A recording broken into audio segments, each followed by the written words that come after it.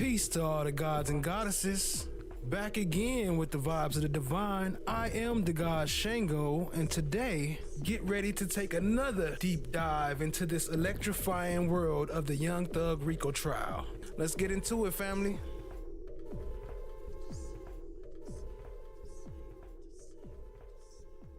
Now took all our neighborhood gangs, and now you give them an organization based out of that was been running since the 70s. It's almost like a Fortune 500 company. If I get control of this pipeline, I run the city. You know, you guys did that to them. I'm gonna let you know, at some point you're gonna have to pay the piper. Just give me a second, sir.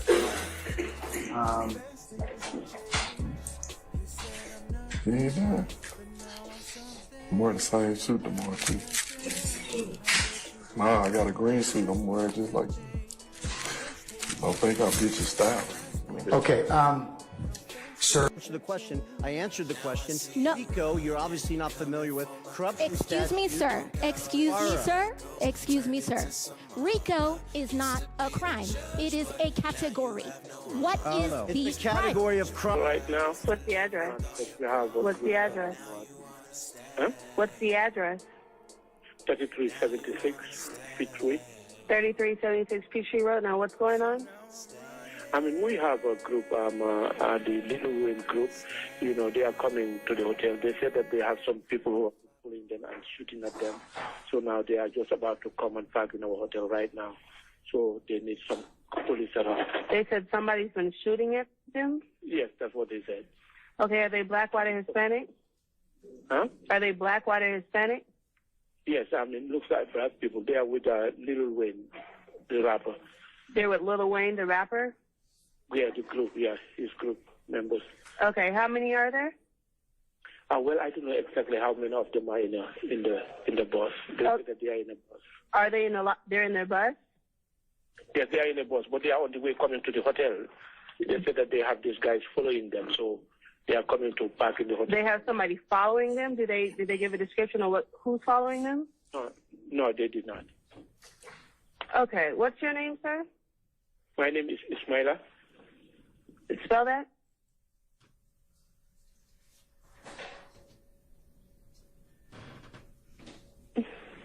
Ismaila. And what's the number you're calling on? Your Honor, we're pausing to the phone number that's stated at 1 minute and 30 seconds on 2 Echo Alpha Charlie.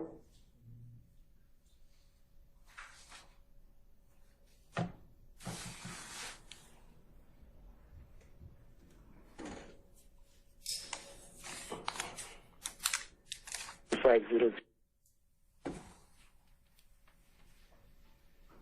zero zero.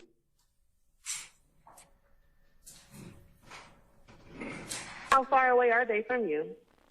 I don't know how far they are. They just told me that they are on the way, and then he just ring off. All right, we'll get somebody out there. Okay, then, thanks. Mm-hmm.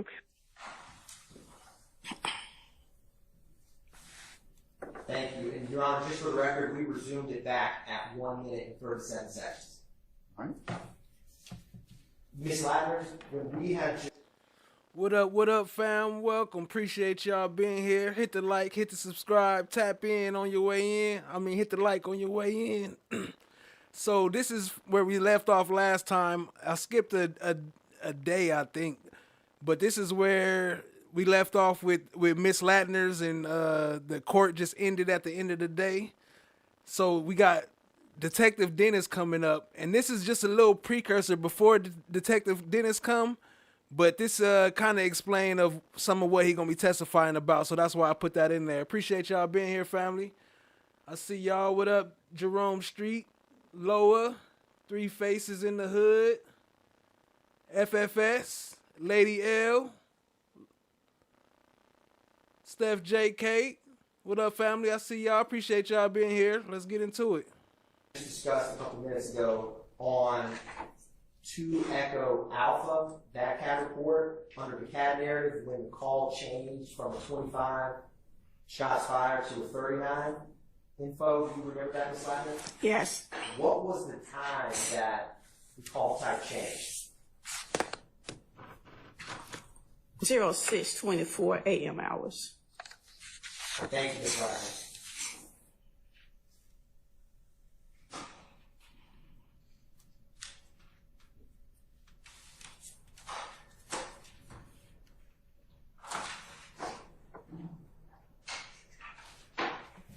No further questions for Bot State, Your Honor.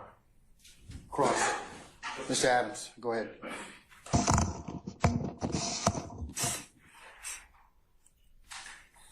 Ms. Lattner, Good morning. welcome back. Pass that up to it. You may, sir. You got the two CAD reports in front of you, is that right? Yes. You mind if I grab these for a second and just reference some items on them?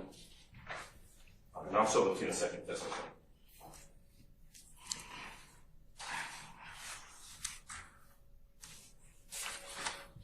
All right. So, to kind of, if I can sum up what I heard you testify to, there's a 911 call that comes in at about 3:24 in the morning of April the 26th. What up, Rico? I see you, family. Is that right? Correct. Okay. The CAD reports make reference to the calls, and there are two calls. Is that correct? Correct. All right. Now, I want to ask you about 2 Echo Bravo, and I'll show you what I'm talking about. One more time, projection. You may. All right. All right, so this is the CAD report that you referenced earlier. It was up on the screen. And did I hear you read out this portion where it talks about the call coming in and a tour bus en route to a location being shot at? Yes. Okay. Now, according to the CAD report, the caller advised that Lil Wayne called and told him they were being shot at while en route. Is that right? That's what it says on the CAD report. Okay. Now, I heard that one 911 call played. Is there another 911 call from someone identifying themselves as Dwayne Carter or Lil Wayne that you're aware of? I can't advise, no. Okay. Now, these were calls that came into City of Atlanta 911. Is that right? Correct. Now, are you aware of any calls that would have come into Cobb County or Marietta or any other jurisdiction in regards to this incident? No. Okay. If there were a call that had come into a different jurisdiction, I'm just asking now about how 911 dispatches work.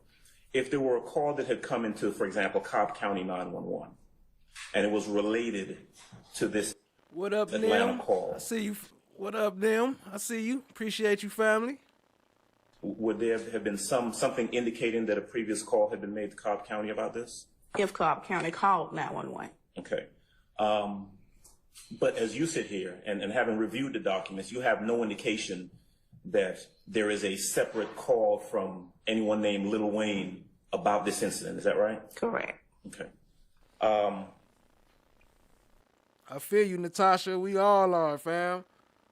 I noticed that the 911 call that was played was an individual who was relaying what was being told to him by someone else. Is that what it sounded like to you? He advised third party. Okay, so that person was saying what a third party had told him, and that person was calling into 911. Is that right? Your Honor, Basis. calls for speculation. I'll sustain the objection. Okay. Am I correct that the And yeah, get ready for some crazy rulings today. Judge Glanville be tripping. Hey, what up, Miss Two T's? I see you. Nameless, I see you creeping in. What up, family? Appreciate y'all being here. person who was making the 911 call was referencing, as you listened to it, was referencing what had been told to them by someone else? Correct. Okay. Am I correct? There was no description given of whatever or whoever was shooting at the bus on that 911 call. Is that right? Correct. There's nothing in either the 911 call or the CAD report that gives a name or a description of a person that is supposedly shooting at the bus. Is that right? Correct. Okay.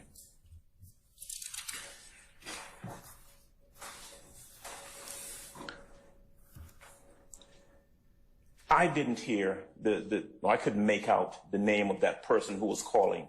Were you able to make out that name by listening to that 911 call? He spelled his name. Okay. I didn't make out the spelling either. Is it in the CAD report? Yes, it is. Okay, what is the name in the CAD report? How is it spelled, please? ISMALIA. ISMALIA. Yes. Okay. All right. And if I'm correct, and then please tell me if I'm right or wrong, the first CAD report makes reference to a call that came in from a location on Peachtree Road. Actually, both of them came in from Peachtree Road. Is that right? First call came in when the officer pulled out with his dispatcher. Okay. And the second one? It was a 911 call. Okay. When the incident is actually taking place? Yes. Or what the caller said about what happened during the incident. Is that right? Correct. Okay.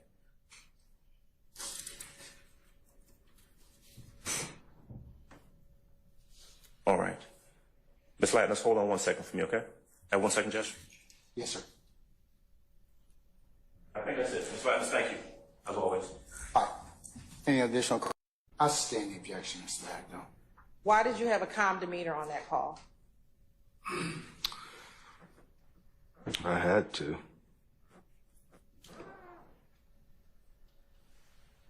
You said you had to? And is that based upon what you talked about earlier? It's just to make sure somebody had to be in control of the situation, or it could have really been a heck of a lot worse.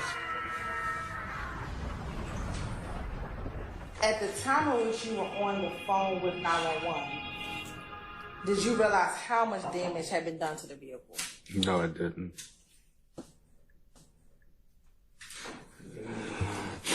Shut the fuck up! 911. Was your primary thought the safety of those individuals? I sustain the objection. What was your primary? Hey, you hear how this dude sniffling and like low key like crying? Yes. Primary thought. You a grown man. The safety of my passengers.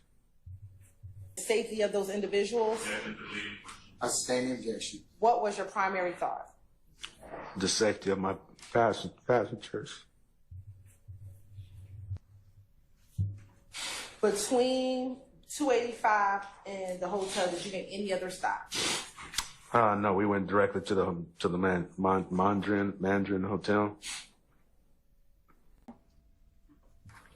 What is depicted in 67?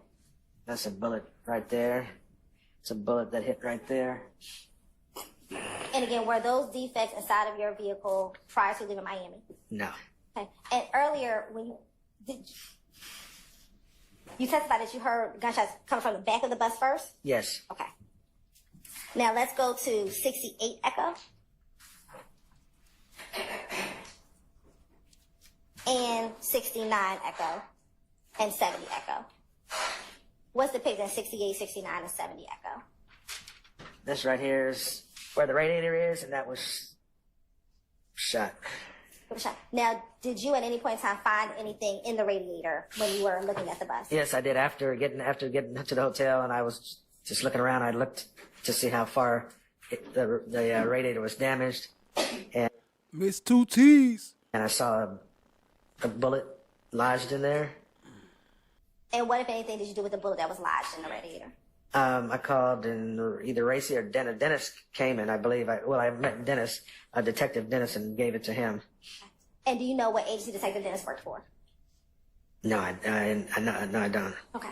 Now, with this damage to the radiator, again, was that there prior to leaving Miami?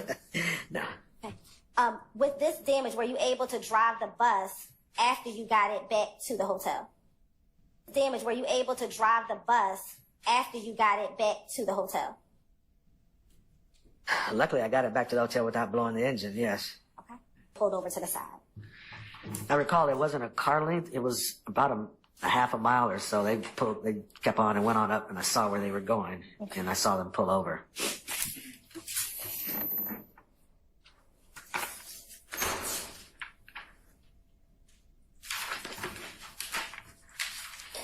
socials for a moment? Yes, ma'am.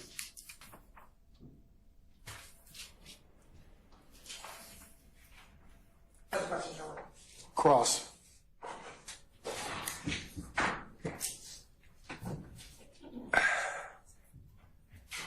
What Mr. up, Lewis. no one? I Yes. see you, Good family. afternoon, sir. Good afternoon. My bad. I thought I was gonna catch him on his break. He was speaking as soon as I speak. What up, no one? I see you, family. My name is Max Shard. I represent Shannon Stillwell. Okay? Okay. Just going to ask you a few questions. The bus that you were driving, Lil Wayne's security was on that bus, correct? Yes. And that man's name is James Mulvey, correct? I know him as Jim. That's what I know him as. You know him as Jim? Yes. Okay. On direct, you testified that you were the only person who spoke to police that night. Jim, in fact, spoke to police that night as well, correct? I believe so. I'm not sure. Okay. I can't say yes or no. Okay.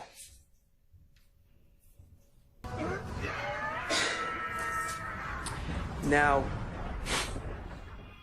we heard your 911 tape, the 911 call, and you also gave a statement to the police that night at the hotel, correct?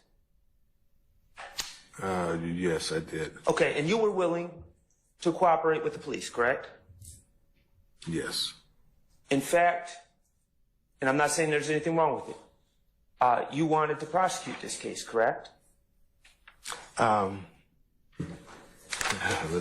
No. Well, the police asked you if you're willing to prosecute, and you, in fact, answered that you were wanting to prosecute the case that night. Shout out to Finding Good. I appreciate the membership, family. Appreciate the love around here. Y'all show some love to Finding Good. If you got a membership, say thank you. Okay. So, certainly, you wanted to, when you gave your statement to the police, you didn't hold back any information, did you? Well, when you have a CDL, which is federally governed, I just can't choose not to speak. I understand. So I did what I'm supposed to do. I understand. And you wanted to give the police as many details as possible about what you had seen.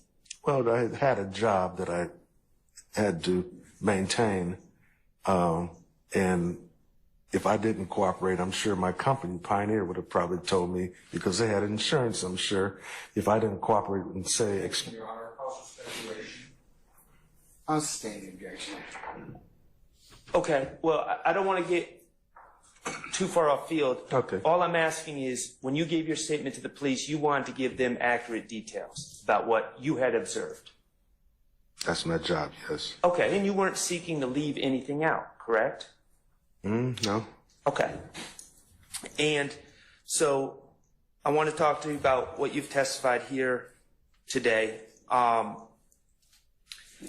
You, as I understand it, you're driving the bus. You hear what you perceive as gunshots. Correct? Correct. Okay. And you are on the front, in the driver's seat of the bus, front left of the bus, correct? Correct. Okay. And after hearing gunshots, you saw two cars speed past the bus on the left. Correct. Okay. And eventually these cars ended up pulling over on the right side of the road past the exit that you were getting off. Correct. Okay. And when I say you wanted to give all the details, you could. When I say two cars, there were only two cars that sped past you on the left, correct? To my knowledge, yes. Okay. And one of those cars, you've testified, was a white sports car, correct? I testified it was a Corvette. Okay, we were going to get to that. White Corvette. And you actually said that you saw flashes coming out of that car, correct? Correct. Okay. And the second car behind the white Corvette, I want to talk to you about that car. That was a white truck, correct? All right, he being very specific on purpose. Y'all pay attention to that white truck, because the white truck turned green and blue when Detective Dennis get on the stand. Yes. Okay. And that's what you've always said, a white truck, correct? That's what I remember at 85 miles an hour, yes. Okay.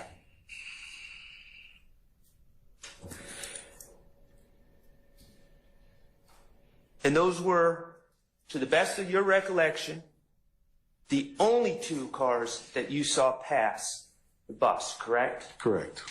Okay. Appreciate that, no one. In all of your statements, you have never, or you did not see, let me just start with this. You did not see a blue SUV that night, did you? I don't recall that. Okay. You do not recall seeing a blue SUV. I don't recall that. And you certainly did not see a blue SUV passing. I don't recall that. They taught him the I don't recall too. Y'all heard Hilton hit him with the I don't recall today? Shout out to PD Broker. Appreciate you joining, family. What up, though? The bus at the time of the gunshots, correct? I don't recall that. Okay.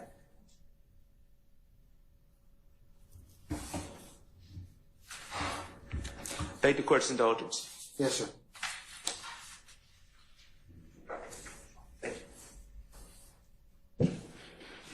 Adams? Thank you, Judge. Sir.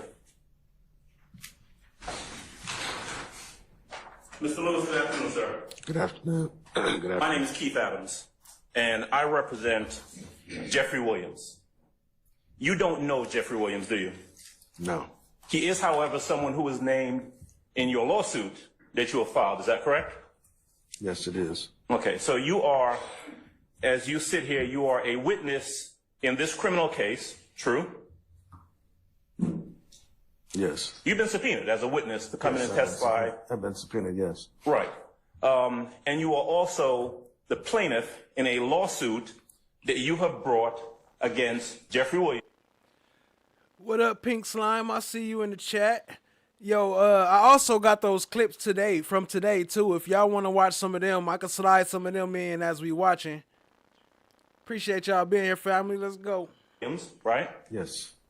Let's see, Brian Birdman Williams, correct? Correct. Cash Money Records, right? Correct. Young Money Records, right? Correct. Let's see. Jimmy Carlton Winfrey, correct? Correct. And the YSL, the corporation, the company. Is that true? That's true. Okay. You have brought that suit, and you are, in fact, suing those individuals based on the incident that occurred on April 26th of 2015. Is that right? That's right. All right. Now, I want to kind of get to the crux of this. I want to ask you questions about the incident, but would I be correct in saying that at no time on either April 25th, 2015, or April 26th of 2015, did you ever see Jeffrey? Hey, yo, I actually got the cartoon version of Kat doing the sigh. I just ain't put it out there yet. I want to send it to her first, but I do got it. I did make it of her. I got the cartoon version doing it. Williams. That true? That's true. All right. In fact, based on the lawsuit that you filed, you know that on the night of April 25th into April 26th of 2015, you know that Jeffrey Williams was hundreds of miles away when this incident occurred. Don't you know that? I don't know that. All right. That's not information that you've garnered during the course of your lawsuit? It's been a lot. I don't try to recollect all that stuff. You don't know what's going on in the lawsuit that you brought? Yeah, I do. I sustain the objection. Okay. Is the company that you were driving for that night Pioneer? Is that right? Yes. Are they party to the lawsuit What up, Wilma? Appreciate you joining. against Jeffrey Williams? No, they're not. Okay, it's just you, right? Yes. And that is a $30 million lawsuit that you have brought against someone that you didn't even see that night. True? True. Matter of fact, Brian Birdman Williams, you didn't see him that night either, did you? No. Okay. If I heard you correctly, you were not able to describe to the police or any detective or anyone any description of anyone who did any shooting on the night of the 25th going into the 26th. Is that true? That's correct. You didn't see anyone, did you? That's correct. In fact, when you testified earlier about this person who walked up to you and asked for Al, you remember that? Yes. You didn't give a description, or you weren't asked to give a description of that person to the police at any point, were you? No. Well, who was it then? Yo, shout out to FFS. Appreciate the super chat, family. A CDL is not Fed issued or governed. They are state issued. That's from earlier. You know, I'm a little late. I tried to catch up quick as I can. Appreciate the super chat, family. What up, Berta? I see you in the chat creeping in. Clear something up for me.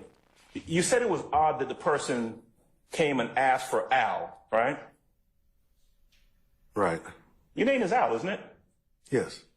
Okay.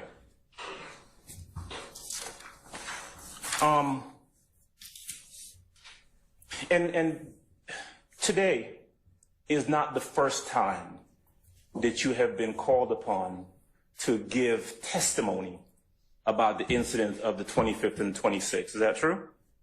This is the first time I called to testify, yes. Have you had a deposition as part of your $30 million lawsuit against Mr. Williams? Yes, I have. $30 million. God damn. Okay.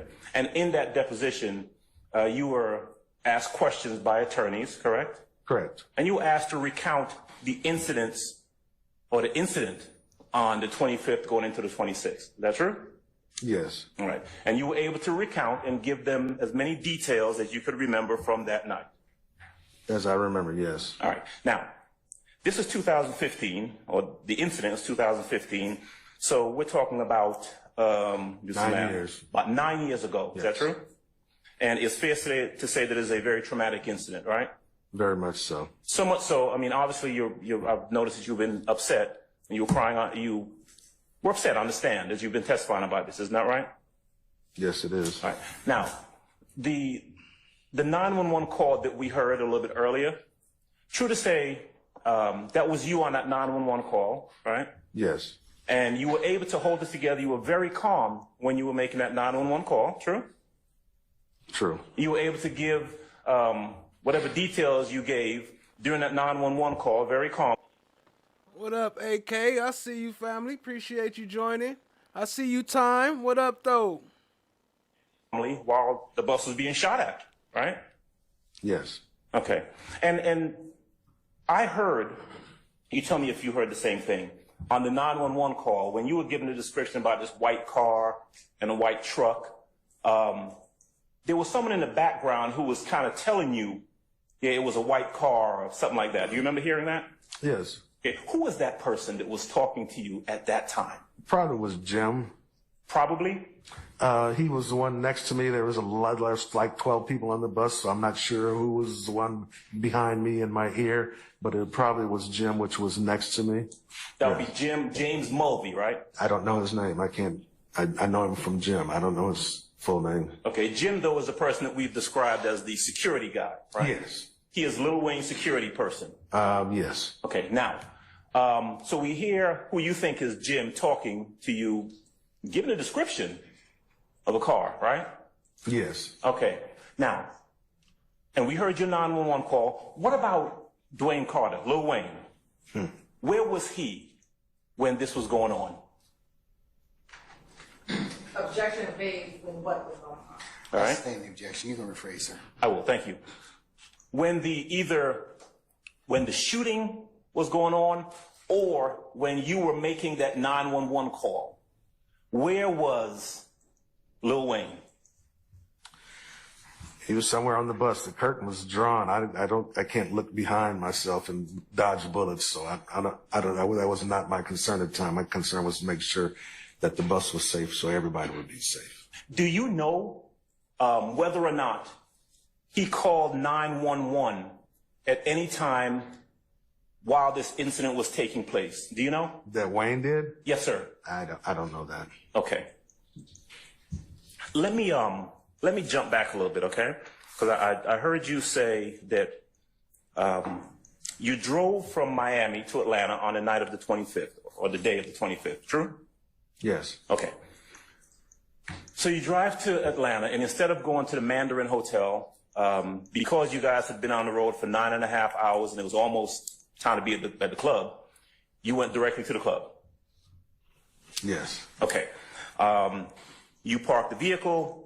Mr. Carter, Lil Wayne, gets off, and he ends up going inside of the club, the compound, right?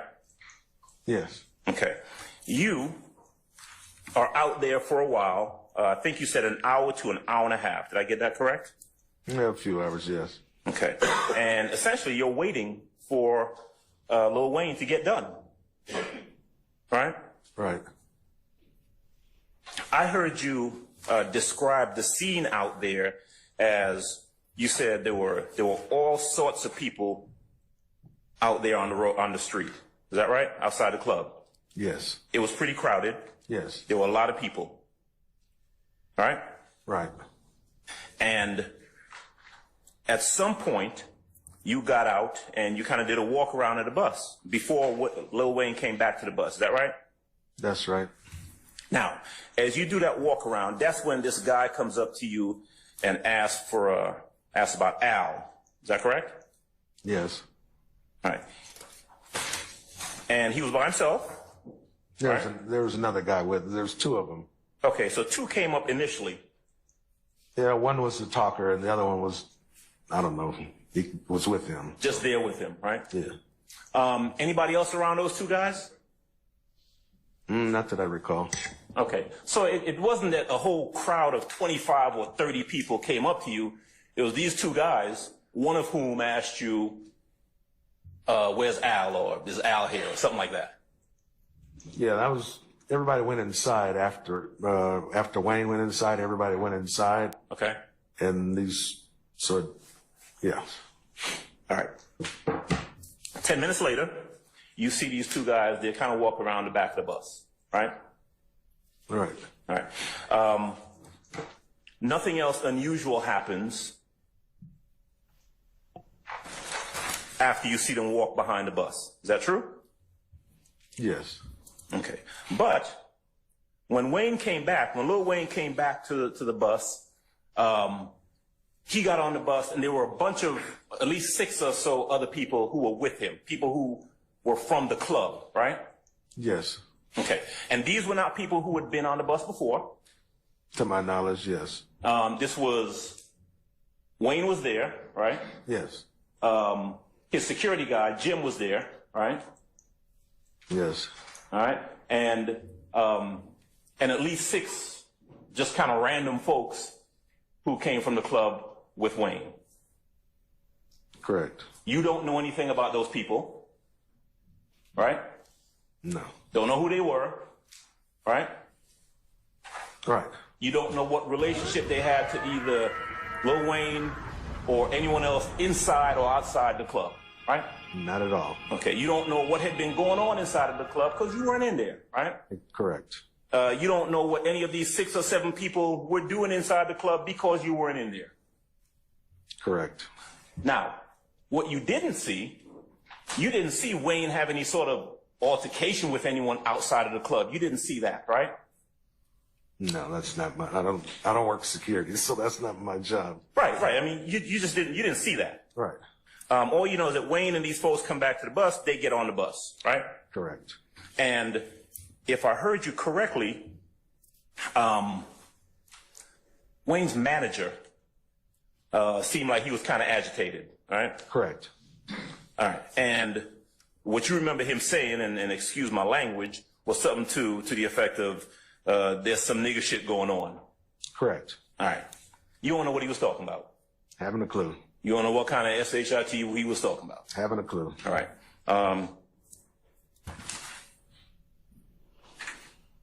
But these folks are on the bus, and then there is a police escort that takes you all to 285, correct? Correct. All right. While the police escort is coming with you guys, there is nothing suspicious, no cars or anything else around the buses. Is that right? Correct. Okay. What you do know, though, is that when the police escort leaves, you guys get on 285, you started hearing shots coming, as you described, from the back of the bus, coming along the side of the bus, right? Correct. Right. Now, we've already talked about the fact that you saw flashes coming from the car, not the truck, the car, right? Correct. All right. You didn't see anyone hanging out the window. He for sure did that crying part on purpose, FFS. He was like, you were cry. I mean, you were for sure did that. All right. Correct. What up, Daniel Berry, Sports Highlights? I see you. You didn't family. hear anyone saying anything, right? Correct.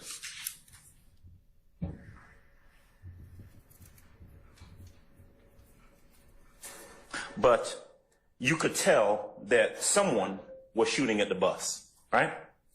Correct. Because you could hear it. Correct. Right.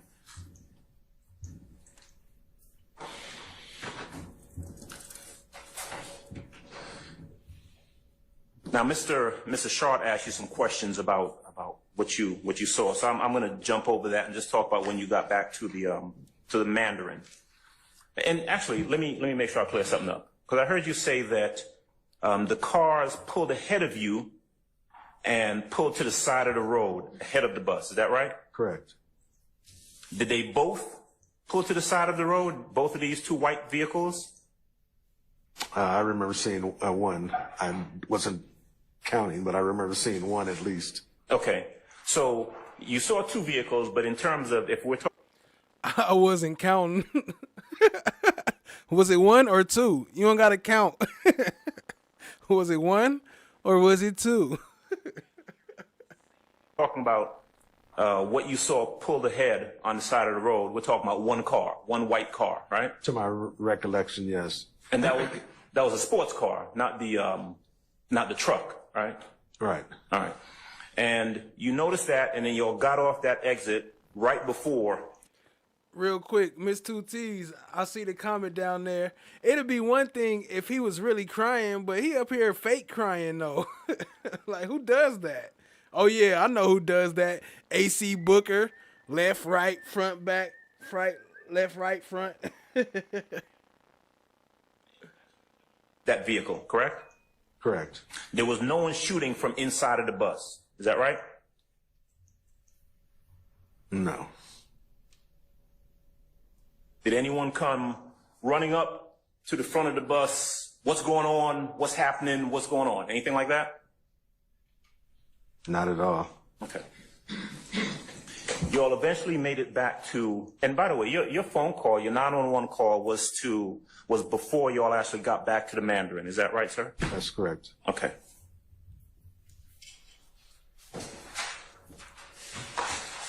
And then, as you told Mr. Shaw a little bit earlier, when you get back to the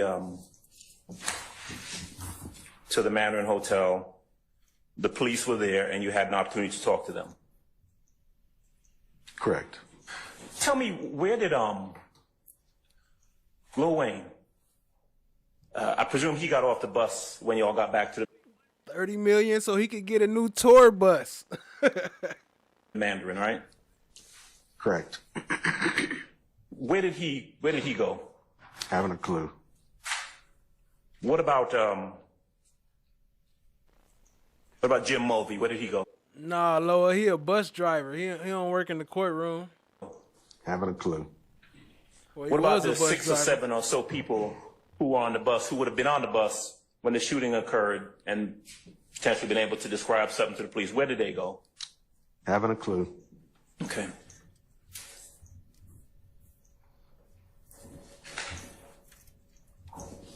Appreciate you, PD broker. Appreciate you still listening while you driving. Be safe. The bus had to be towed back by the company, right? Right. And you didn't see anyone, you didn't see those white cars again when you got back to the Mandarin Hotel, did you? No, I didn't. And is it fair to say that when you got back to the Mandarin Hotel, you get out of the bus and when you talk to the police, are you talking to them right there outside by the bus? Yes. Okay, because you were showing them the damage to the vehicles, to both vehicles, true? Yes. Okay. In fact, Yo, FFS, did you mean to call him daddy? wasn't there a crime scene person who showed up that you interacted with? I don't recall that. Okay. You remember talking to a police officer or a detective, right? Yes. Okay. Now, there was no one around the bus at that point when you get back to the Mandarin to whom you were asked to describe or anything like that, right? I just talked to the detective or the officer. All right. So it's fair to say that you were on the bus when the shooting occurred and you're able to describe what happened during that shooting and after, but that's all you know, right? That's all I was involved with, yes. Right. And so in terms of who did that shooting, right? Who was shooting at that bus? You don't know, do you? From the 180-page police report, it identified who did the shooting. I'm asking you what you know, sir, because you were the witness, right? Exactly. You were the one who was present, correct? Correct. You were the one who was in that bus, right? Correct. You were the one who saw that white car, right? Correct. You were the one who did not see anyone or could not identify anyone in the white car, right? Correct. Appreciate that, no one. Appreciate it. All right, so I don't want to ask you about what any police officers told you or what they came up with, but in terms of what you know, right? You don't know who shot at that bus. Never said I did, correct. You don't know why anyone shot at that bus, right? Is there a real reason why? I don't know. No, I don't know the real reason why. Right. And you would agree with me that it's probably pretty difficult to shoot at a bus on April 25th, 26th on I-285 from Louisiana, right? Let me think. Yeah, it's pretty difficult. Yes. Yeah, because you know that Mr. Jeffrey Williams, person who's sitting over there, was in Louisiana when all of this occurred. You know that, don't you? No, I don't. You do not? No. Okay. Did you allege that? Or did you confront that issue in your civil suit when the depositions were being taken? I didn't allege that he was. I don't know where he was, so I don't know that. When did you file the lawsuit? About 2 years after this incident happened. Okay, so 2015 is the incident, and about 2017 or so is when you filed the civil lawsuit and started receiving information and discovery in that lawsuit, right? Correct. Okay. Give me 1 second, Mr. Lewis. Judge, can I have a second, please? Yes. Questions for you.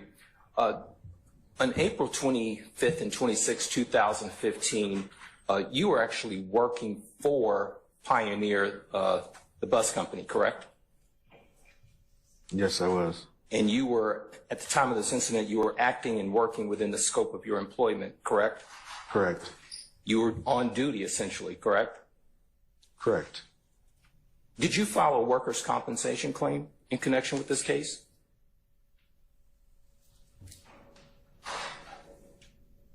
I don't I don't recall I that. don't recall. I don't recall this. Okay.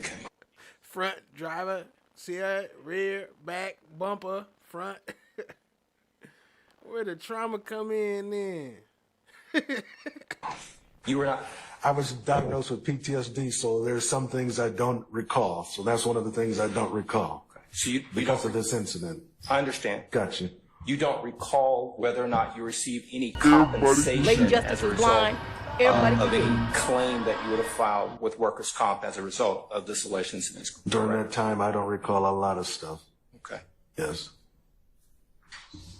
That's all I have. Thank you. Thank you. And Mr. Adams asked you about Jimmy Winfrey. Is he a person named in your indictment? In your lawsuit? Excuse me, in your lawsuit. I'm sorry. Thank you. Yes. And are you aware of whether or not he pled guilty to an indictment involving this incident in Cobb County? He pleaded guilty and he took a plea deal. And yes. And do you know the charge? FFS said, what the fuck? Diddy. Oh, who? Diddy? That's what you was calling daddy? I'm just playing. Charges for which he pled guilty to. For shooting that, he was the one that shot at the bus as far as I stand objection. I'm asking, do you know the charges, not why he pled, but do you know the charges that he pled to? I think I stand objection.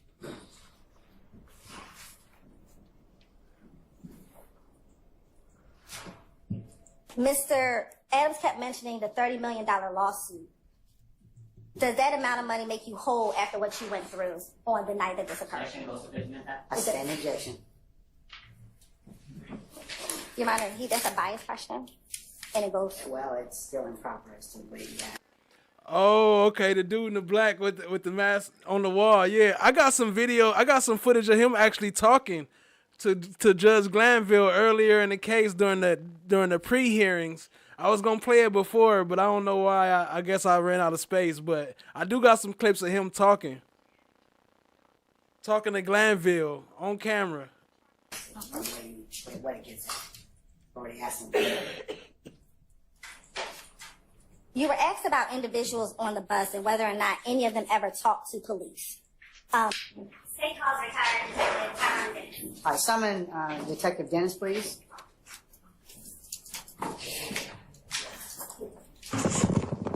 Appreciate you finding good. All right, Detective Dennis, good afternoon, sir.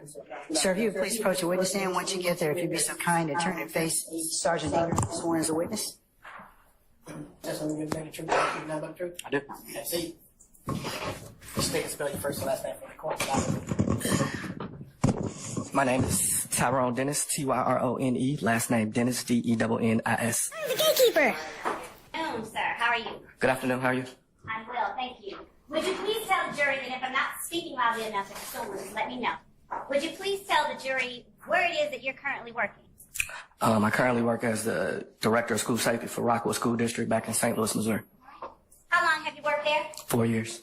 And what do your responsibilities include as Director of School Safety for the Rockwood School District? Rockwood, I supervise 32 schools, supervise 17 police officers, report directly to the superintendent of the school district. Now, are you certified as a law enforcement officer in the state of Missouri? I am. And what is it that you have to do to become certified as a law enforcement officer in the state? Since March of 2018. Would you tell the jury what Clippers and Cops is? Hold on, that's a fact. I thought about that. I had to go back to that a couple times.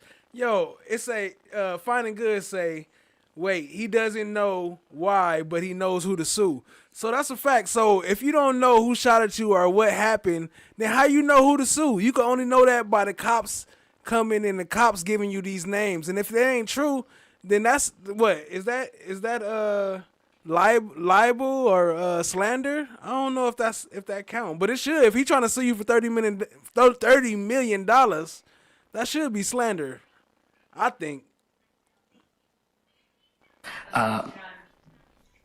Background. I'll rule objection, should say. Please tell the jury what it is. I created Clippers and Cops in order to create empathy between law enforcement and the community. When I would go get my hair cut, we would have some of the best conversations. And so I decided to grab not only law enforcement, but people from the community.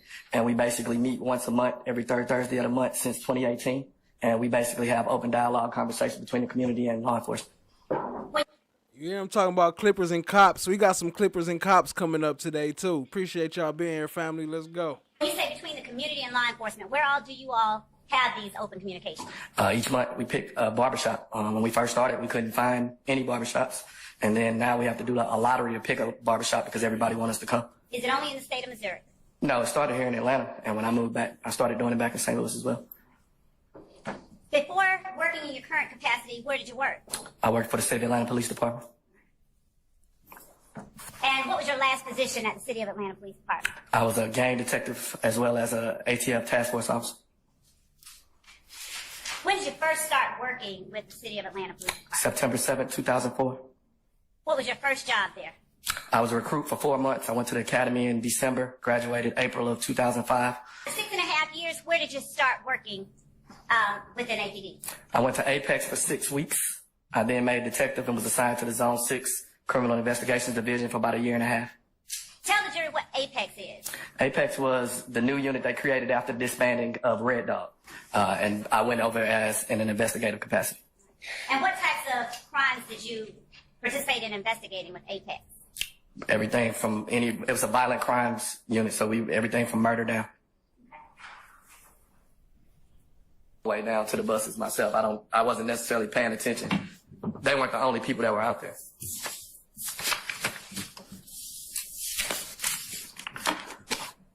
Did you instruct them to do anything?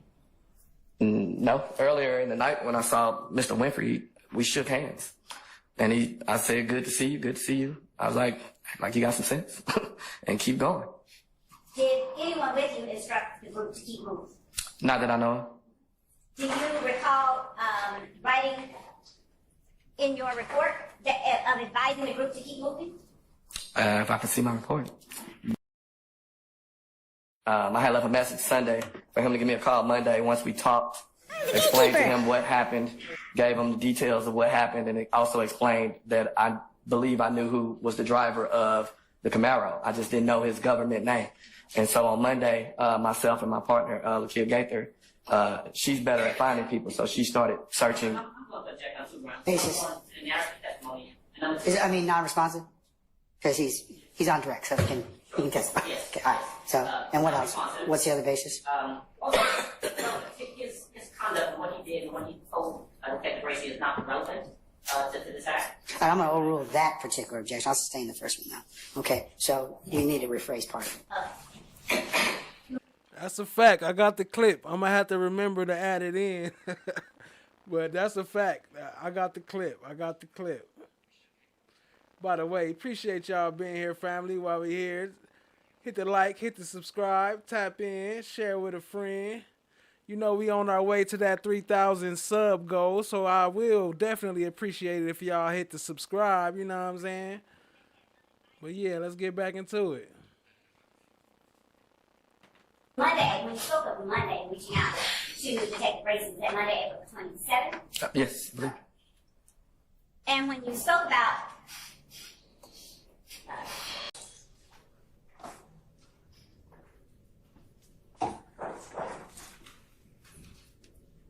Okay.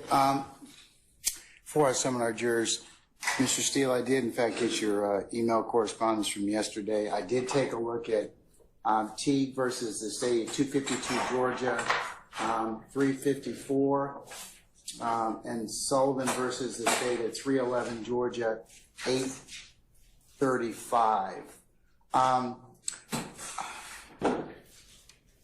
I'm of the opinion after reading those two cases, inconsistent with what this court would probably authorize, is you are correct that you cannot ask a witness like a detective. Hey, Detective Smith, what did Detective Green tell you, or what did you learn from him? That would fall within that.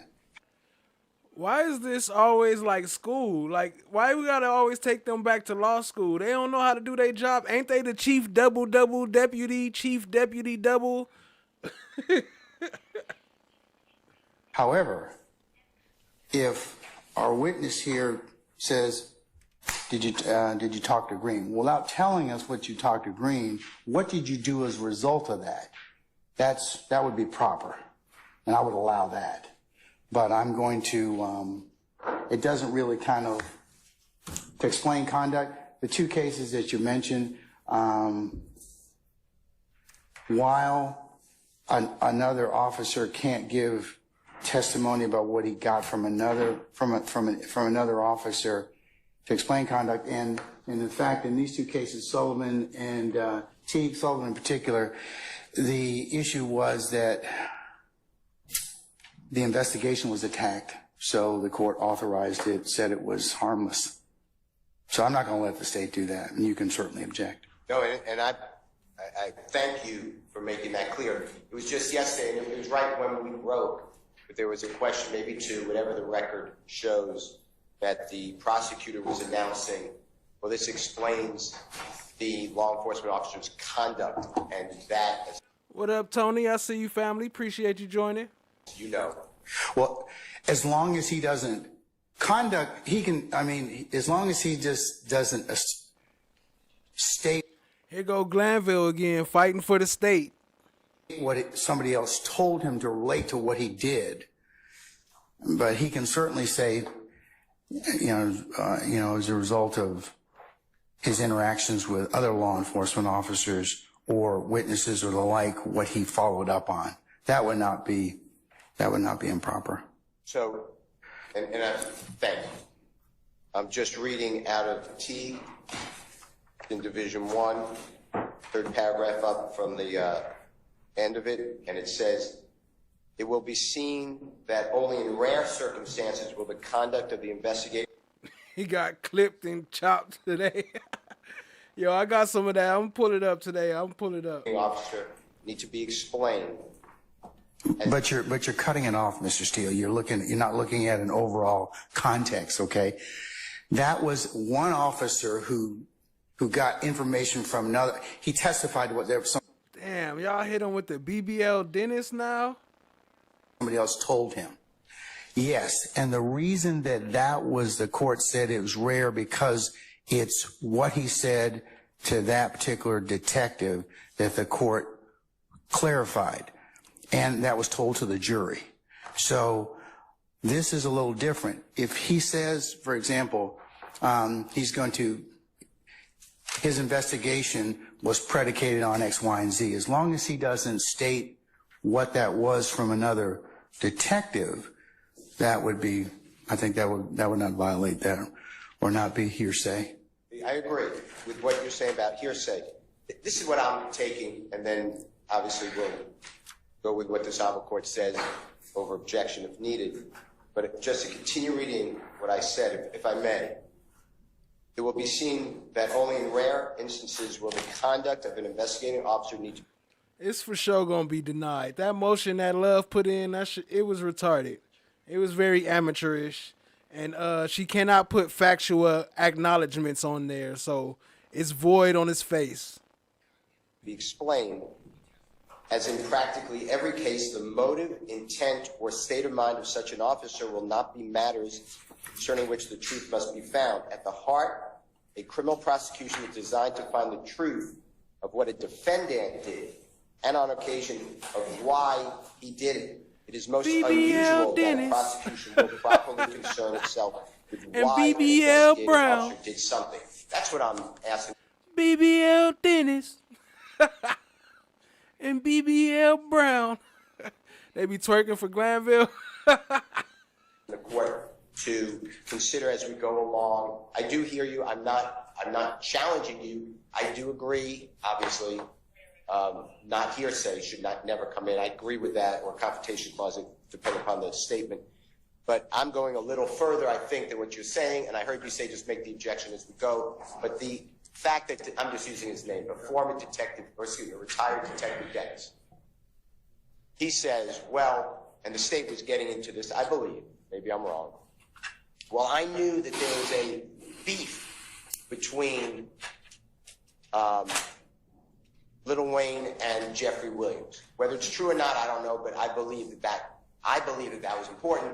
So I wanted to watch people from YSL, and these are the people from YSL. And what I'm saying is, his belief doesn't matter.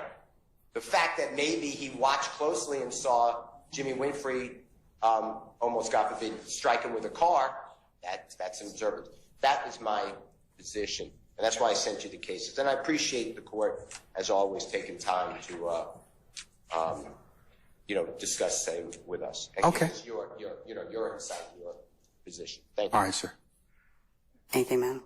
Your Honor, just briefly, which was that when an instruction is given and the officer follows an instruction, we're not offering the instruction to explain the officer's conduct as much as for its effect on the listener as a result of the instruction.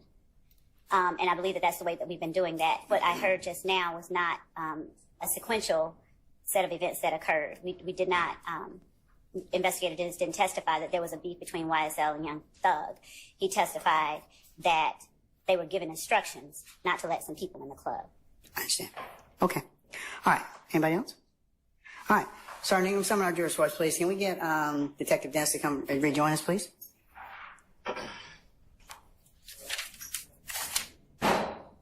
Can't video him.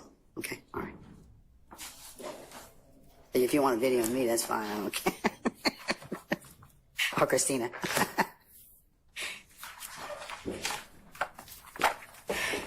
Good morning. Come on, Sam. Run to the back. Jack. Yeah.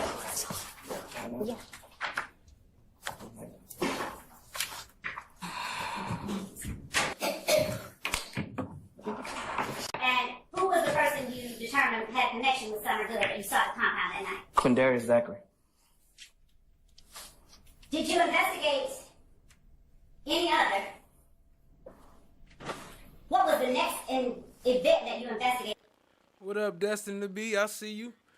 So I'm just catching up. I had to go, do something real quick. So I'm gonna have to skip past some of these chats. Don't think I'm leaving y'all out.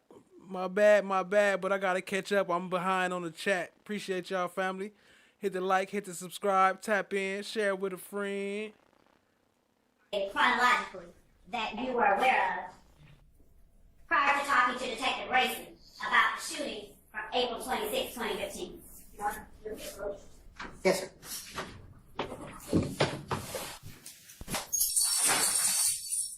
Do you wish to tell the court? Your Honor, I don't know where this is going, but I think that this is definitely something before the state goes down this road that they should have litigated before attempting to. They should what? I'm sorry, sir. Litigated outside the presence of the jury before attempting to do this. I am saying right now, I don't know where the state's going with this, but if I hear my client's name, Shannon Stillwell, or any of people that are associated with my client's name being listed as someone that was being investigated or suspected of a crime, I am moving for an immediate mistrial because that would be highly improper. Who's suspected of crimes that are not charged, not convicted, being listed through an investigator is complete violation of 404B, 404A, and is prejudicial and completely improper. We're trying this case through hearsay right now. Lady Chameleon, what up, family? I'm surprised the state didn't ask Investigator Dennis, well, what happened in the Donovan Thomas case? Just tell us all about what you learned through hearsay, because that's where we're headed.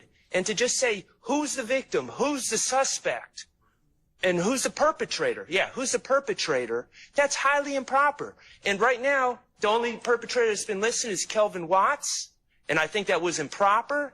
But I'm saying, as it goes forward, as soon as a name that's associated with my client or my client's name comes out, I'm moving for an immediate mistrial, and I believe it's very warranted. Thank you, sir. Your Honor, can I join in that objection also? Well, the Hardy rule's in effect, so what else do you want to add to that, sir? Well, I want to, the state cited a case earlier, the Hassan case. I've had a chance to sit and read through, and that is actually instructive to the court. There is a difference in what the court applied in Hassan and what's going on right here. But Quick is a better case in terms of the court's interpretation of what a detective may testify to, so I have to read. Hold on. Did y'all catch that? So, Love and the prosecution gave him a case or a case to cite, and he went and found his own case to fight it. He fighting for the defense. He said, yeah, well, I think this one's better. Both in conjunction. What's going on right here? But quick is a better case in terms of the court's interpretation of what a detective may testify to. So I have to read both in conjunction. So we'll disagree about our interpretations as to that, but I feel that I've made the correct ruling in respect to that. And you can still object as to foundation, but and that's my position. And I share the same concern that Mr. Shaw has, which is that they have YP Com Chick, what up? I see you, family. Appreciate you joining. witnesses that they can call to testify about the individual incidents. If it's relevant, it comes in and those witnesses testify. But they can't simply wholeheartedly have Detective Dennis, and just by asking the questions in a certain way, saying, what did your investigation show? He can't just he can testify to the end result of the investigation, but he can't get around hearsay by simply saying that I know this person was a perpetrator, this person was a victim. All of that comes from hearsay. In the Hassan case, that detective was not allowed. Of course, that detective did not testify about information gleaned from other detectives or information gleaned from the investigation. They were very clear in Hassan as to what was admissible and what was not. And what he is testifying to right now is not admissible. They can't call those witnesses, and they are trying. They've got 200 witnesses on the witness list. They're trying to get around calling those hospital witnesses by trying this case, as Mr. Shaw said very aptly, by hearsay. And that deprives us of the ability to confront those witnesses. If the detective says, well, this person I determined to be a perpetrator. Lady Justice is blind. Everybody. Confronting that is just coming in based on his hearsay testimony. Oh. I would object. I would be in the same position and ask for the state not be allowed to continue down that road. Okay, all right. State. Your Honor, Quick is as the court has pointed out, Quick is the most on-point authority that we have for our questions that we are asking Detective Dennis. We are, as Mr. Adams correctly stated, we are intentionally not asking him who did this, who did that. We simply are asking him, who did he investigate as the perpetrator? Who did you investigate as the victim? And Yes. what group? YSL. All of them? All of them. Okay.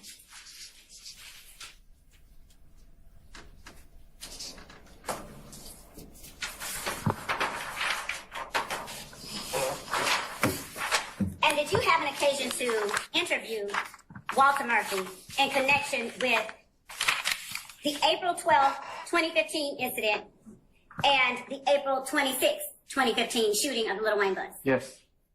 Who participated in those interviews with you? Myself and Lakia Gaither.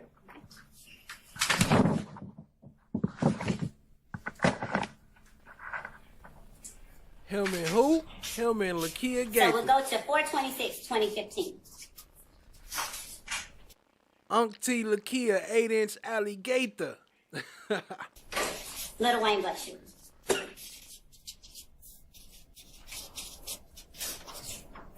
Yesterday, you talked about having written a report in that case. Yes. Did you draft your report on the day it was in, on the night of April 25th, 2015? Yes. What did you do? I actually followed him on Instagram, and so I went to his page. Now, would you tell the jury why you were following Jimmy Winfrey on Instagram? I knew him in passing for years, and I followed him on Instagram. Was that out of personal interest or in your capacity as a law enforcement officer? A little bit of both. I've never had any problems with him. I've known him since 2005. So anytime I saw him, even the night of this incident, I actually shook hands with him. Did you find anything that I see you, Miss Two T's. you felt was pertinent to raising Appreciate you investigation being on here. Jimmy Winfrey's Instagram? Yes, a picture of the white Camaro. And what was the nature of the picture that you saw? What? It just gave a description of, I guess he had just got the vehicle, I'm not sure. And he, like most people, he was showing off his car. How do you recognize State's Exhibit 115 Echo? A screen grab from Jimmy Winfrey's social media. And is this a fair and accurate representation of the imagery you grabbed from the social media page of Jimmy Winfrey? Yes. State Tender States Exhibit 115 Echo. Any further objection to States 115 Echo? Yes, previous objection. All right, it's admitted over objection with redaction. All right. It may be published as you see fit. Thank you. Gas in States Exhibit 110 Echo. That's on the screen now. We're looking at the screen grab of the surveillance footage from the Vault Studio. Or at 675 Metropolitan, the surveillance cameras right at the entrance of the location. Detective T to get surveillance footage. Did Detective T copy with a device? I stand objection. How did Detective T normally retrieve the video? Objection, false speculation. It does not. It speaks to his personal knowledge of how Detective T normally does it for him. That's called for speculation, not standing objection. Have you gotten video footage from Detective T before? Yes. Did Detective T's footage look like this? A recording of a recording? No. How did Detective T's footage look? Detective T specializes in abstracting video footage, and that's his assignment. So whenever there's an incident, usually our Homeland Security team goes and retrieves the surveillance footage. And did you or Detective Gaither specialize in extracting surveillance? No. All right. As we play Station 111 Echo, would you explain what is happening that is of significance to your investigation? And Station 111 Echo, as we play.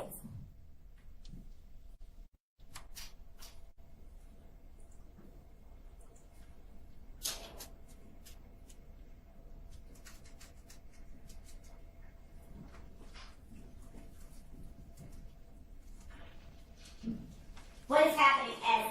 Appreciate you, family. I like it here, too. we pause Station 111 Echo. A car. Approximately 25 seconds in. A car is leaving the vault, or leaving the studio, or leaving 675 Metropolitan.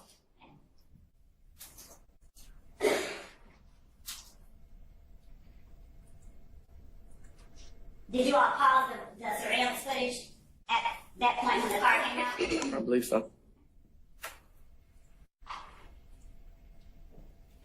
All right. And what is happening now?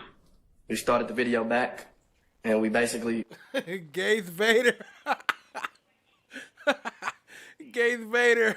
Shout out to Pink Slime. Always had me rolling. screen grab the different vehicles that was leaving out at the same time as the white Camaro.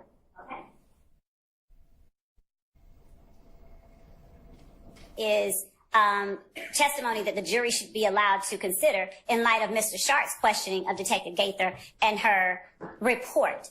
So the point... That's separate. You know they trying to hit Birdman with that kingpin charge. That's part of this Lil Wayne and what you call it, Young Thug beef situation type thingy. It is separate, but that's a separate issue. You got her report, that's a separate issue, and then you got Robinson's report, which is a separate issue. Right. So which one are we focusing on at this point in time? Robinson's report or lack thereof?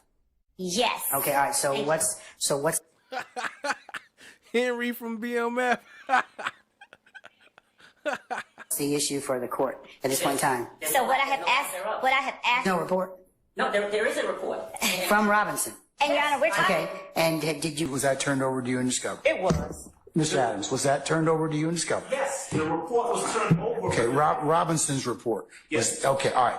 So what is there left for me to resolve at this point in time? If that was turned over to you. What is left for you to resolve is to order them. Well, first of all, the report makes reference to Which report? Robinson's report? Officer Robinson's report Okay. makes reference to audios, videos, interviews that we do not have, that we've never received from the state. And let's not confuse the issue. She just stepped up and told you a minute ago that the only thing in the report was a 4-page report. That's not true. Okay, all right. So okay, but let's clarify. But let's clarify. Hold on. I'm sorry. Let's just clarify, Mr. Adams. Okay, there may be other things that the 4-page report refers to. Yes, sir. That you don't have. That's correct. And that are missing for whatever reason. And I'm missing it. No one has said that. Hold up, that's a fact, huh? The court date is tomorrow for YOUNGTHUG, huh? I almost forgot about that. They're missing. We just don't have them. Okay, but if you don't have them, they're missing. Well, no, if we don't have them, they haven't given them to us. No, that doesn't, no, one does not equate the other. Because if the state doesn't have them to give them to you, it's because they have a duty to turn them over. If they didn't give them to you, that would be an ethical as well as potentially a Brady violation. Sure. So you can't really intimate that on them unless they have it in their possession. They're telling you they don't have it. They've not told me they don't have it. Okay. All right. Well. And the law presumes that the police department. And look at him. He trying to tell them to say they don't have it. Like, they saying they don't have it. They say they don't have it. Does it exist is the thing. It don't matter if they don't have it, then it's Brady because they got rid of it. And the DA's office are the same. Yes. For purposes of law enforcement, for purposes of discovery. You are correct. They're presumed to have as well. They're not. Okay, but there's a presumption, but the presumption can be rebutted. If they tell you as officers of the court, we have searched and we don't have it. And we have gone through all the steps and we don't have it. Yeah. Because here's the thing, if they have it or we find out they had it, then that's one thing. Then we'll certainly deal with that. But have you all searched to ensure that you don't have any of those were any of those videos or interviews that were in Robinson's report? Well, it's proved that they did have all this stuff, and you still didn't do nothing. The only file that we have is the one that we were given by Detectives Gaither and Dennis after the conclusion of their... So you don't have any of those other, I would say, documents by incorporation from his report? You don't have any of those? We do not. Okay, all right. Can you all approach? Let me ask you one more question. I need to ask you this. Come on up, Mr. Adams. Fast forward to, I think, 2009 or 2010, Chris Markel Bennett was kidnapped. And when he was kidnapped, my supervisor had me reach out. All right, so this is the Dauber hearing. We're going to play a little bit of the Dauber hearing, and then I'll play some of the clips from today, some of the key points from today. And then we keep it rolling. Appreciate y'all being here, family. Hit the like, hit the subscribe, tap in, share with a friend. Out to the lead detective, Detective Murdoch, who worked homicide missing persons. And when we actually met at the King Center, and when we met, I basically brought my beat book, showed him all my stuff, and was telling him about this gang. And he looked me in my face and said, "You watch too much TV." Hold up, that's a fact. PD Broker, hey, that's a fact. Love wasn't there because she trying to get ready for Merchant. Huh? She trying to get ready to battle for Merchant. Oh, wait, no, that ain't Merchant. That's a different one. My bad. I'm confusing the two. I'm mixing Mook2 up with what's his name? Yeah, that other one. And, of course, at the time, I'm like, okay, whatever. I'm kind of offended. About a week later, he reached back out to me. And he said, "I want to apologize to you." And I was like, "For what?" And he said, "Because everything that you gave was spot on. And if you didn't tell us this, we wouldn't know anything about it." And so at that point, he put me in to go to Apex. What is Apex? Apex was the spinoff of Red Dog. And what was Red Dog? Red Dog was basically... Wait. What? Apex the spinoff of what? Red Dog? Come on now, we all know about Red Dog by now, right? I got a video breaking it all down. Red Dog, some dirty ass police that got shut down. Why would you have a spinoff of that? He's like, yeah, we was Apex. He put me in to go to, and he said, "Because everything that you gave was spot on. And if you didn't tell us this, we wouldn't know anything about it." And so at that point, he put me in to go to Apex. What is Apex? Apex was the spinoff of Red Dog. And what was Red Dog? Red Dog was basically running every drug dealer out of Georgia created during the crack epidemic to target drug dealers in housing projects and so forth around the city. Okay. I knew what Red Dog was from Freaknik. Growing up in St. Louis, people that came to Freaknik would talk about the Red Dogs, and they don't play in different stuff like that. Okay. When I came on Atlanta Police Department, they still were in existence, and but they were subsequently disbanded after the Eagle Raid. Once they were disbanded, they created Apex. Apex would be similar, but they would have an investigative arm. And so Detective Murdoch actually put my name in to go to Apex. I usually worked by myself, so I wasn't used to working with other officers and things like that. So when he initially said it, I was kind of standoffish to it. So, but did you become involved in Apex? Did you work? I actually got reassigned to Apex for 6 weeks. Okay. And what were your responsibilities while you were Reassigned to Apex for 6 weeks. And then all of a sudden he got promoted.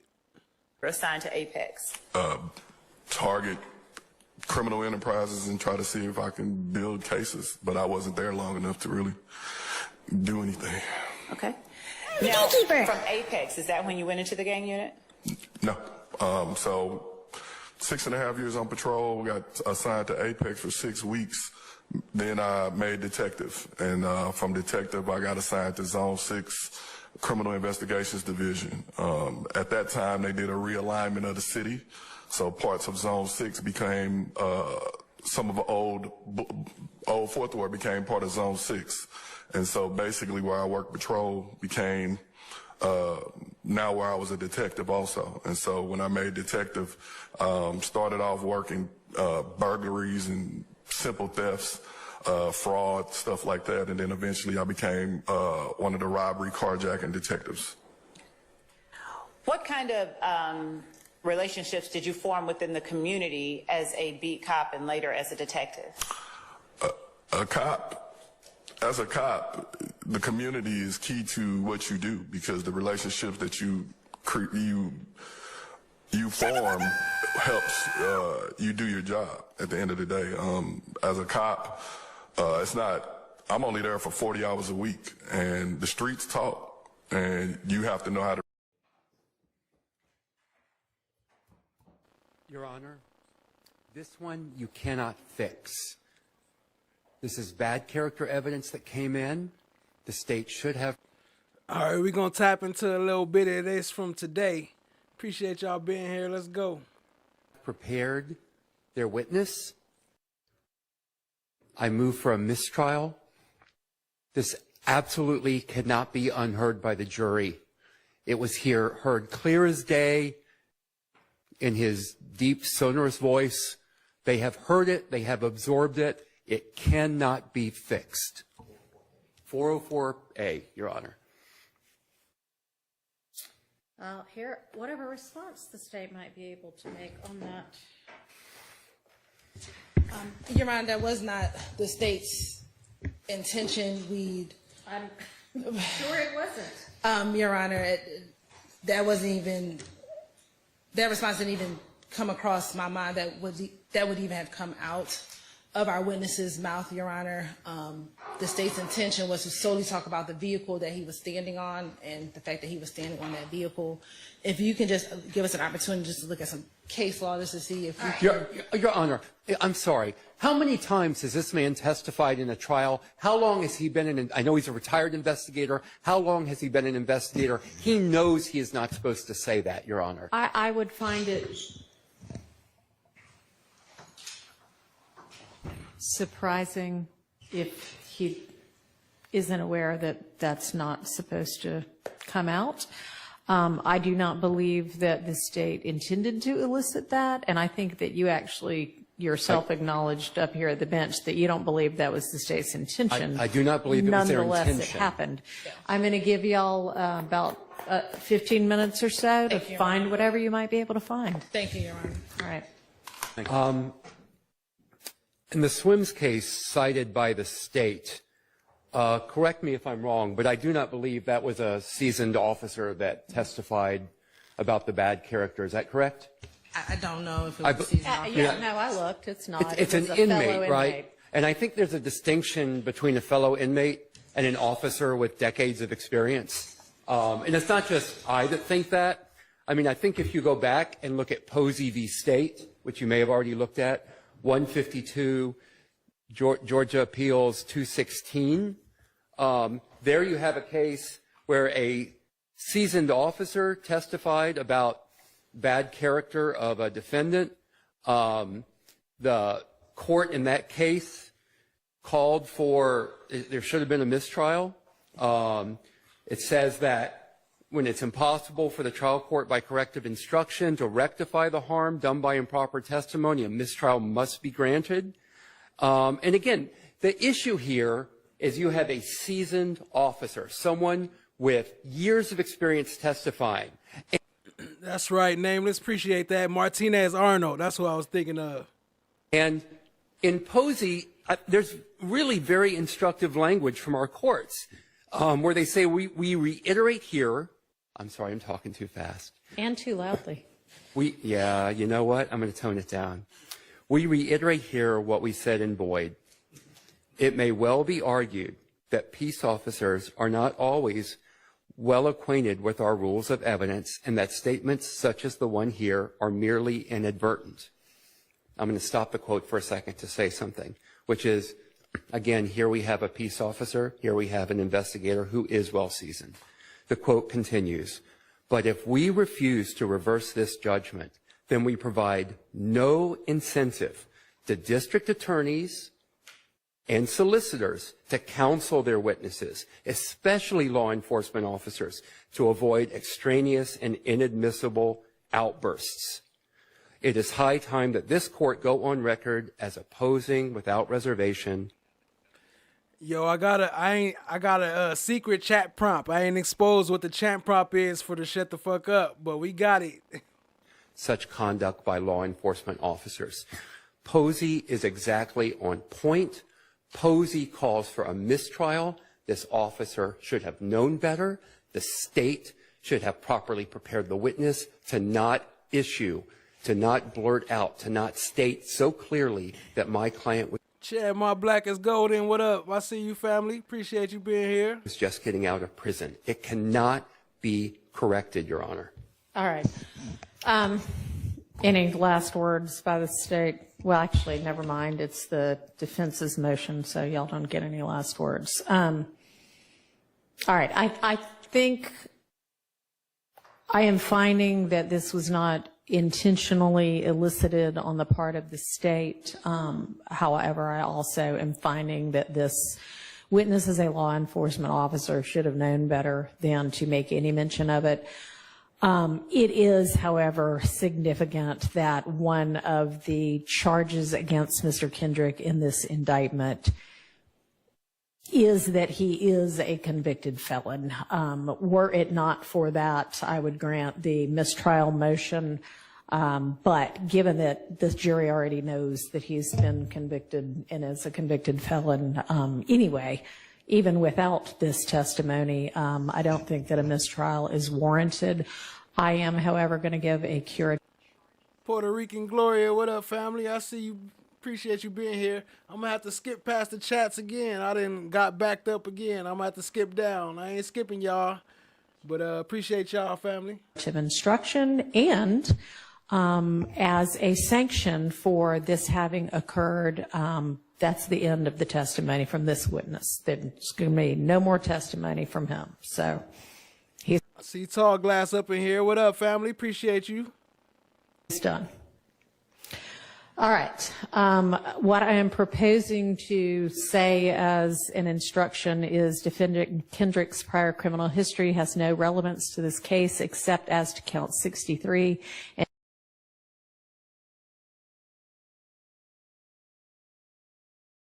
Now took all our neighborhood gangs. Some of the old Fourth Ward became part of Zone 6. And so basically where I worked patrol became now where I was a detective. The whole time when we talked about January 10th, there was a type of, and some of it had something to do with the music because Nut basically became smart. He learned that instead of just selling drugs, I could put money behind some of the artists and basically receive a percentage. Dang, y'all, my bad for the volume. I forgot to adjust that before I switched it back. My bad, family. Percentage of what they make, okay? When that happened, he, with the power in which he already had from his street ties, he then started becoming a mover and shaker in the music world here in Atlanta and helping up-and-coming artists basically get on. And so in Lady Justice is blind. 2014, when... Can I interrupt you a second? And I'm not trying to cut your train of thought. Is that through TIG?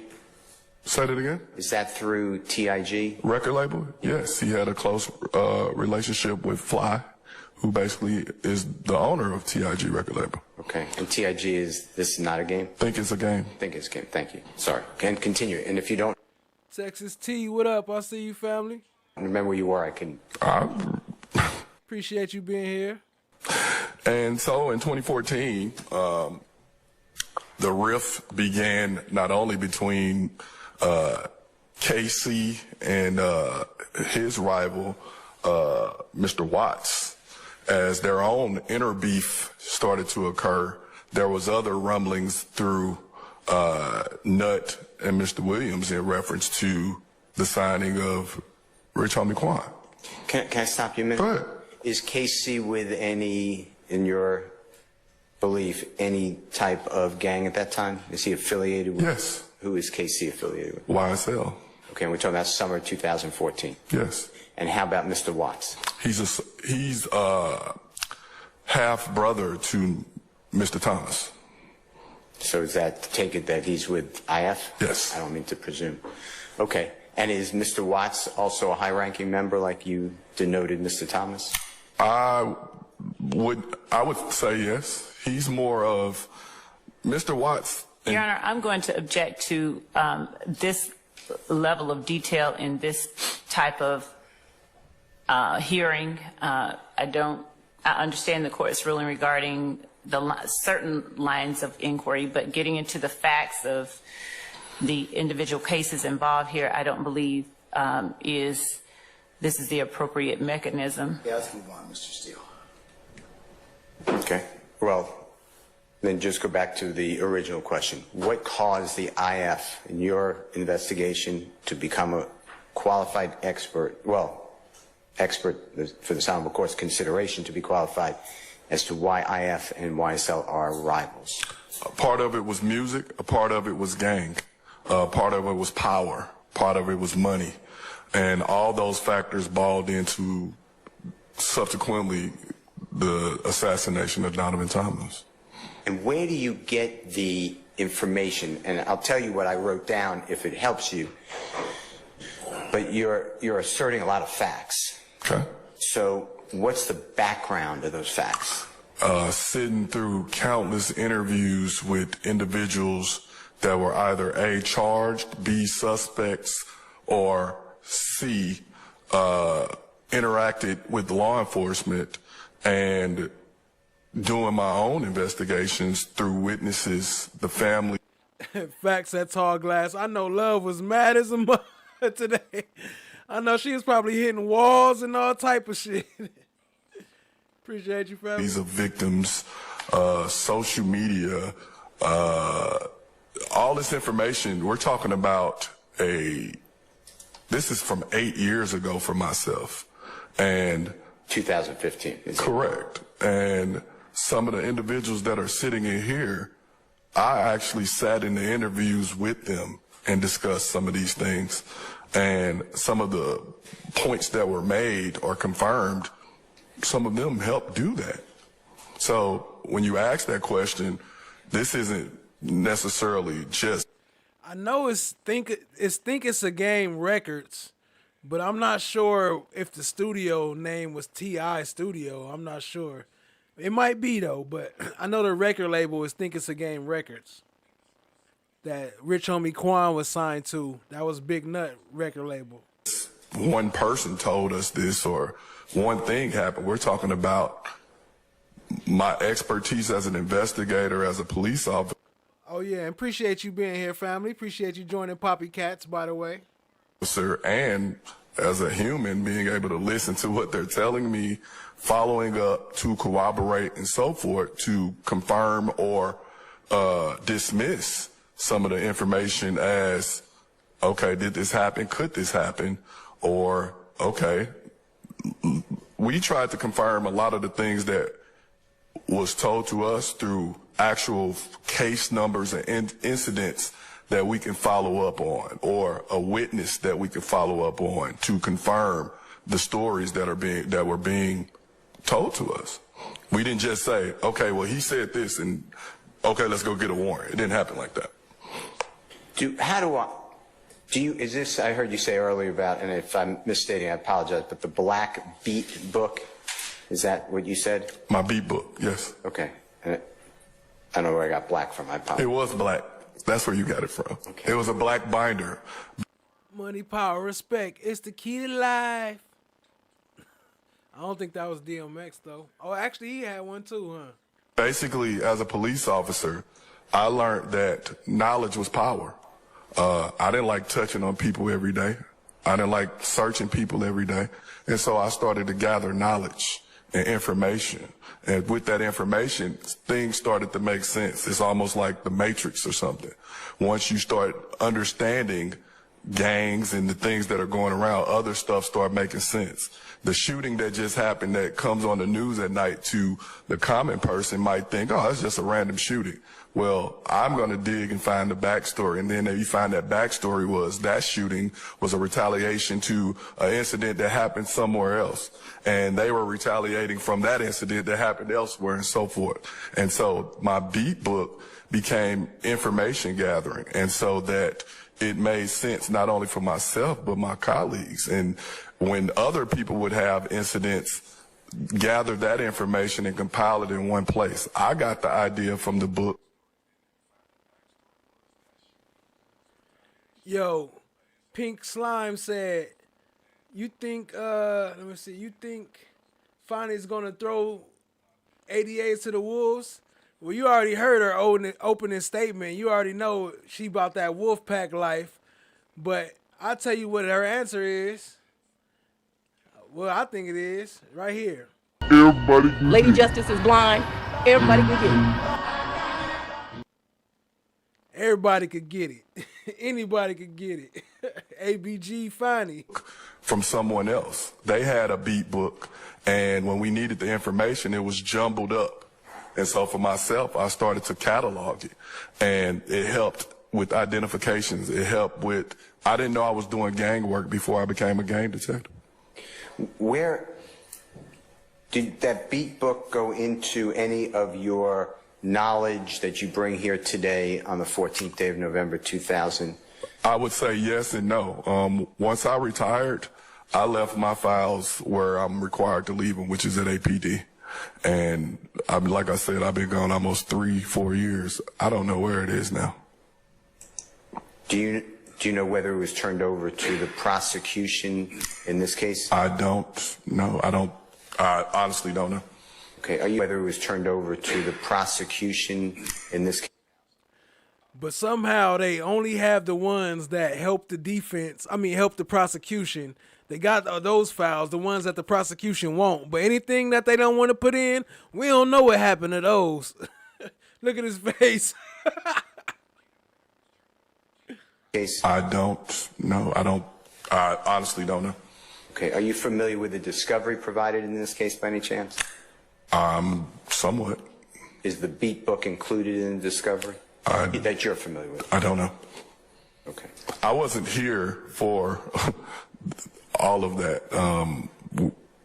To be honest with you, Mr. Steele, the information that I possess in this case, we had this information 8 years ago.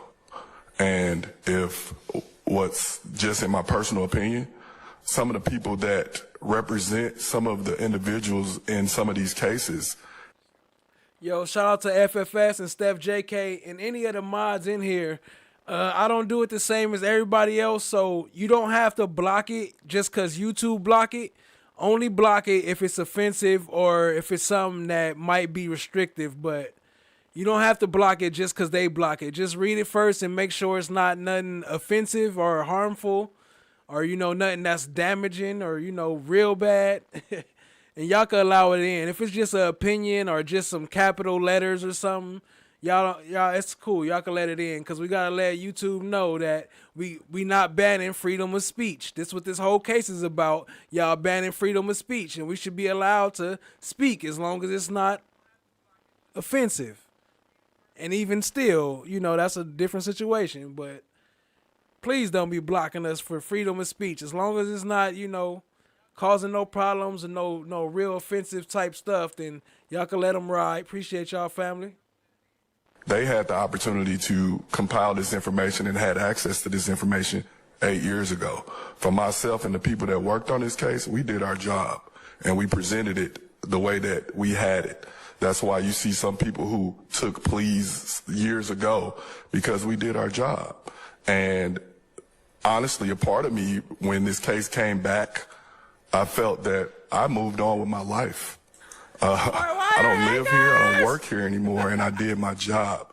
If we would have had the proper support that I feel that we got now, then this case would have been over.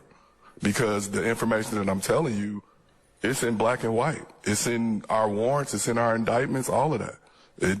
I have absolutely nothing to, you know what I'm saying? Like, I don't know where some of this stuff is, because after I retired, I moved on. I don't even have a police uniform anymore. So that's not my calling anymore. Okay, I think I understand what you're saying. So the beat book may exist, but you Your Honor, I divorced object yourself. to any further questioning about the beat book or anything else. You already testified. Let's move on from that. I just have one more question, if you don't mind. I just want to clarify for my subpoena. I think you've asked all the questions you need to at this point in time in terms of his knowledge of the beat book. Would you allow one more question, and then if it's not a proper question, you can tell me? Okay. You see how you try to hit him when I think you done asked all the questions you need to at this point in time? What? You don't knock that shit off? The retired detective, not to answer it. Do you know where the beat book is today? Your Honor, I object. He's already answered that. He's asked, yeah. You can answer it if you can. I do not. Okay. I don't know where any of my files from my previous profession is today. We catalog and kept our files. We have to leave them in the office. When different supervisors come in, different stuff can get misplaced. I don't know. I'm not there, so I don't know. No, I understand, and I appreciate the information. The Georgia Gang Investigator Association, how do you become a part of that? If you were a part of it. I know you attended classes. For myself, I never joined, but I often would interact with them. We shared information in-house, and different, I believe, Mark Belknap and Eric Murdoch, Detective Kimball Murdoch, were members of GGIA, and we shared information countlessly. Our office was made up of a number of detectives, and of course, when we had an investigation, we talked amongst ourselves. It's just like a law firm speaking with other lawyers inside of your office. We talked about different things. Some things that may not make sense to me may make sense to another detective and so forth, because they may have had dealings with it previously. And that pretty much was our association with GGIA. I presented this summer at the conference. I had actually never been to the conference, but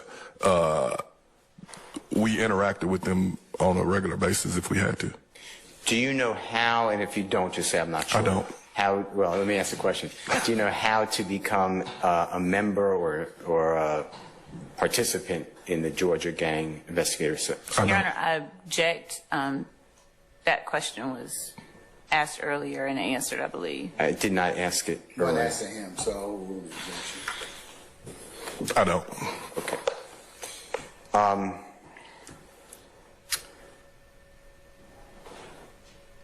You talked about on direct examination with the Honorable Prosecutor, gangs, hip-hop, and gangs.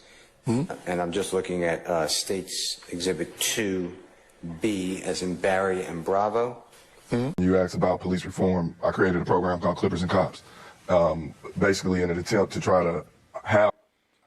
Here you go right here, Clippers and Cops. Why it seem like they all want to be celebrities, though? I mean, it's cool, you know, you want to get your shine or whatever or promote your stuff, but why it seem like all of them on here want to be famous? Or is that why they messing with the celebrities? Trying to blow up and be like the prime case? Of these conversations with the community. The goal, someone just told me the other day, it was like, no longer we should be trying to bridge the gap. We should be trying to fill the gap. We shouldn't be doing policing like we've been doing for the last 40 years because it hasn't always worked. So we have to begin to make our police part of the communities in which they serve.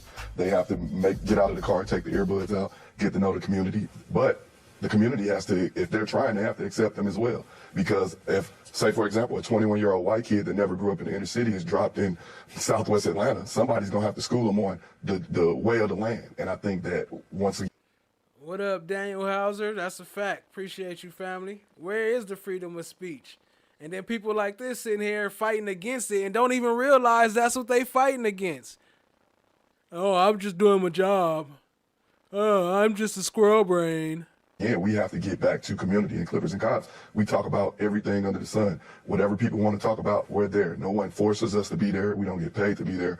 I started it in several offices, including for Paxton, joins in, and we do this once a month, and we do it for 2 to 3 hours, and we try to touch on stuff like this to try to come up with solutions. That's the new reform. They were turned over as part, did not identify those pages as Officer Robinson's report. They were turned over as part of the Dexter Montgomery file. But this, what Mr. Adams is referring to, is actually Detective Gaither's report that she sent over to the complaint room, as is evinced by the cover sheet Mr. Adams just referenced with Gaither's name on it. And Gaither Appreciate that, YP Com Chick. Included the 5 pages of Officer Robinson's report that Mr. Adams referred to. So we didn't identify 9 pages as coming from Detective Robinson. Okay, Mr. Adams did. So it's part of 5 it pages. came from Detective. Shout out to Tall Glass. Brought up the chat points back up. We got I Love Bobble and Love Zilla up there. Gaither, and part of it came from Detective Robinson. No, to be clear, Detective Gaither gave us that whole thick file that they have as part of Discovery with all these interviews in it. What we're saying is that the 5 pages of that whole thick file that Detective Robinson did is the information that Detective Dennis and Detective Gaither testified were all that they had from him. Okay. So, look, you see she keep arguing this 5 pages, and Adams is saying that theirs have 9 pages. Why are they only presenting 5 pages? And then they gonna sit here and argue about this shit. They so fucking sneaky and crooked, it don't make no sense. And then they not even good at it. Like, at least be good at it if you trying to do it. At least hide it where we can't see it. They do that shit just right in your face. that's why I'm giving you the 5 pages that go from 161, include 162, 163. Look at all 9 pages. Well, you took a look at all. So so you got to include that as a court exhibit. You ought to know, Mr. Okay, I looked at everything. I looked at, even though the focus was those 5 pages, I did have the other 4 that comprised that. When Mr. Adams was up here, I was talking about that. 160 through 165. That's why the court thought that they were double. Okay, but there's a cover sheet. There's 4 more pages. There's 4 more pages I saw yesterday. Your Honor, the only thing that, and the record, if we were on the record, so it shows 160 through 165. The cover sheet was not shown. The reason that it is sounding more complex than it is that Mr. Adams is referring to things that the court did not see, but that he thought were part of Mr. Robinson's report. The court didn't see that. All the court had saw was 160 through 1. How's she telling you what Adams thought? It ain't what he saw, it's what he thought. She crazy as a motherfucker, yo. 165. And then as I noted that it was 160 through 165, the court opined, oh, it must be double-sided. And that's the reason that the court had 9 pages. Mr. Adams. Mr. Adams said 9 pages. Okay, well, why did Mr. Adams say 9 pages then? Because he got confused. He thought that the cover sheet and Crowder's report were part of Robinson's report, as he has just shown me here at the podium. I'm not trying to disparage him, just telling you what happened at the podium. So the clear answer to what the court is saying, there are only 5 pages by Detective Robinson. I brought them up to the court. Mr. Adams represented 9, but that was a mistake. That's okay, because that was Gaither's file, not Robinson. The only thing the court saw yesterday was 160 through 165. As it pertains to Robinson. Yes, and Okay. even that part, Your Honor, 160 is not Robinson, it was Crowder. So I have in my hand 161 through 165. And that's exclusively Robinson's. Yes. I agree with what you're about to get. And why is she all up there all close like they having a personal conversation? What, they forgot everybody else was here? You see the way she looked back like, oh yeah, I forgot they was even here. Shit, it was just me and you talking. So I have in my hand 161 through 165. And that's exclusively Robinson's. I agree that what you're about to get to enter into this court's exhibit is what you viewed on yesterday, what I had in my possession. No issue there. Okay, all right. All right. So, Your Honor, would the court like for me to... Just give them to Ms. Weaver. She'll take care of it. Okay. The next issue would be two things. Yeah. The entirety of the internal affairs file that we referenced in our discussion at the bench, that we have 4 pages of. What up, Joanna? I see you, family. Appreciate you joining. A summary of the disciplinary reports of the investigator. Yeah, I asked her to ask about that. We asked for the totality of the file. They said that they would look for that or contact whomever.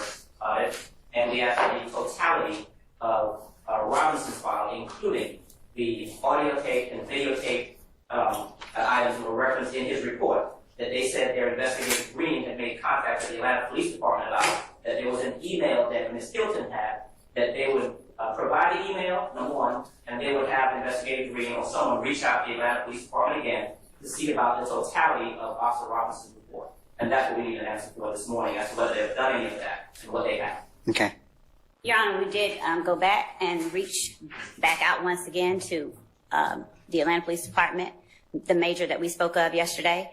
He gave us the same response, that there are no recordings as referenced. Recordings as to Mr. Robinson. Mr. Robinson Report. The IA information, I believe the court gave us a deadline to get that to the court. 2 weeks. We reached, right. Yeah, to see whether or not, because it may come The IA, the internal affairs. up later. Right. It may come up later.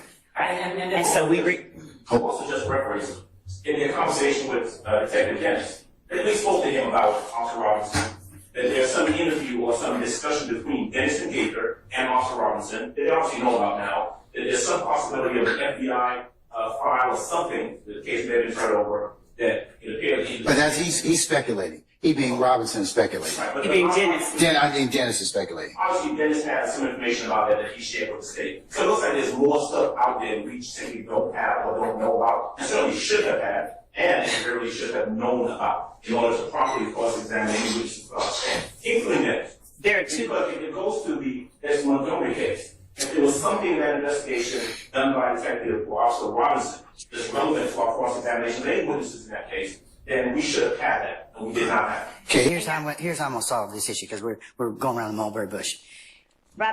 Yo, fam, have we had a Brady incident come up in every single one of these key points in cross-examinations that I did?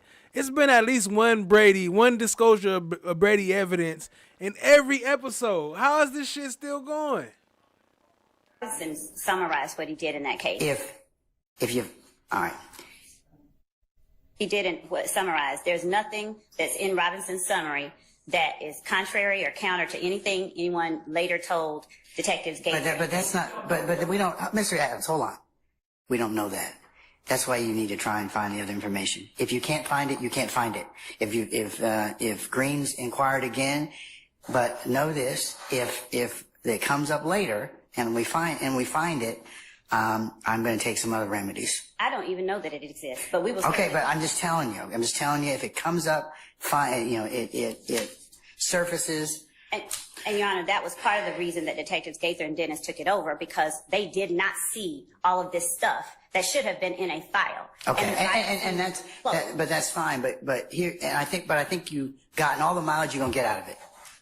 Do not. I'm telling you, based on what you just told me this morning, there's no other reason for you to ask Dennis about anything, about any other interviews, him going over to, for them going over, because they started their investigation again. And all this other stuff, it's speculation on Dennis's part, but I think in all candor, you probably need to ask him. And you all probably need to look. Ask him or not? You probably, no, you all outside our presence in hearing, you probably need, with a representative of the defense, you probably need to ask him, okay, look, there may be no truth to no truth, and I'm not disparaging him at all, but there may be no truth, rumor, or innuendo as to what what he knows about Robinson, or but you've at least got enough out there at this point in time where it's like you should probably inquire. Was there an investigation? Juwana say hit that like button, cousin, it's free. Y'all hit that like button one time for Juwana. Was there an FBI investigation? I did do, and he said he does not know. But he being Dennis? Being Detective Dennis said, I thought that there was, but I think he got terminated, or he resigned before he was released. That's all that he knows. Okay, have you all gone to, or had one of your investigators go over to APD Internal Affairs and ask about this particular history? Sit down, eyeball somebody, and say, hey, you know, could you just tell us whether or not there is a recording, a video, or any other source documents you use to talk with Robinson? If they tell you, nope, we don't have them, or it's going to require you doing X, Y, and Z, then you probably need to do that. But we'll go beyond the major that we've spoken with, and we will have someone physically go to IA wherever they are at APD. But we have, just for the record, we have spoken twice with persons at the Atlanta Police Department. And as far as the internal affairs, that's the 2 weeks down the line. We haven't. Okay, but here's the thing: Internal Affairs may have, you don't know, but they may have those things that are referenced in. He was a Thug fan. He admitted it way back here. We got some of that coming up. And he wore the green suit because Thug wore the green suit. We played that too. He was like, appreciate the new subscription, family. Oh, actually, that's a super chat from Nameless. All right, appreciate you, fam. We're going to pull that one up on the screen. Robinson's report, I should say. We don't know, but at least you can say, hey, nope, we don't have them. We run everything to ground and everything else, and they're just not there. But it might also give you some historical knowledge as to what or the circumstances are. But we're not gonna have Detective Dennis talk about anything involving this investigation, SIA investigation, or any linkage to any of the folks here, in terms of Robinson. Okay. Okay? The entirety of a file, which we don't have. That was really the basis of my objection. That we don't have, we don't have the entirety of Robinson's file.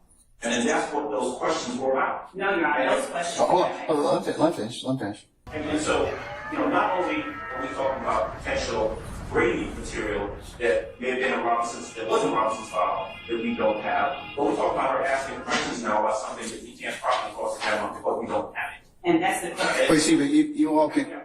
That's the part I was just talking about. It's coming up, and also I played it at the intro. Of testing or questioning what?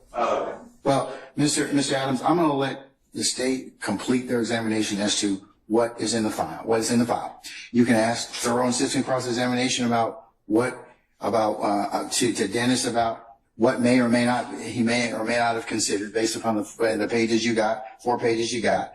And if I find out anything later, I'll order the state to recall the witness and I'll take some other steps. So. I do want it just to be on record that we.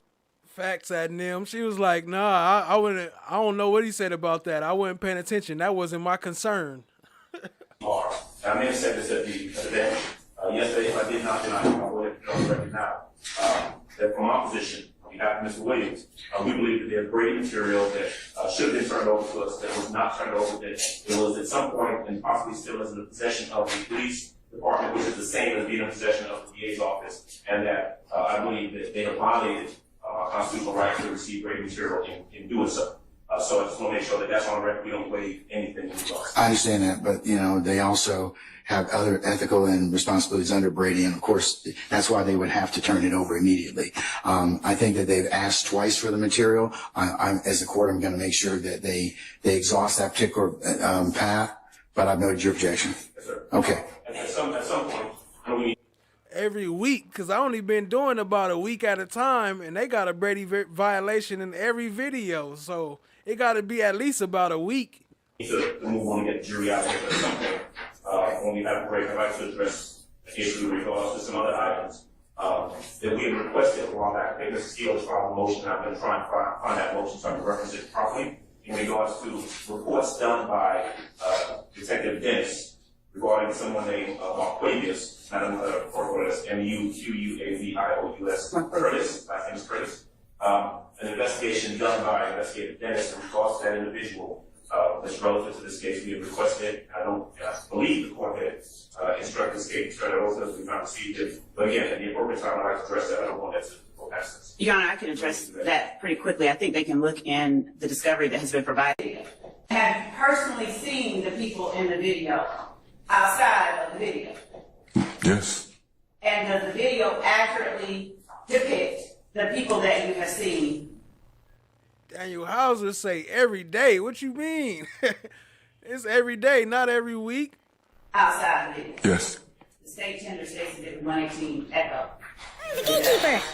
All right, sir, I assume same foundational objection? Same objection, but I Overruled, sir. Overruled at this point in time. Can I approach that? In regards to what previous ruling? I've already ruled upon it, sir. I've already ruled upon it. What other additional basis do you have at this point? We shall by the road. All right.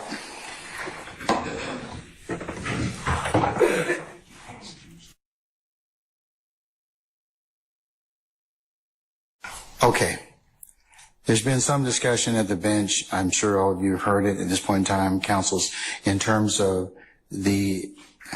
where's our witness? Okay, good. He's off. Shout out to Nameless. Drop some slime emojis and show some love to Nameless. Appreciate the super chat. Appreciate the love. And look at him right here. Hold on. Let me run that back 5 seconds, 10 seconds. Look at Glanville. Act like he don't know where Dennis went. Remember he did that with Copeland? That's how you know when he be on some bullshit. He always get he starts stuttering and repeating himself. All right. In terms of, I'm sure all of you have heard it at this point in time, counsels, in terms of where's our witness? Okay, good. He's off the stand. All right. In terms of the admissibility of the video and the foundational requirements, I know that originally, an earlier part in this trial, the court did in fact rule on one submission on behalf of the defense. The issues come up again with the state. States presented additional case law in which the court is convinced or persuaded that given the testimony, it can be introduced through this particular witness in terms of what's been testified to. The foundation's been established. Mr. Adams and Mr. Steele indicate that they've come up with additional case law, which would indicate that I should reconsider my position. So when did you send that, Mr. Steele and Mr. Adams? Sent it approximately this past Sunday. I'm going to tell you. Yo, I missed it, but right before I did the shut the fuck up, y'all see him throwing up that blood symbol? Run it back and look how long he was holding that B up. Glanville banging. Matter of fact, hold on.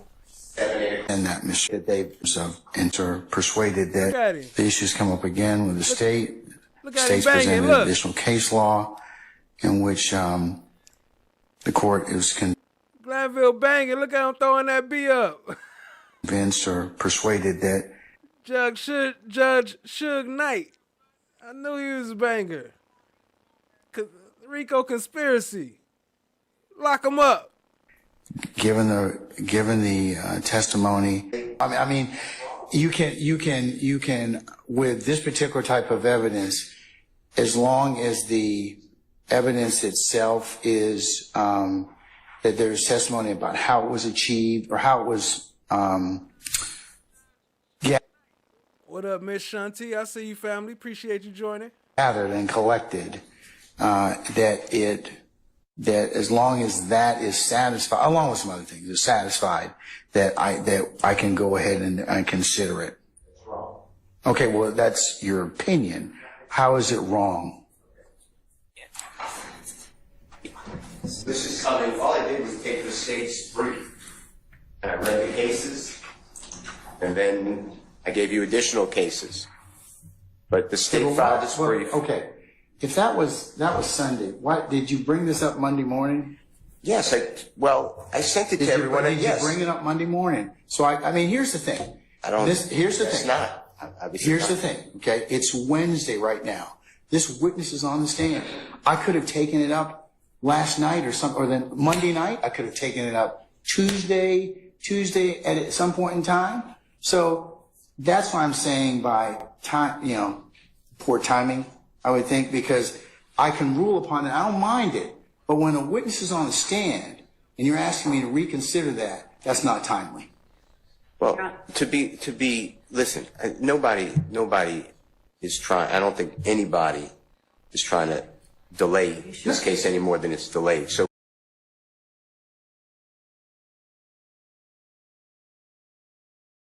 we're with you, and I understand what you're saying. I did not personally know that this was going to come up today. I thought that Detective Racy is the one who pulled these videos. So, I'm not, and I just like the court to hear the law. I mean, I don't know what else to say except What up, Daniel? I see you, family. Appreciate you joining. understand the court is saying, but the state filed that you asked them for additional briefs this Friday. We responded Sunday to the same email, and I just gave you some cases. I said, this is the cases, and I told you where in the state's brief we're targeting the case that they cited. And the state told you when we left on last Wednesday that foundation, there is nothing but you find on the internet, and then it's up to the jury to determine the authenticity and the weight. And what I'm telling you is that's not what the case is.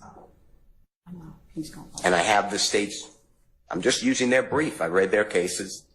I updated the cases. I made them all Georgia cases, and they're not right. And I did it for hearsay as well as what we're talking about now, which is foundation and or Thank you, Nameless. I appreciate the love, family. authenticity. They're two different things, remember. I'm with you. Okay? I agree with you. They're two different things. All right, so. The courts actually say that people use them interchangeably, but yes, they are actually two different mechanisms. But it's the state's position, if I just see something on the internet, I could testify I saw it on the internet and I downloaded it and here it is and it's in evidence, and that's just not the way I understand the law. And that's what Detective Dennis just said. That's why Mr. Adams, to me, appropriately did what lawyers are trained to do. He stood his position and made the objection. I don't have any issue with that, Mr. No, I don't either. I commend him. You all have a client to represent. My issue is derailing the timing, and this is not the way to do it. You should have it should have been flagged for my attention to say, Judge, we need to hear this, because then I've got nobody to blame but myself. I really don't. If I don't take it up at that point in time or don't make arrangements to do so, I'm at fault. But when a witness is on the stand and you don't flag it and say, Judge, we really do need to take this up before the witness testifies, then you bear some responsibility on that. I'm just telling you. Absolutely. And that's what courts get irritated about, because now I've had to put out this jury, and hey, and it is they're looking at all of us, and as you mentioned earlier, they're left with a lot of questions that I can't answer for them. But it's just not the way to present the case to them. It's just not. That's what I'm saying, and that's what I need you all to correct, so that we're not in this position continually. I understand if you've got other things that you want me to flag, but you got to do them timely so I can go ahead and at least. Yo, we got Glanville on here wiping his nose too. I don't know if I played it yet, but it's on here. At least kind of take it up at a time and place where it doesn't leave our jurors just sitting back there. FFS said, I'm not asleep. What you talking about? Not hearing testimony or not doing anything. That's my point, okay? Yeah, of course. FFS said, what you mean? I ain't sleep. I'm throwing up B's and C's.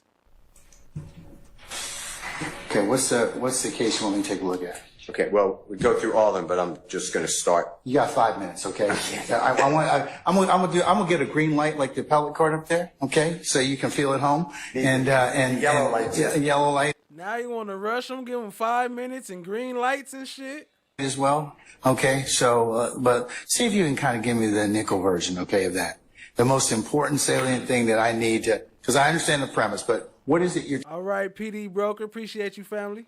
telling me that is adverse to the state's position? Okay, so, and I'm just cluing you in. This is page 3 of the state's brief.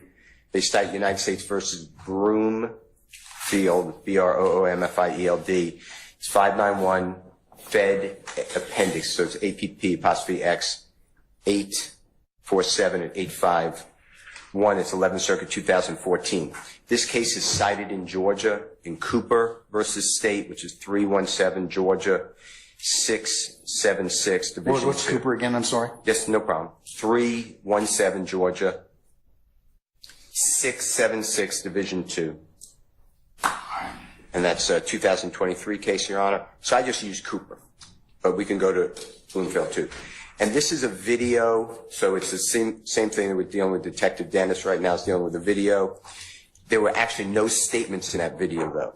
And a Detective Black, like the color, authenticated the flight captured on the video,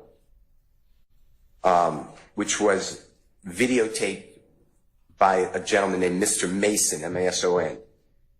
And the court wrote that the video does not have to be authenticated solely by the person who made the recording or who was an eyewitness to the event. Yo, shout out to Joanna. She says, "What's up, Cali cousins? Love your show. Appreciate it, family. What's up? What's up? Appreciate the Cali love. You know, I'm from Cali originally. Appreciate the love, family. Y'all show some love to Joanna. Drop some slime emojis in the chat, some slime brellas. Appreciate you, family." And that Detective Black properly authenticated this fight, I think I said flight, but fight video, because he testified, and here's his foundation. He's responded to the apartment complex concerning this fight as part of his investigation. He personally observed the location and spoke with multiple eyewitnesses of the day's event.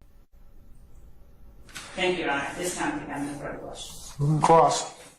Mr. Sharp. Okay, first I would like to talk to you about the tragedy of September 26, 2015. Okay. That was the day that Tierra Jones was killed. Okay. Now you, I want to clear up a couple things. From your investigation, my client Shannon Stillwell, Miss Shakoya Duncan, and Tierra Jones were in a car together, correct? Correct. They were purchasing food at JJ's Chicken and Fish, or Fish and Chicken? Chicken and Fish, we'll go with, at University in Pryor. Correct. Okay.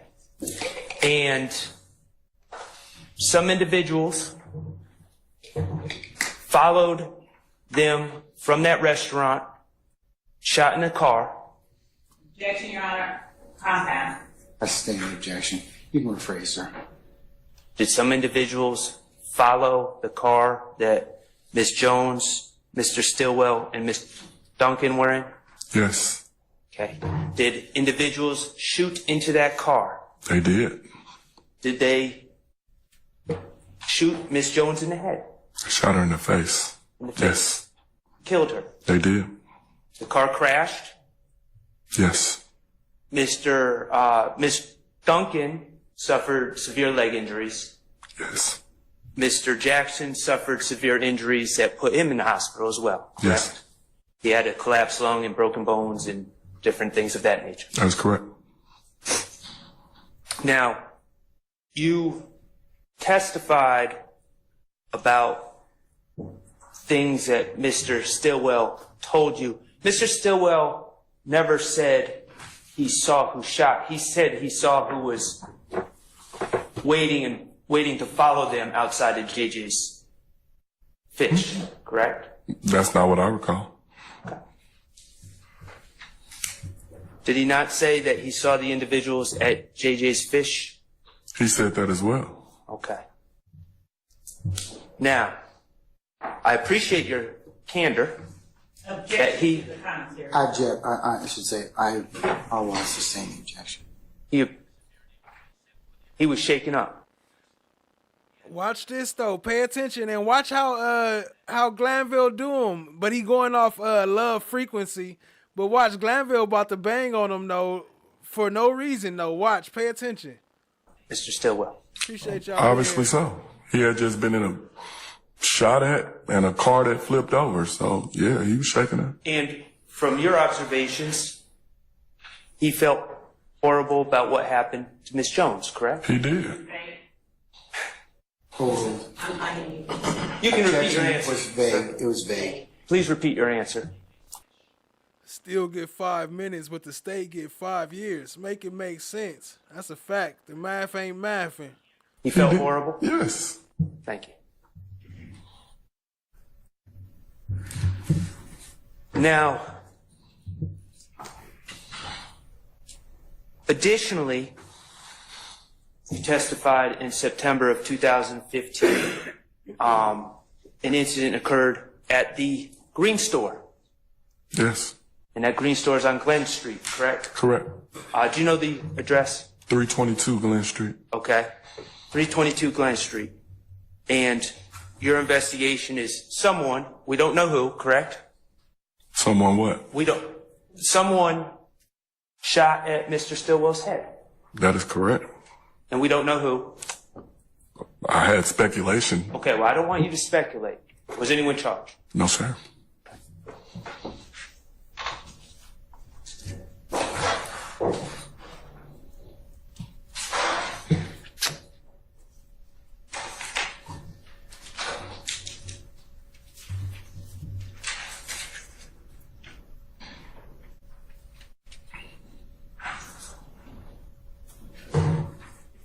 Let me move on from the 2 attempts on Mr. Stillwell's life.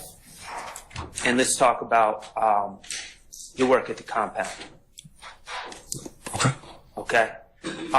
You have your police report up there? Which exhibit number, sir? So those are the chat prompts up top. If y'all trying to use the chat points, type in exclamation point and then the following chat prompts up above, and they will make this. That will alter the stream. It'll make puppets pop up and different stuff. You get points by just being active in the chat. So appreciate y'all being here, family. Let's keep it rolling. I'm not positive. You can approach him and find out what number it is. Just for purpose of record, sir. Okay, yes, sir. I'm 113ER Echo. What's that? Romeo. Echo Romeo.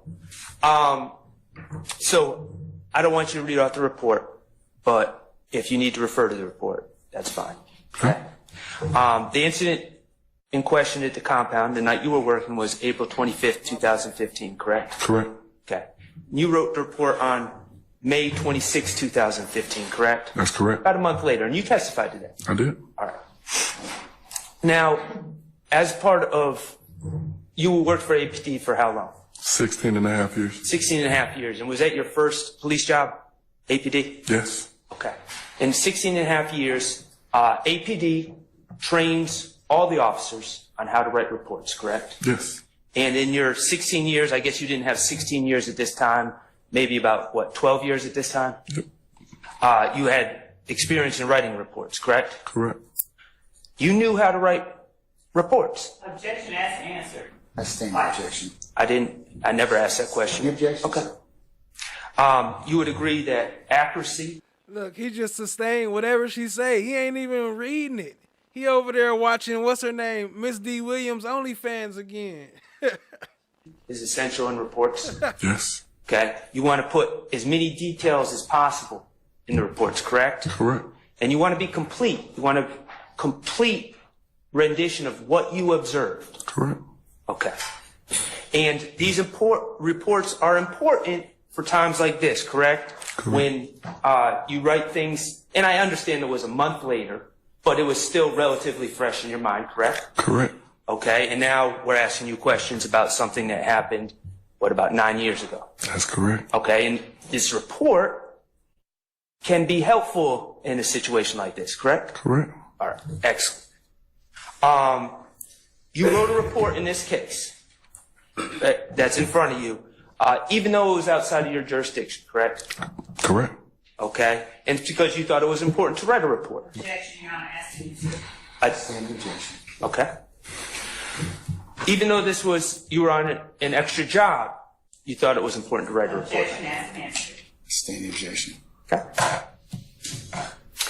At the time you wrote this report, Lady Justice is blind. you said Everybody you can get- testified that you became aware of what happened on 285 involving Lil Wayne's bus. You were alerted to that night, correct? Correct. So certainly at the time That's not what the papers say. you wrote this report, you knew that you were documenting something important about a large event, Correct. a incident that was in the news. Correct. Okay? And certainly you would want to put all the details that you observed in that report and be complete and accurate. As best to my knowledge, yes. Okay, great. I'm over the objection. Okay? And in this report, you've read the report, correct? Yes. You would agree that it's accurate? In my opinion, yes. Okay, great. It's detailed. Yes. It contains all the details of what you observed that night. Yes. And it's complete. It's a complete rendition of what you observed that night. That's correct. All right, great. And it documents what you saw with your own eyes. Yes.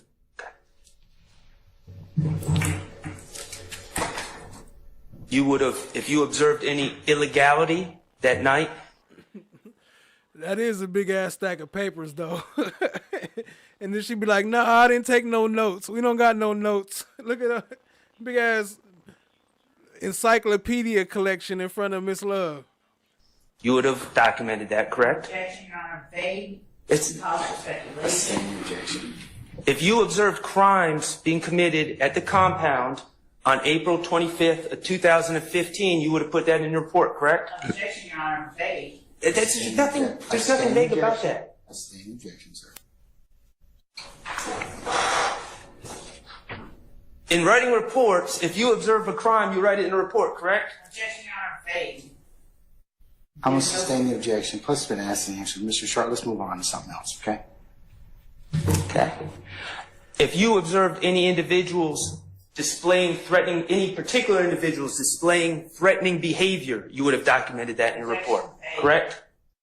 Objection, vague. I would like the answers. Well, I mean, it's not.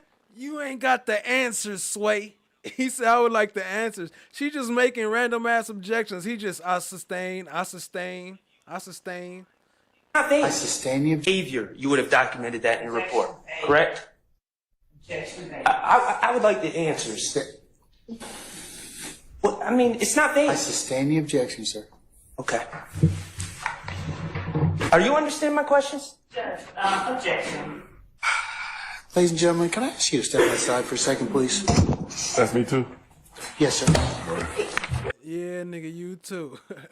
All right, Neil, much love, much love. Appreciate you tapping in, family. Mr. Sharp, come up to the podium, please. Look at him, look. He about to get on Shard. Look, come up to the podium.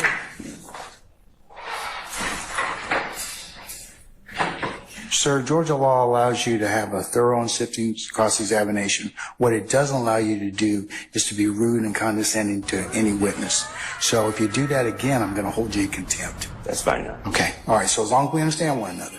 Yes, sir. Okay. And when I make a ruling, whatever you may disagree about, it's my ruling. Okay. So I am please, allowed to have a thorough and sifting cross-examination. you are, sir, but you cannot be rude and otherwise your conduct cannot be improper toward. Rude, conduct improper. What up, Danielle? Appreciate you being here, family. I see you. Was any of that, anything he said rude? It's rude because I'm pointing out that they some freaking liars? That's rude? our witnesses, okay? I would. Are, sir, but you cannot be rude and otherwise your conduct cannot be improper toward our witnesses, okay? I wasn't directing anything towards the witness. I think he understands my question. Sir, your examination borders on being, let's just say, condescending. Okay. Now, it's not, well, there are some. Respectfully. I'm just telling you, at this point in time, from what the court's observing and what you're doing, it's not proper, okay? So just ask your questions. You can ask tough questions, but you've got to be mindful of your behavior. Respectfully, and I will be mindful of my behavior, but I'm not being allowed to ask questions because I'm getting I've sustained objection obeyed. Sir, I'm sustaining the objection. You need to move on at that point in time. Okay. If you don't like it, okay. But please don't take out your irritation on. If you don't like it, okay. Who gives a fuck? But don't take it out on the witness. On the witness, okay? Or move on at that point in time. Okay. If you don't like it, okay. But please don't take out your irritation on the witness, okay? Or anybody else. Summon our jurors, please. Your Honor, separate matter, before a jury comes back in, I'd ask the court to perhaps have the state speak to their witness. I've observed, just sitting here, over the course of the witness's testimony, that oftentimes there are objections, there are rulings by the court, or statements by the attorney, and I've noticed the witness shake his head, roll his eyes, make what appears to me to be statements under his breath. He's a few feet away from the jury. I think that is improper. I haven't said anything about it before, but I'm saying it now, and I'm just asking that the state, if their witness, advise their witness to comport himself appropriately while he's on the stand. Okay. All right.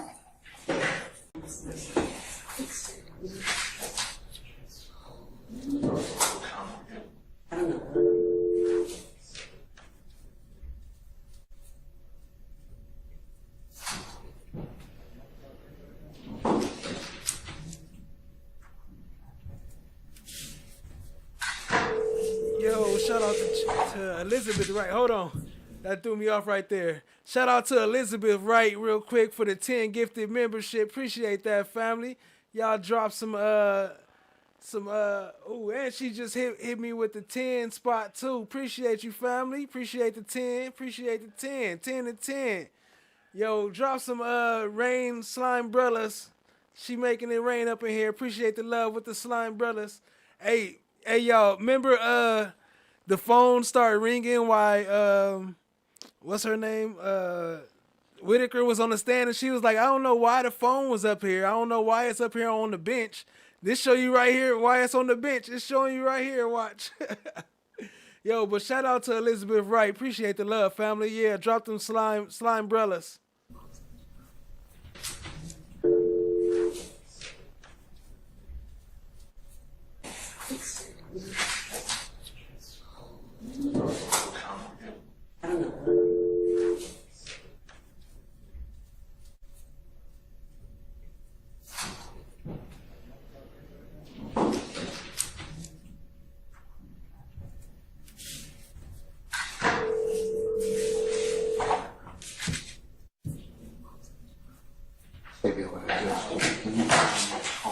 Look at him on the phone, look.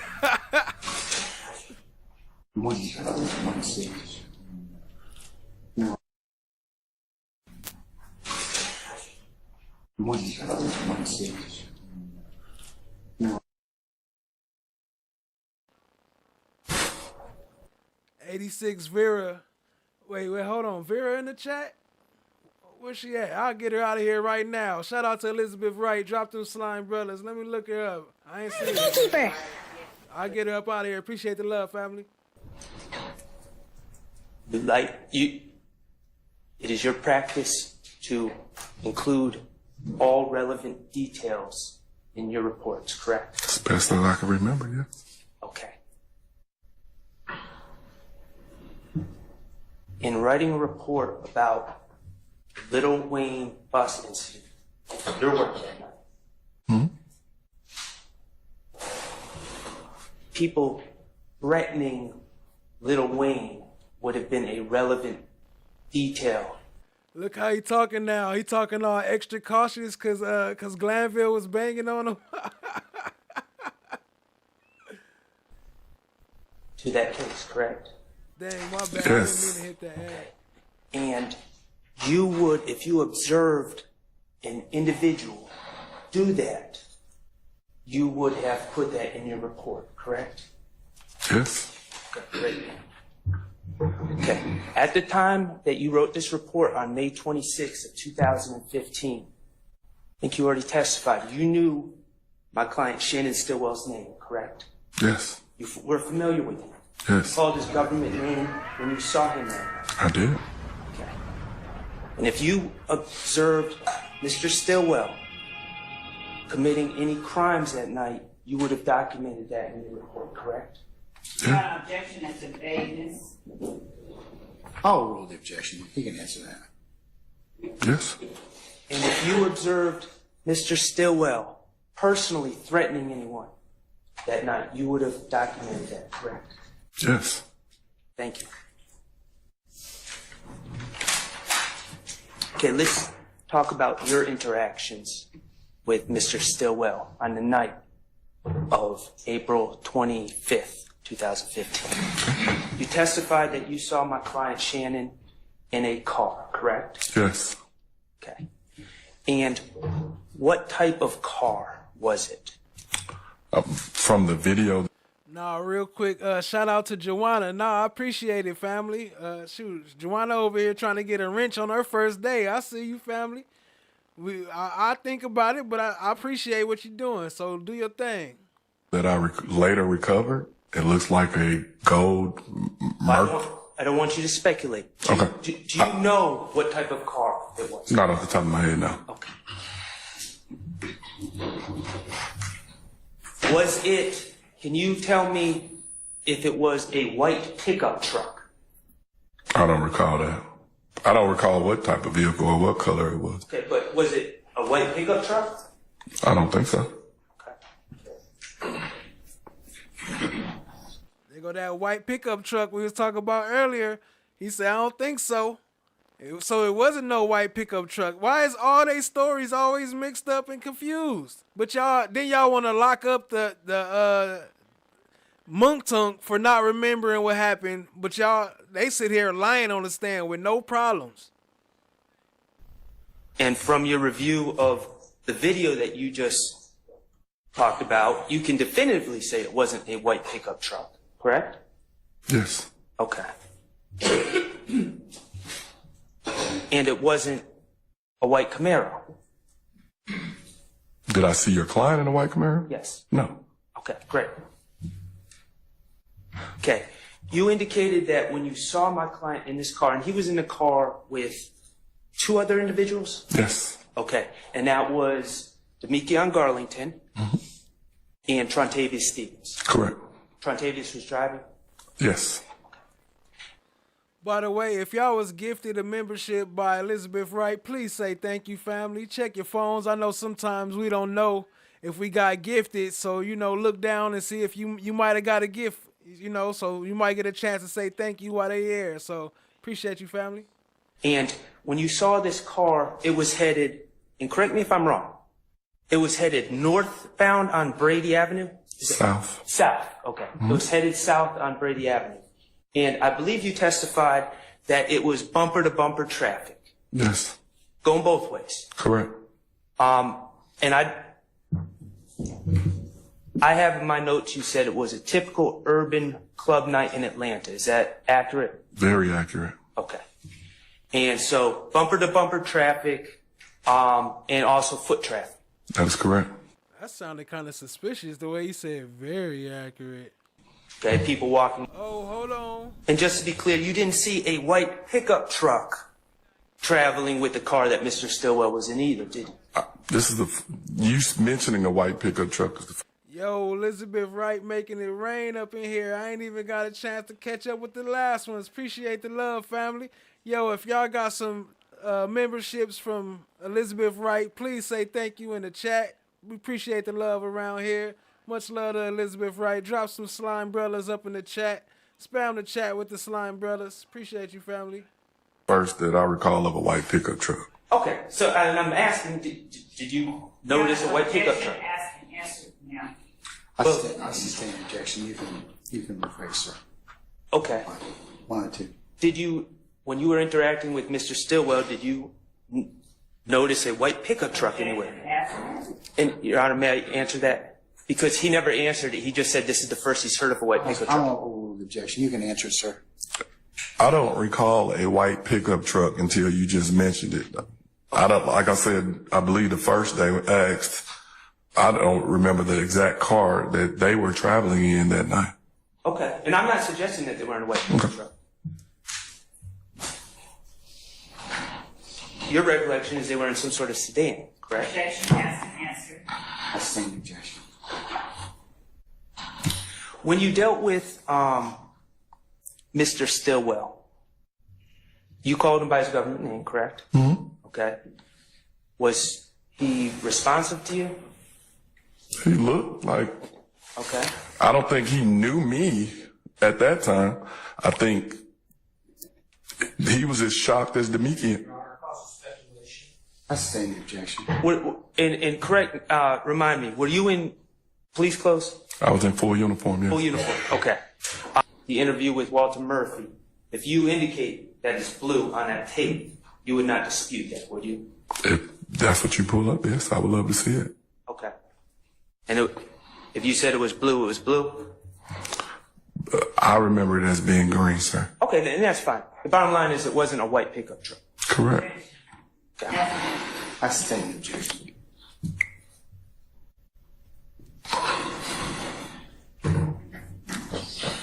You're not aware of Shannon Stillwell driving a white pickup truck or owning a white pickup truck, are you?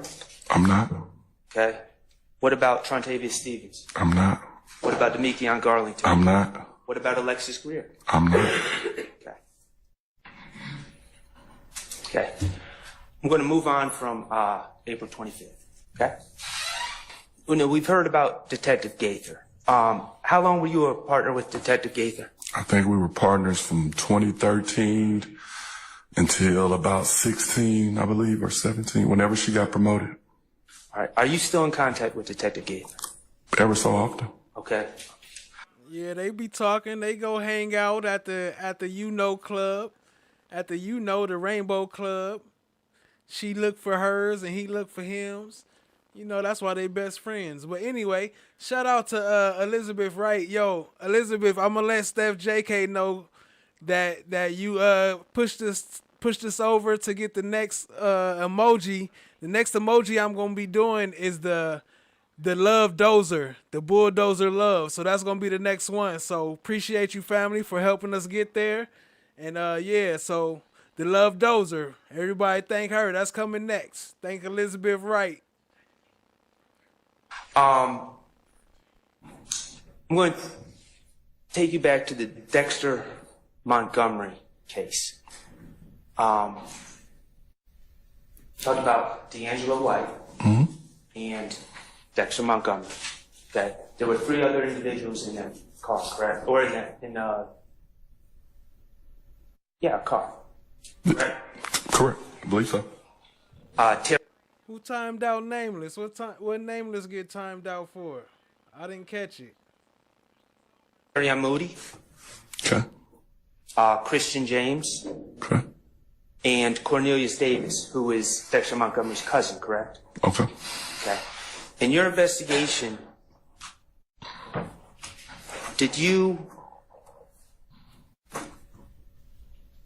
were you able to speak to Terry Moody? I believe we tried to speak to all of them. Okay, and I appreciate you saying you tried.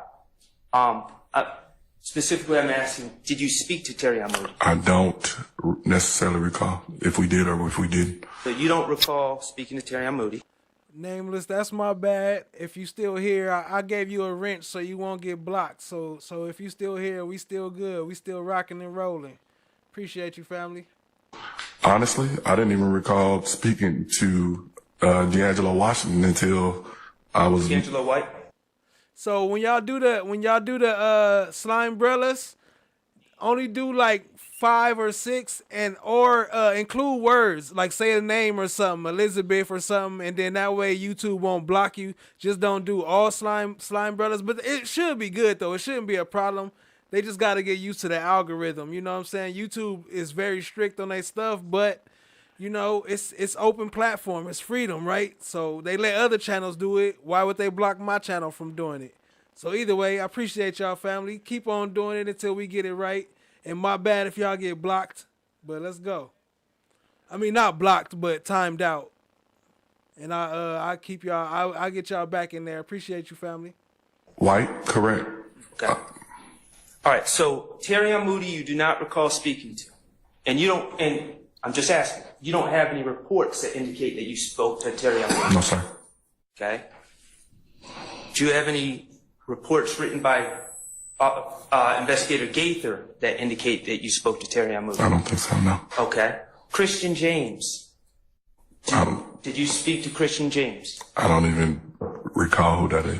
Okay. That was another individual in the car with Mr. Montgomery. Okay. So, I sustain objection. Okay. Just pose another question, sir.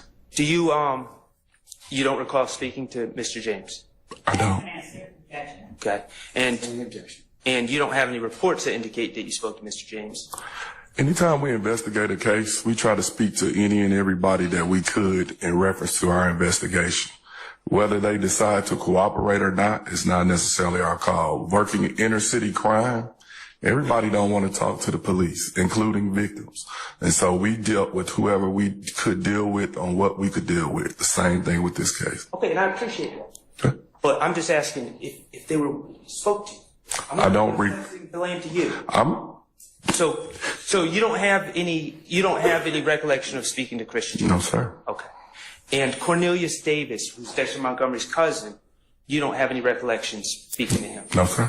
Okay. And you don't have any reports that indicate you spoke to him? Whatever you have in our files is when I left my files and everything that I was supposed to leave the way that I did it.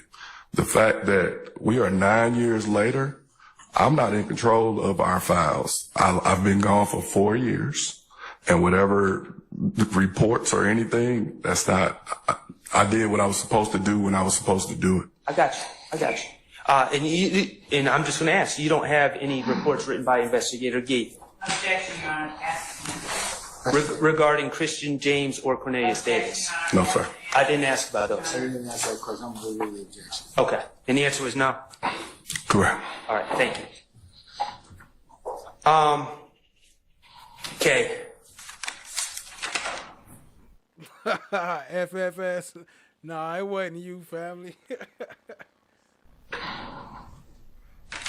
Let's talk about, you're familiar with the McDonald's on Cleveland Avenue and Old Hateville Road? I am.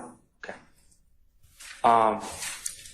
As part of, and you're aware that McDonald's has video surveillance, correct? Yes. Okay. As part of your, I know you weren't the lead investigator in the Donovan Thomas case. Correct. But you did do some work on that case. Is that fair to say? That's correct. Okay. Did you ever, personally, did you ever attempt to obtain the video from the McDonald's on Old Hateful Road and Cleveland Avenue? Yes, my partner and I went out to the location and spoke with a manager in reference to. Tall Glass said, I don't recall the story of this trial. That's a fact.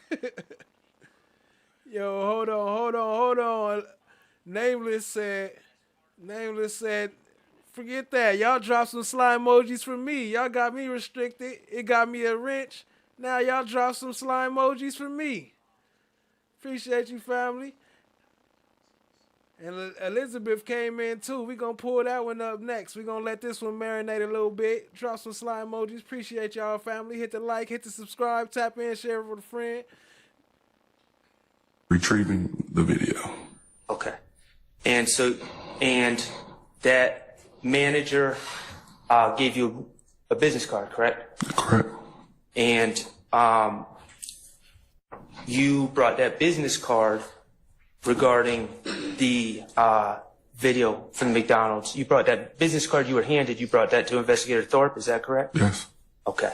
Did you ever, and I know you weren't the lead investigator, did you ever, we talked about Teague. Teague is a specialist who works in Homeland Security, correct? Correct. And he's a specialist in obtaining videos from businesses, correct? Correct. Okay. Did you ever consult or ask Investigator Teague to follow up and obtain the video from the McDonald's? Not to my knowledge, no. Are you aware of anyone involved in that investigation contacting Investigator Teague to obtain the video from the McDonald's? I don't know every step that another. And that's fair. Just to your knowledge, are you aware of anyone doing that? I'm not. Okay, great. Last thing, that same green store that we talked about earlier, you're aware that that green store also has surveillance, correct? Not aware. I've never been inside. Okay. As part of the investigation of January 10, 2015, did you ever make any attempts, again, I know you're not the lead investigator, but did you make any attempts to obtain video surveillance from the green store on Glen Street? Not to my knowledge, but I believe we spoke with the young lady that told us who the intended target of the shooting was. I'm not speaking about the time that someone tried to kill my client. I'm speaking about January 10, 2015. You mean from the green store? Yes. Why would we go to the green store? Well, I'm not allowed to. This is something new to me. Please tell me. Well, I'm not allowed to testify, so I'm just going to ask you the question. Okay. Did you go to the green store to obtain any surveillance? No. This is the first thing I've heard of the green store involved with Donovan Thomas's murder. Okay. And are you aware of anyone in that investigation going to the green store to obtain video surveillance? Objection, Your Honor. I stand the objection. Okay, that's fine. Beg the court's indulgence? Yes, sir.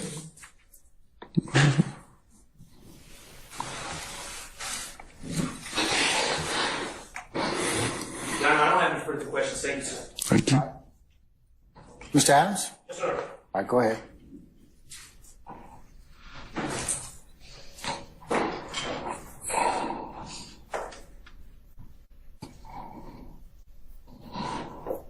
All right. Retired Officer Dennis. How about Mr. Dennis? Is that good?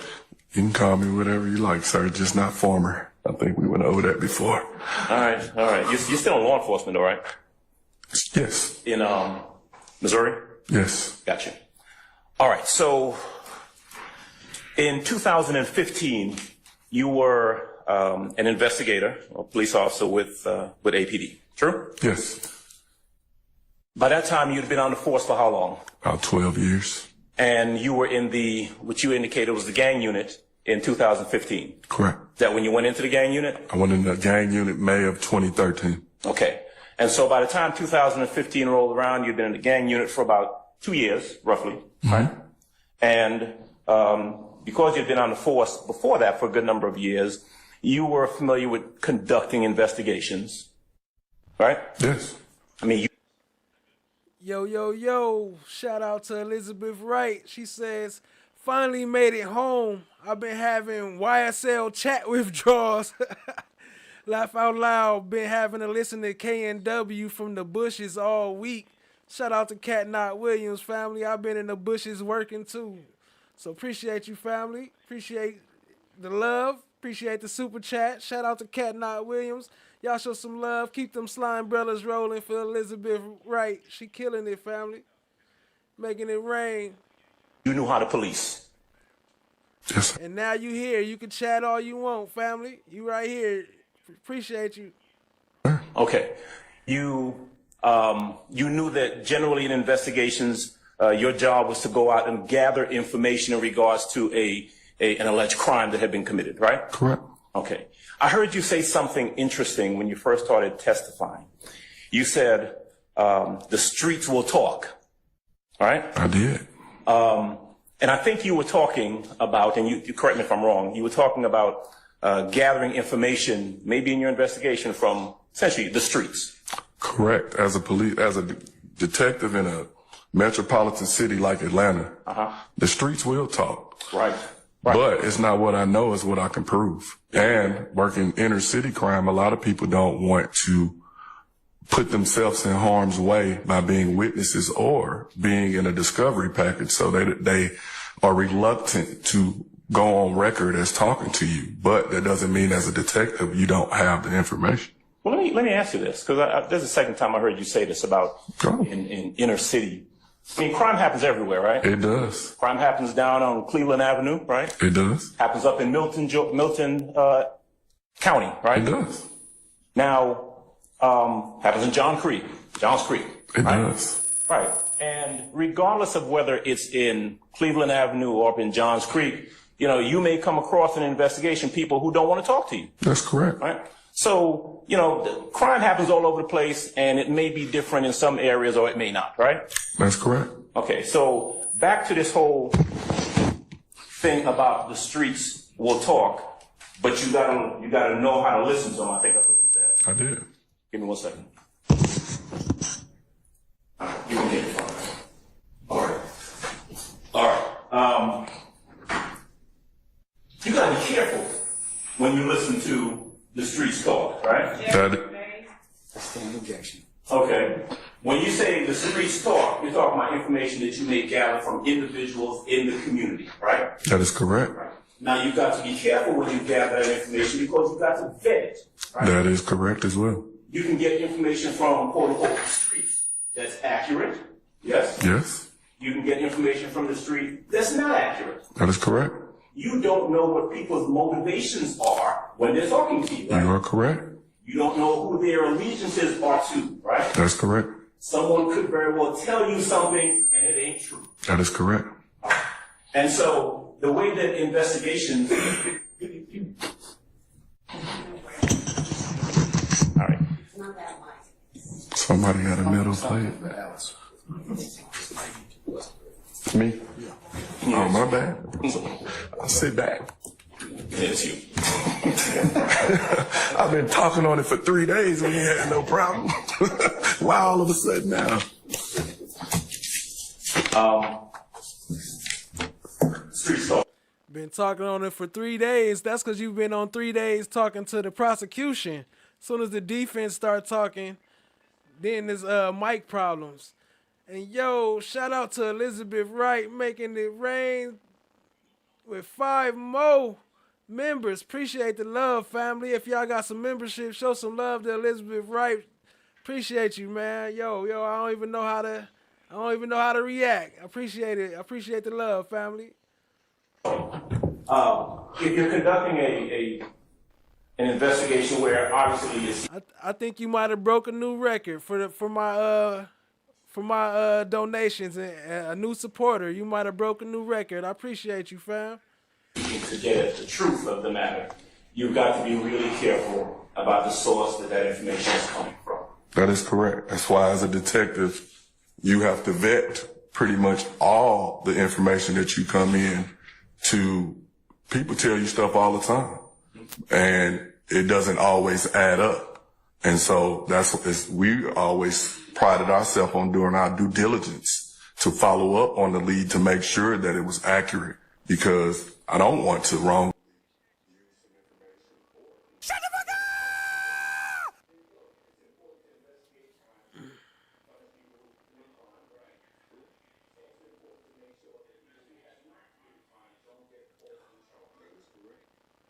And because ultimately... Oh, snaps, my bad. I muted the wrong one. Let me rewind that a little bit. My fault, family. You was a... I don't bet. Yeah, the truth. Street story. If you're conducting an investigation where obviously you're seeking to get at the truth of the matter, you've got to be really careful about the source that information is coming from. That is correct. That's why as a detective, you have to vet pretty much all the information that you come in to. People tell you stuff all the time, and it doesn't always add up. And so we always prided ourselves on doing our due diligence to follow up on the lead to make sure that it was accurate, because I don't want to wrongly use some information. So why are we here? What up, Jennifer Snyder? I see you, family. Appreciate you joining. Or convict someone of something that they didn't do. There you go. It's important to investigate crime, to punish people who commit crime, right? Correct. It's also important to make sure that people who have not committed crime don't get falsely charged. That is correct. Okay. And because ultimately, you as a police officer have the power to take out a warrant and have someone arrested and charged with a crime. That's correct. Right? Investigations ought to be based on facts, right? Correct. They ought not to be based on speculation. Right. They ought not to be based on simply a hunch or an opinion, correct? That is correct. All right. Now,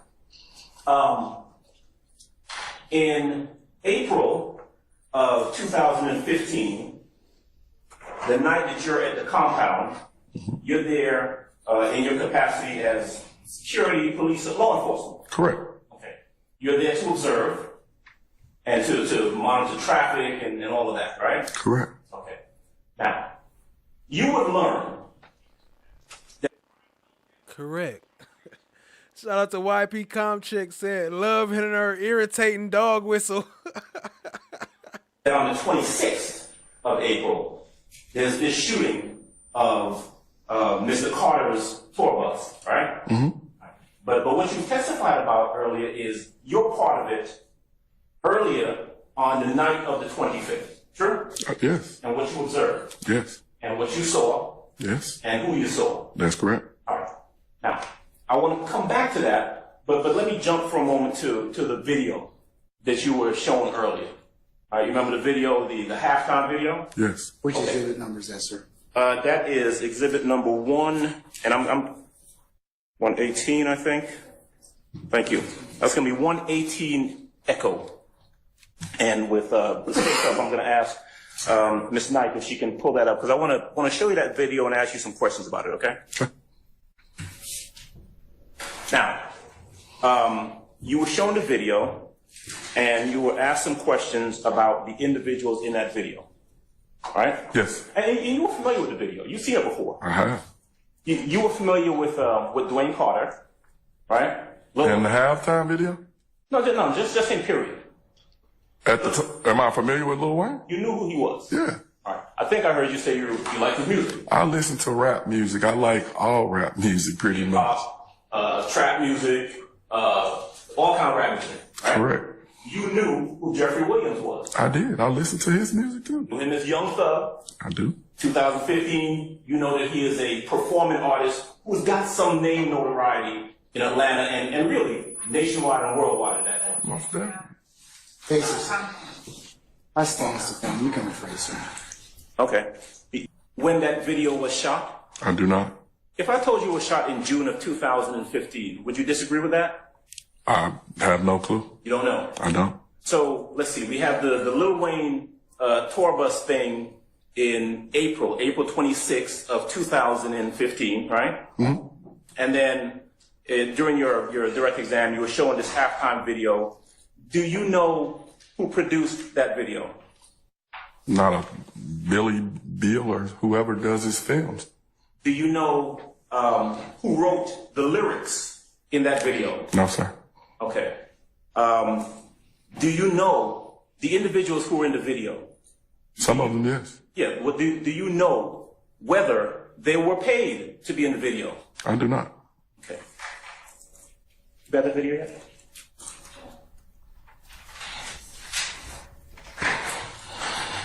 In the video, there are individuals who are holding up what appears to be guns. Remember that? Yes. Do you know whether or not those are props or whether they're real guns? I do not. In the video, you see Mr. Williams with a wad of money, and some of it drops sometimes in the airport. Mm-hmm. Do you know whether that's real money or whether that's props? I do not. You indicated that you believe the video was filmed at the vault, all right? Yes. Do you know who the videographer was? I do not. All right.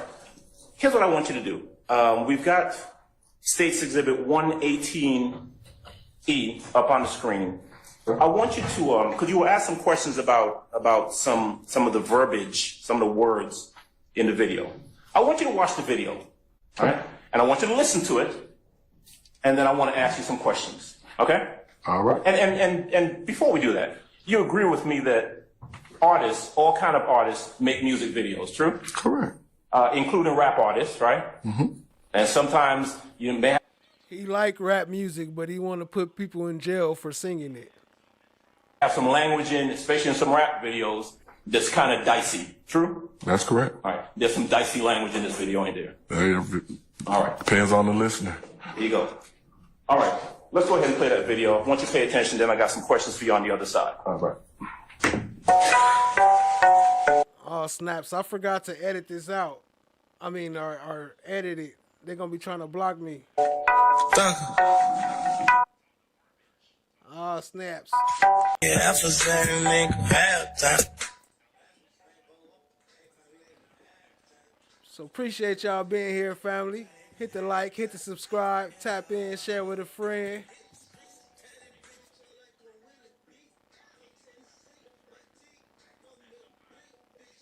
Look at look at Adams though.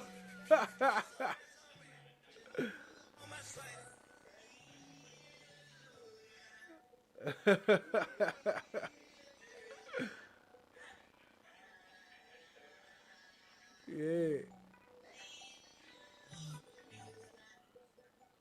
They blocked me last time I played this song. Not blocked me, but limited my ads. I had to cut it out.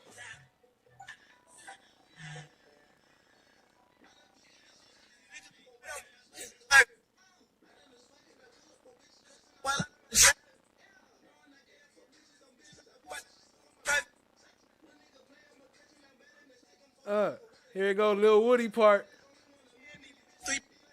Here you go. He stopped smiling at that part.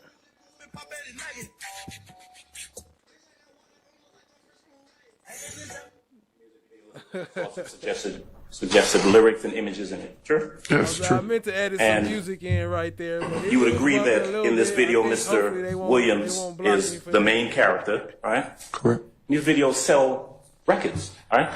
Correct. When you pulled this video, well, were you the one who got this video? I'm not sure. Okay. I told you it was Detective Raisi. Would that sound about right? Could be. Okay. You agree with me that this video had about 95 million viewers? Objection, Your Honor. One, relevance, and number two, speculation. Do you know? I'll sustain the objection. You don't have to answer that. Yes, sir. Go ahead. I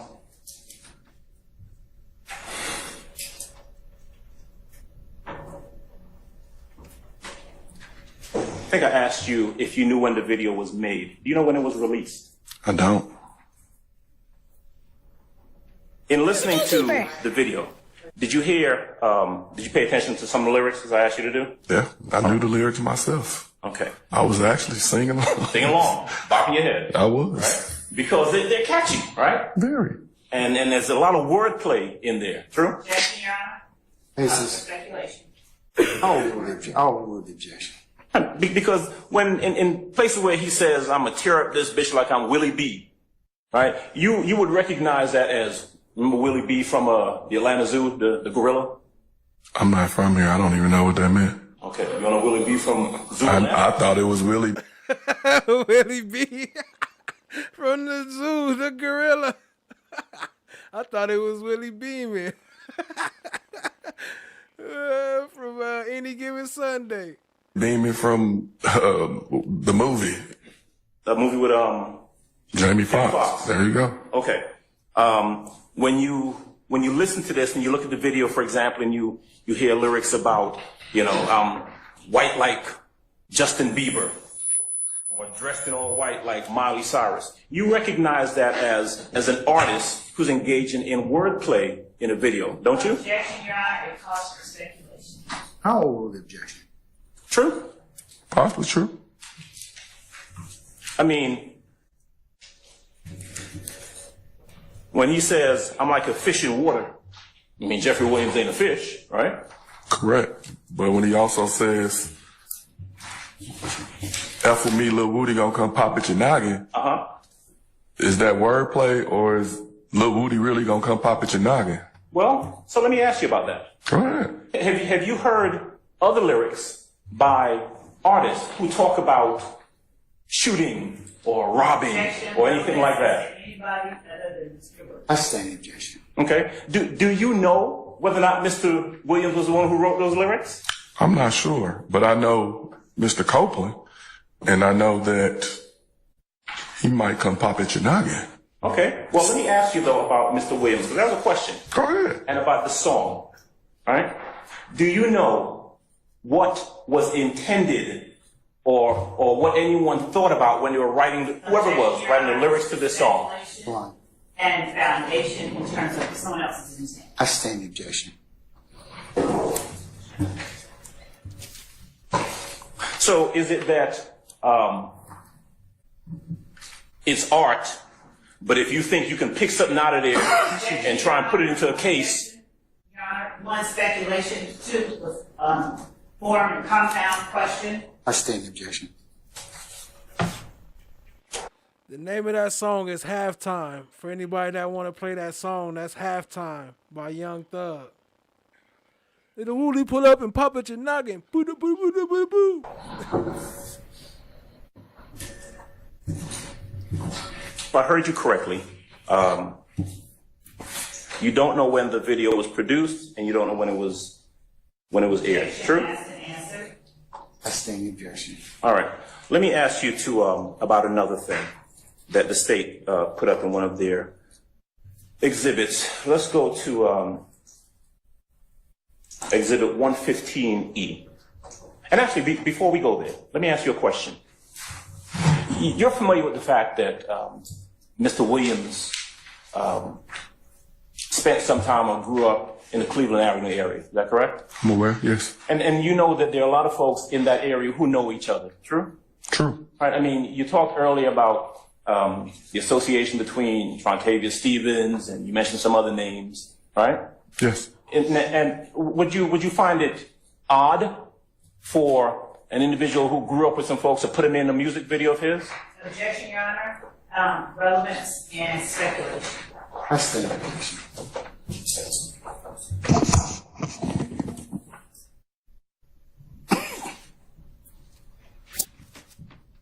Let's go to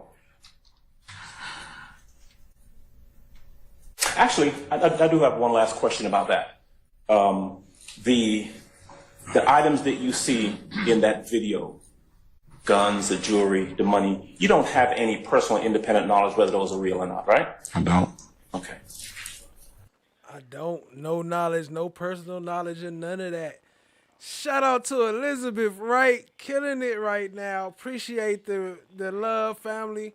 I'm going to drop some more slime umbrellas for you. Look like the chat scared to drop slime umbrellas. You ain't got to be scared. We ain't going to block you. Just put a letter. Just put EW and drop the slime umbrellas with them. Appreciate you, family. And if you, or you could do like Loa did, drop some hearts. Drop whatever you want to do. Show some love to Elizabeth Wright. Appreciate you, family. So I'd like to States Hub put up their exhibit 118E, 118 Echo. I'm sorry, not 118, 115E.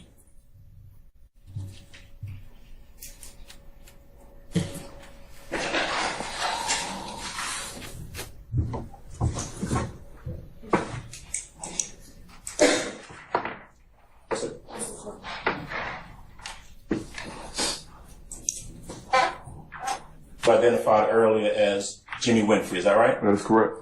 And that date on the bottom, November 6, 2020. To your knowledge, does that, by the way, are you the one who got this picture? I believe I am. Yes? I'm not for certain. Okay.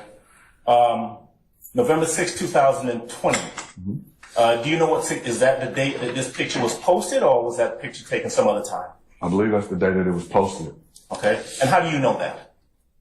Because that's the date that's on the picture?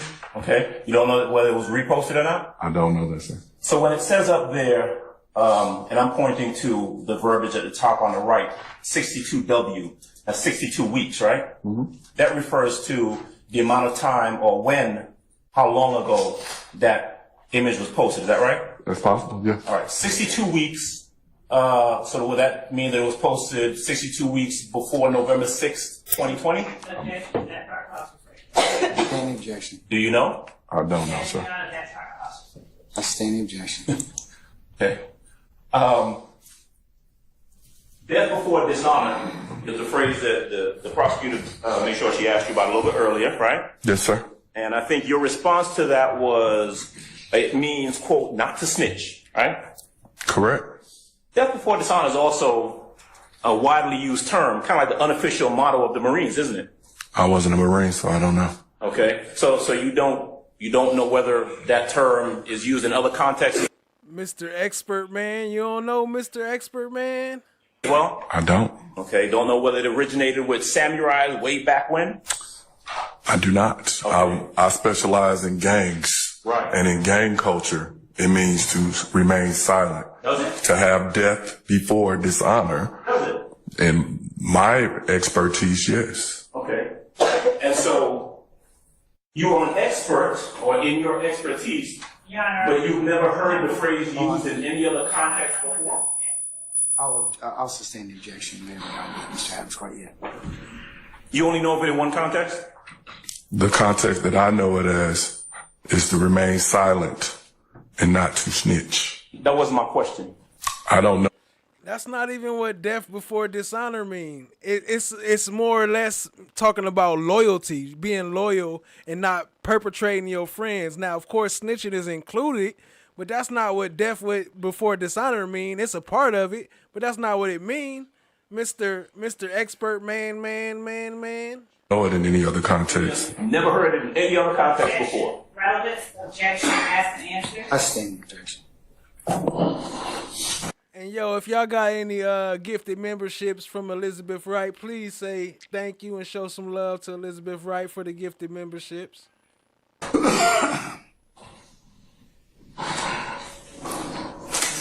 Glanville's call. So in 2015, April 25th, going into 26th. And Miss Love's dog whistles.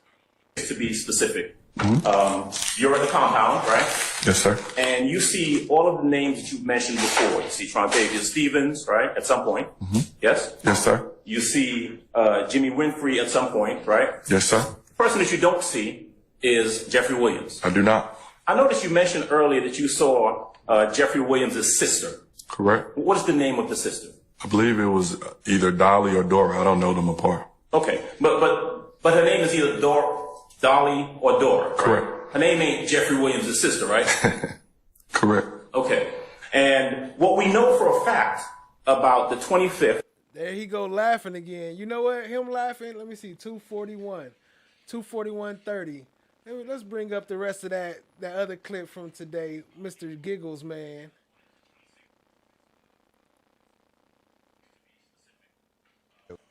I would also then, because we didn't have the opportunity to cross-examine, so it would be a confrontation clause. It would be reversible error. So I'm moving. Let me ask you this. Have y'all cross-examined him the Yes. 2 times before? Yes. All right, so we're going to strike everything Yes, he that's said what today. And All right. the notes, just like you did before, all the notes, they have to go back, give them to the court if you don't mind, put them under seal, or, and that's what I remember you doing, but whatever you did with them. And if they can't follow that instruction, please alert All your right. honorable court if you don't mind. You're right. Can we just ask that we could just stop our testimony and give them an opportunity to cross-examine him? No, I guess you can ask, and the answer is no. But I don't. The think answer that- is no. You can make a record. Yes, Your Honor. Your Honor, I don't believe that he and my question was broad. It's not your fault.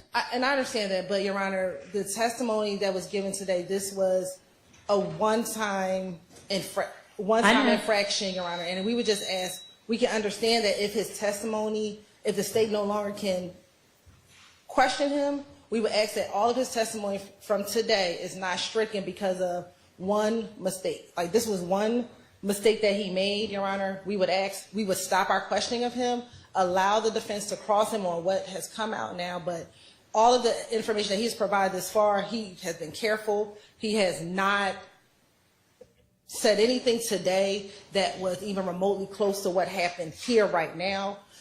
I believe it was a mistake on his part. Maybe as a state, I should have instructed clearer, and I will take that responsibility, Your Honor. But given that this was one moment in time, the state is going to ask that we will stop questioning. If that's the sanction that the state has to stop questioning him, Your Honor, we will take that sanction and ask that the defense be allowed to cross him and that we be not allowed to direct him, and that's fine, but not that his entire testimony from today be struck, Your Honor, given that that was one mistake that he made very short in time, Your Honor. All right, we would understood. Do I need to respond to that, Your Honor? You don't Okay. need to. Thank you. Yes. I did not mention it, but also all the exhibits admitted through this gentleman need to be taken back under seal as well and disregarded by the jury, please. You're about to view a video and the fight that or whatever it is that the witness is testifying about. Here you go right here, Mr. Giggles. Dumbass gonna start laughing on the stand like he ain't never heard the word strip club before. Heard at a place that is a strip club. And so while that is not why the video is being shown, you're going to see some images that are things one might see at a strip club. So be prepared. I'm going to show you what's been marked as the joys of the trial. Might as well play the fight too while we here. 43Y Yankee. The video will pretty much do. Oh, do you skip it? Individual walk right to here. Mr. Arnold is right there. And the video will pretty much do it.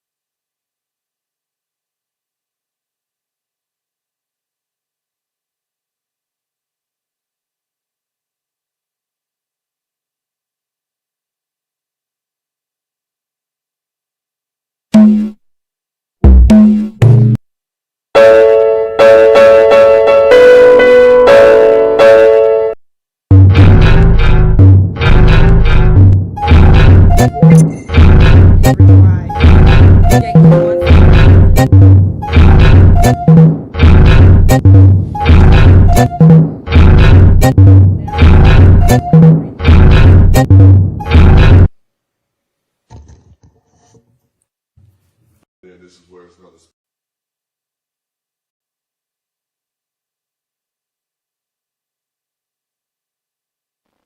Okay, my bad. I was checking to see if they had sound, but they didn't have no sound. Look,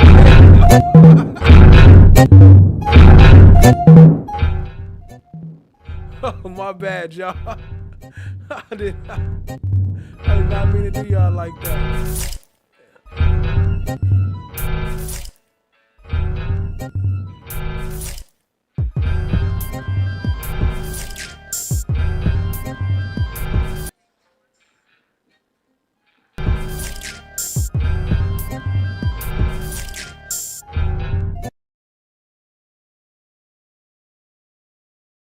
My bad. I don't know what's going on with that. That didn't work out quite like I expected. Let's get back to it. My fault, family. I didn't mean to do y'all like that. Appreciate y'all being here, though. Hit the like, hit the subscribe, tap in, share with a friend. All right, let's pull this back up, 241. Now, took all our... 118.1 became involved.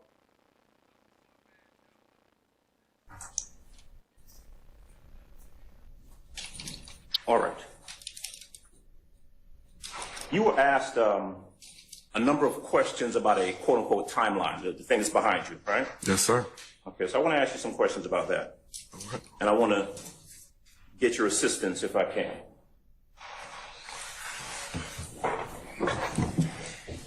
Now, this, what the state's labeled as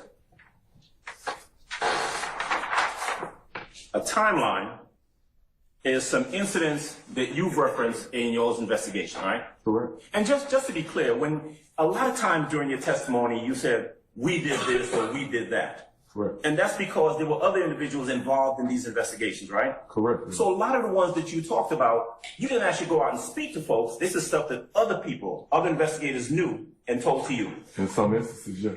Okay.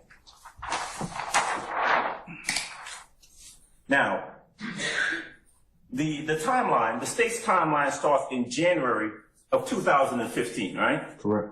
Now, and this timeline is what you would refer to as, you know, this conflict back and forth between what you said was YSL and If Gang, right? Yes, sir. But in fact, as you started looking at this, Elizabeth Wright, once again, at least 6 of you haven't hit the like button. You know what to do. Smash that like button. Y'all hear it? Hit the like button. Just at least 6 more, y'all. Appreciate you, family. your determination was that this back and forth between them began before January of 2015, right? That's correct. In fact, it would go back as far as September, October of 2014. That's correct. There were conflicts between these individuals, these two entities that you referenced as gangs, as early as September, October 2014. That's correct. November 2014. That is correct. Incidents in December 2014. Correct. Right? And so this timeline really doesn't capture the entirety of your investigation of this conflict, does it? It does not. Okay. But that's where the state started, right? Objection, Your Honor, as to one, relevance of what the state started, and 2, he's not looking at all. I stand the objection. So here's what I'm gonna do. I'm gonna go ahead and go through this timeline, starting from this January 12, 2015 date under where it says timeline, right? Can I speak? Not until you get a question. All right? And what I'm gonna ask you to do is when I get to an incident that involves Kenneth Copeland, I want you to go ahead and stop me and let me put a sticky there so we can come back and talk about him, all right? Good? Can I speak? Well, there's no question in front of you right now. That's the question I have. Go ahead, sir.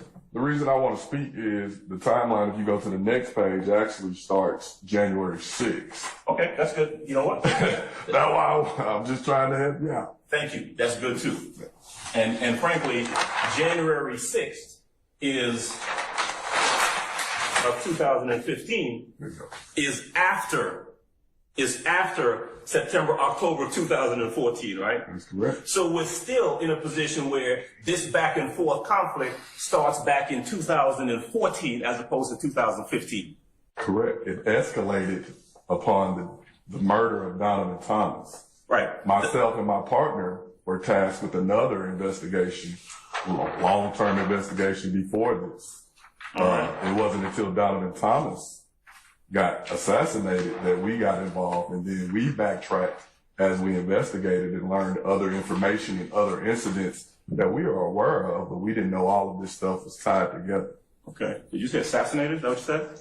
Yes, I did say assassinated. Okay. And Donovan Thomas was a well-known person in that area, right? In Atlanta, yes. Yeah. Okay. And in fact, he had a relationship with Jeffrey Williams, didn't he? He did. Going all the way back in 2014, right? Yes. Okay. Including during the period of time when this back and forth between supposedly If Gang and YSL is taking place, right? Objection, Judge. Basis. I sustain the objection. You can rephrase, sir.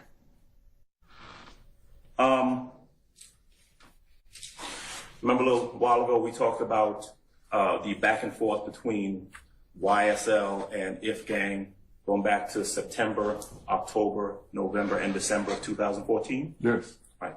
Jeffrey Williams and the so-called leader of If Gang, Donovan Thomas, had a relationship during that period of time, did they not? Objection, Judge. Vagueness. He needs to get a time frame. I sustain the objection. All right, how about this? November 14th of 2014, all right? Jeffrey Williams and Donovan Thomas had a relationship, right? An objection, Your Honor, as to vagueness because of the relationship. No specificity. Oh, I state an objection. Mr. Adams, you might get better answer by asking him about the relationship between the two of them, the two people you're trying to examine. Tell you what, I got a better way to go about this. How about this? All right, so where's January the 6th? That First one. where? To the right here. Yep. Okay, so January 6th, and that's 2000. Yo, real quick, speaking on the mistrial motions, Elizabeth Wright, shout out to you for that. The reason why Whitaker can easily and openly just block the mistrial motions right there on the stand is because really they shouldn't even be making them. I wouldn't even say mistrial right there. I would wait until the end of the day, and then what you're supposed to do is put it on paperwork, put the mistrial, then you got to add your affidavit with it, with the affidavit of facts, and state what happened and put it in a real motion and make a real motion. Just saying I want a mistrial is not going to give you a mistrial, but it looks good for the record, so I give them that. But they'll never get a mistrial just saying I want a mistrial in the middle of court because it's not following the proper rules of conduct. Appreciate you for pointing that out, or for bringing that up. 50. Correct. All right, cool. All right. What was it that happened on January 6th? That's the Club Crucial incident. Okay. And in 2000 and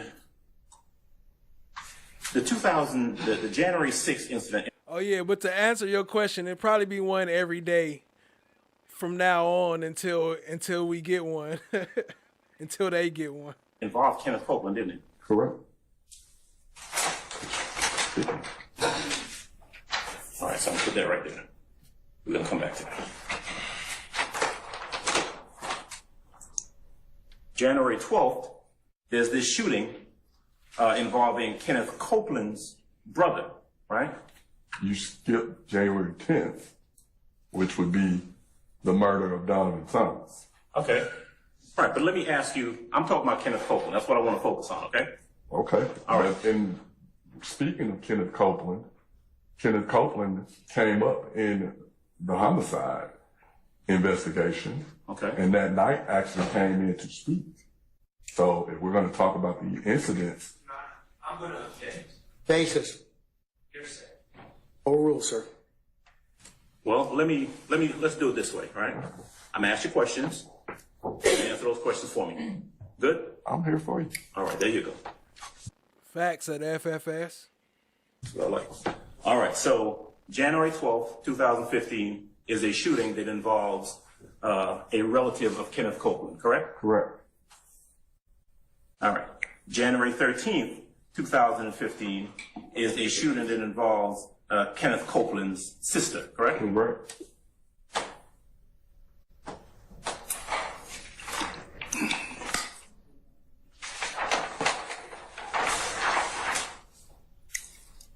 Let's see. January 26th is an incident that involves Kenneth Copeland's brother, correct? That's correct. Let's see what else we got. Copeland.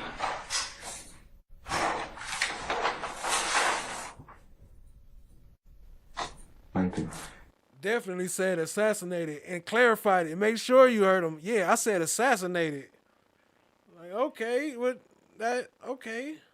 Right here, February 19th, right? February 19th is an incident where Kenneth Copeland is shot at on the Maury Avenue location, right? Yes, sir.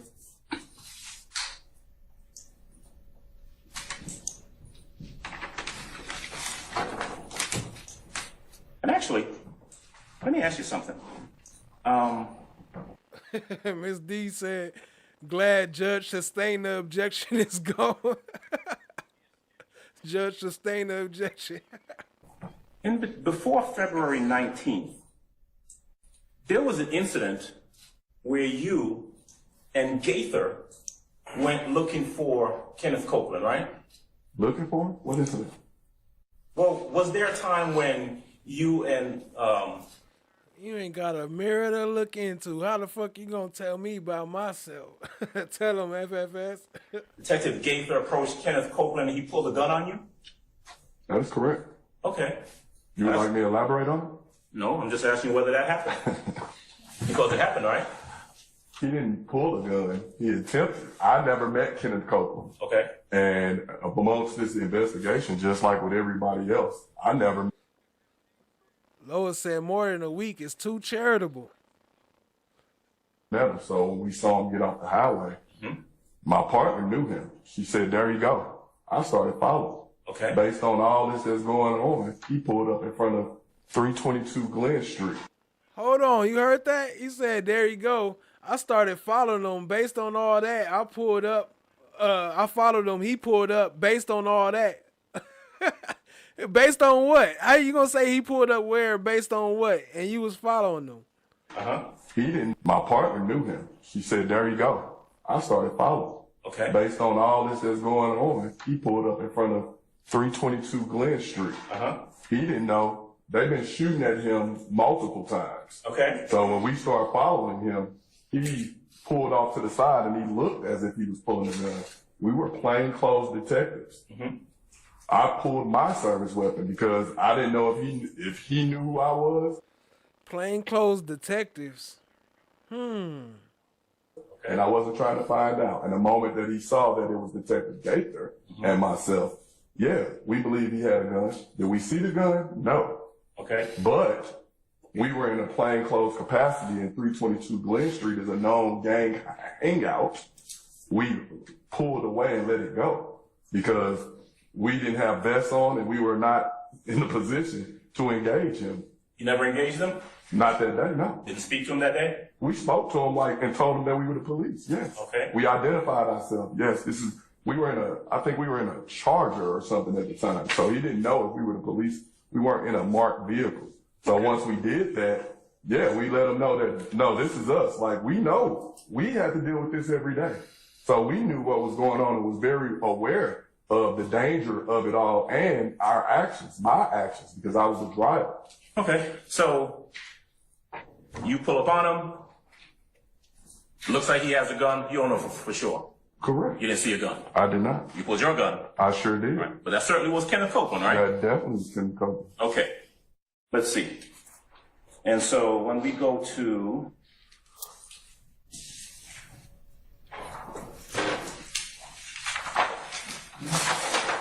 he is at the Dunbar Rec Center with an assault rifle, right? Correct.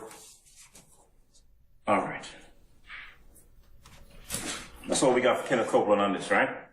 I believe so. At that point, I think he was taken into custody. Okay. Because he's got an assault rifle. He's a convicted felon, right? That's correct. Okay. Hey, yo, Elizabeth Wright with the Cash App. She's still killing it, even behind the scenes. Appreciate you, family. You have to block out Dennis for that. Appreciate the love, Elizabeth Wright. Most definitely. Let me see. Let me hit. I ain't got my specific one set up, but we can give you one of these. Not you. Two of them. Give you some hearts. What else we got? We got a Lady Justice is blind. Everybody can get it.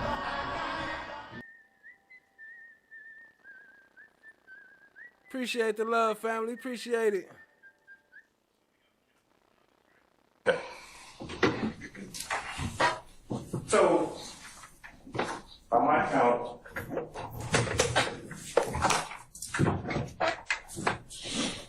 one,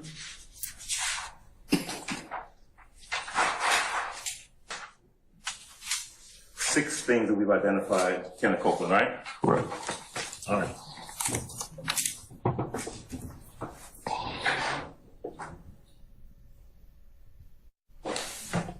Detective Gaither became involved in that investigation, right? Yes, sir. That was after the initial investigator, Robinson, was involved in it. True? That's correct. Did I hear you say earlier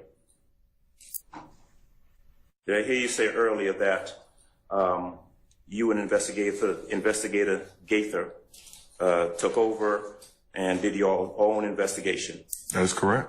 And you talked to some people, right? That is correct. With an eye towards trying to determine what the true facts of that case were, right? That is correct. And you did so. I heard you say because you and Gaither wanted to do your own investigation of that incident, right? That is correct. Regardless of what investigator Robinson, or Officer Robinson. Investigator Robinson. Right. But you had access to Officer Robinson's file, didn't you? We had access to what we were given by Investigator Robinson. Were you given his report? We were given, I believe, 4 sheets of paper. All right. That was his police report, right? That's what whatever we were given. I don't recall exactly everything that was in it.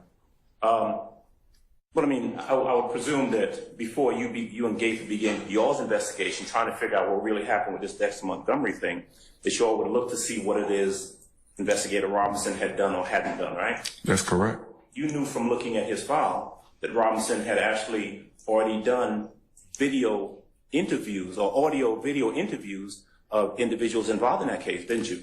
From what we discovered after, I think we got the case almost a month afterwards, based on the information that we had, it shouldn't have taken that long. If, according to Investigator Robinson, if he knew the individuals that was in the video, the video that we presented or whoever presented here, it should have been a open and shut case. And the individual that was charged, which was Kelvin Treadwell, he was charged with obstruction for not telling him who had his vehicle. I've never known that you can charge somebody for that. All right, but that wasn't my question. Okay. I want you to pay real close attention to what I'm asking. Okay. All right. You knew, right, in terms of the evidence in this case, in the Montgomery case, you knew by the time you came onto it that Investigator Robinson had done audio tape and videotape interviews of individuals. No. You didn't know that? Well, by the time we got this case, from what I remember, we took a stapler and the file, we took a look at what we received, and we stapled it up. Did you read it? We looked in it, yes. I don't know. I know we looked at it. Okay. But based on the information, He said we took the file and we stapled it up. We didn't look at it. We didn't care nothing about none of that. Yo, shout out to Steph JK real quick. I was looking for this comment.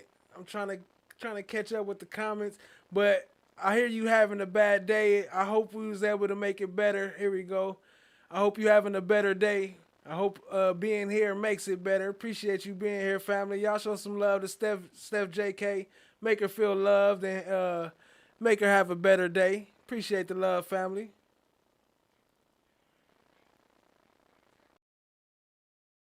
information that we received, we wanted to do our own investigation so we are aware of everything that happened, so that we are familiar with everything that happened, not on what he was saying.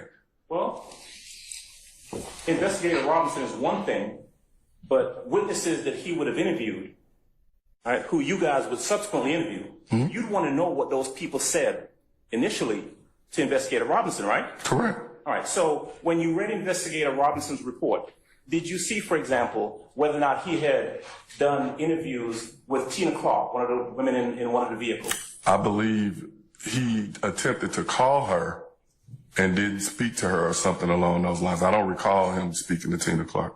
Okay. Would it refresh your memory about whether he spoke to Tina Clark? I want to object to the Basis. form of the question. Maybe approach briefly. Yes.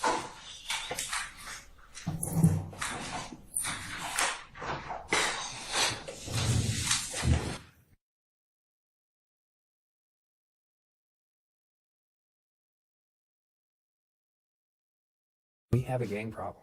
We do. You can't hide it. Atlanta is Investigator Gator. Look at her. Shout out to the fam. Shout out to the fam. Shout out to Elizabeth Wright real quick. Let me catch up with that one. Let me see where we at. She says 100% likes to viewers. Slack. FOTG fam. Appreciate that. It's very rare we see 100 likes to viewers. And I know some of y'all in here still ain't liked it yet. So go on and hit that like button so we can pass the amount of viewers and have more likes than viewers. Appreciate y'all being here. Y'all show some love, man, to Elizabeth Wright. I don't even know. Words can't explain how much I appreciate the love you showing right now. And I hope you know that we appreciate it over here. Let's get into some Gaither and Dennis real quick. Appreciate you, family. Much love to Elizabeth Wright. Is becoming a very, very structured gang city. Atlanta is viewed as the Wild Wild West. Atlanta is the #1 drug city in the eastern half of the U.S. I mean, you have 3 interstates. The drugs come in to Atlanta, and then they can just branch out to different parts of the country. If I get control of this pipeline, I run the city. You have those criminals coming from, different parts of the U.S., and they're bringing that more traditional gang structure here to Atlanta. We have hardcore blood gang members, Crip gang members coming here to Atlanta to form up their groups. They basically now took all our neighborhood gangs, and now you give them an organization based out of that was been running since the 70s. It's almost like a Fortune 500 company. The younger members are looking for somebody older. They're looking for somebody to direct them. And unfortunately, they're listening to these guys. They're starting to recruit younger and younger and younger. We're not an East Coast or a West Coast. We've been rumored. We're not East Coast or West Coast. Look at this. They got a whole commercial. But I'm going to say this out loud so I can remember to stop saying this. I do not be meaning to say up in here. I just be trying to flow while I'm on the mic, and I be catching myself up in here, up in I do not be meaning to say up in here. So y'all blast me when I say that so I can remember to stop saying that. I don't know where that came from. But look at that commercial, though. As the third coast. I was born and raised in St. Louis, Missouri. I grew up seeing people getting shot, seeing people getting killed. Usually from Chicago to South Side. I have friends, family that are in, prison. I'm so glad. And why they all quit in 2020? Why they all retire in 2020? Look at Gator trying to hide her face. look at the Gators in the chat. I made it out of that. We don't look like cops. A lot of my friends aren't around anymore. A lot of them are gone, either in jail or dead. I always wanted to be a cop when I was a kid. I like the idea of the good versus evil. Let's face it, who else is going to take these people off the street? This is a lifestyle. First year I was out, had a 1-year-old get shot. Welcome to the job. I think the city without our gang unit, it would be a dangerous place. I mean, we are a small unit, but we do handle a lot of cases that impact the crime in the city. In the course of this year, I think if we were counting arrest and assist on arrest, we probably made close to 60 solved cases. You have to do so much digging and so much evidence is required to get the gang statute charge on somebody. And it's great seeing a case unfold from beginning to end. Seeing an investigation just expands and spiderwebs so much from... There you go. Y'all gonna make me lose my mind up in here, up in here. The smallest micro detail. By the time we get it, it's almost like sink or swim. If we don't solve it, it's not gonna get solved. I think the gang unit is one of the most important units in the entire department. If we don't do what we have to do, it's gonna become like LA. It's important, and I ain't gonna take away from the fact that's important because some shit do need their own shit. But if y'all faking stuff, lying, hiding reports, framing people, then it's not what you say it is. It's the complete opposite of what you say it is.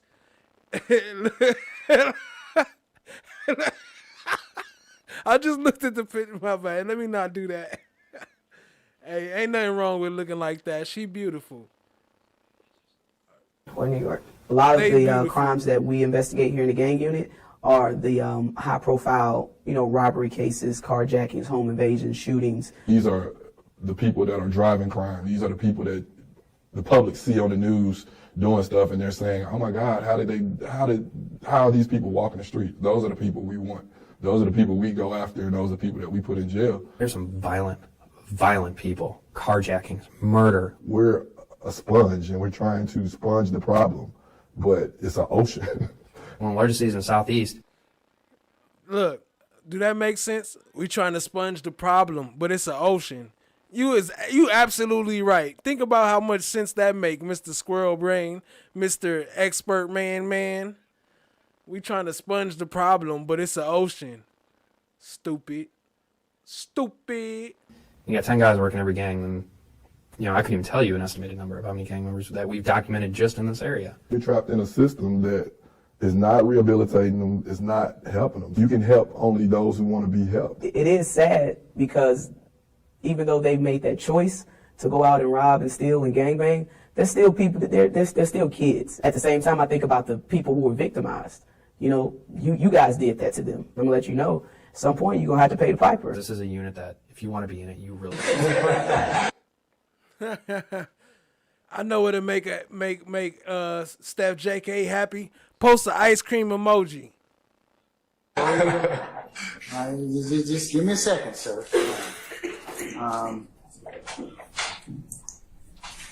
You ain't done. I'm wearing the same suit tomorrow, too. Nah, I got a green suit. I'm wearing just like you. Don't think I'll get your style. Okay, sir. FFS said, she beautiful. Boy, you a damn lie. That's a fact. Sorry. One of the things you testified to yesterday, maybe the day before, was in regards to your observations of individuals at the compound on the night of April 25th. True? Yes. Right. And you mentioned Trontavia Stevens, yes? Yes. And yeah, Elizabeth, you caught me. I don't be drinking, but you caught me. I might have had a little bit. let's see, I think you mentioned Jimmy Winfrey as well. Right? Yes. All right. And you knew these individuals. You recognized some of them from either previous encounters or just hadn't seen them before. Yes. Okay. Now, one of the people, specifically Jimmy Winfrey, who you knew as Pee-wee or Roscoe, is that right? Yes. That individual, that gentleman, you asked some questions about whether you followed him on, I don't know if it was Instagram, some social media platform. You remember that question? Yes. You said you did follow him. Yes. You were familiar with him from following him on not just that way, but also from following him on Instagram or, again, whatever platform it was. Yes? Yes. And one of the questions that was asked of you was whether you followed him in your capacity as a APD officer or personally. You remember that question? Yes. Your response was that you followed him in both capacities. No. No? You didn't I say didn't even have Instagram back in 2015 personally. What was the social media platform that you followed him on? Instagram. Okay. Didn't we just hear him earlier say that you follow him on Instagram? Lying ass. So help me refresh my memory. Didn't you testify earlier, a day or so ago, that you followed him on social media in both your capacity as an APD officer as well as personally? I couldn't follow him with my personal because I didn't have Instagram, a personal Instagram account at that time. Right, so maybe. I did not say, I don't recall saying that. You don't recall saying, okay. But you knew him, right? Yes. And you knew him personally. When I say personally, you all didn't hang out and go to Buffalo Wild Wings together, but you knew who he was. Correct. In fact, so much so that when you saw him that night, you went up and you shook hands with him. I didn't go up to shake his hand. He came up and shook my hand. Oh, you all shook hands. Yes. Right? There wasn't anything wrong with that. So Jimmy Winfrey, the one that shot up Lil Wayne tour bus, he knows you enough to come up and shake your hand right before you go and shoot up the bus? The math ain't mathing. No. There wasn't anything wrong with you associating with this person. Or was this planned? Did y'all set this up? That you knew in whatever capacity, right? Correct. You had seen him previously at other venues. Because also, remember, I think it's coming up, but the cops was right there with him, escorting him. But then, as soon as the cops stopped escorting him, that's when they shot up the bus. It's making me suspicious. It's making me think a lot. Smart guy? Yes. You knew that he was someone who was kind of in the, I don't know what, club music industry of some sort. Is that true? Yes. Okay. And so you knew that he was either a burgeoning, budding, he was a rapper. I didn't know that he rapped at the time. Okay. You came to find out that that was the case. Yes. Okay. At the time that you saw him, you knew that he was in whatever form or fashion involved in the music industry, right? Yes. Okay.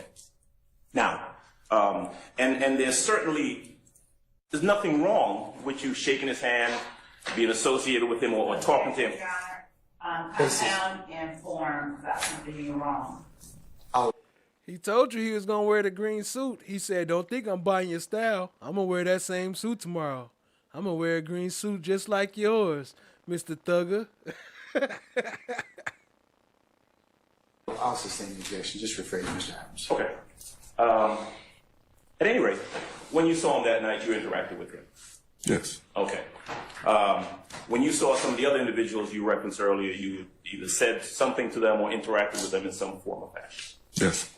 Frontavious Stevens, were you aware whether he was at the compound that night celebrating his birthday?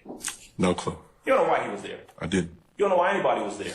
I did. There were hundreds of people there at the compound that night.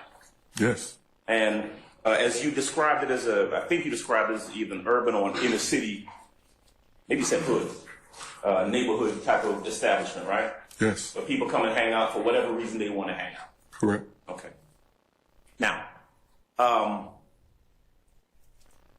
the video that we saw yesterday, right? Remember I asked you some questions about the halftime video? Yes. Okay. Now, you testified that you don't know anything about the makers of that video or the producers or anything like that. Is that true? Yes. Okay. Now, you would similarly not know anything about any promotional videos that would have been made to advertise any upcoming appearances or tour for Mr. Williams, would you? I sustain the objection. Okay.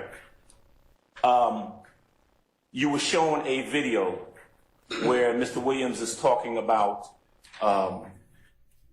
his coming appearance in Louisiana. Is that right? You remember that? Yes. Okay. Now, you're not suggesting that there's anything wrong with someone putting out a promotional video for their upcoming concert, would you? I sustain the question. You can rephrase. Are you aware of whether that was a promotional video or not? It appeared to be. Okay.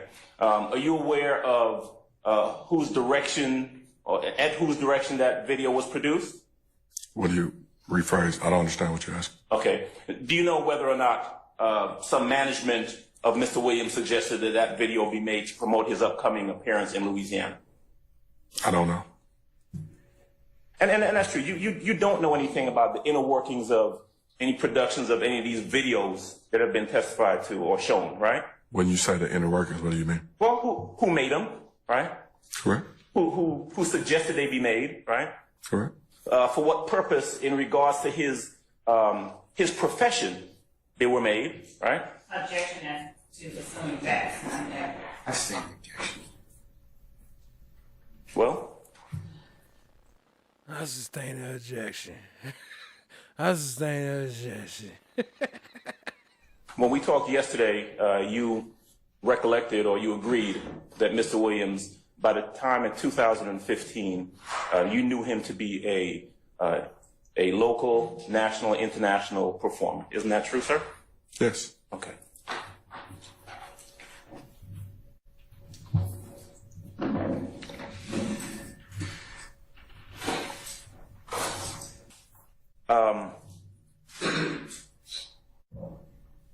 One of the things that you were asked about early on was the different people. You remember the video that you were showing with the cars at the vault? Yes. Okay. And you were asked to describe those cars and whether you knew, what was happening in the video. Remember that? Yes. Okay. I think Mr. Shard asked this question, but the individual that you saw appear, and when I say the individuals, I'm talking about Mr. Stevens, Mr. Winfrey, the other, Mr. Dolly or Dora, whichever one of the young ladies it was. Mm-hmm. They showed up at different times at the compound. Is that right? I saw them at different times. You saw them at different times. You don't know when they showed up. I don't. Okay.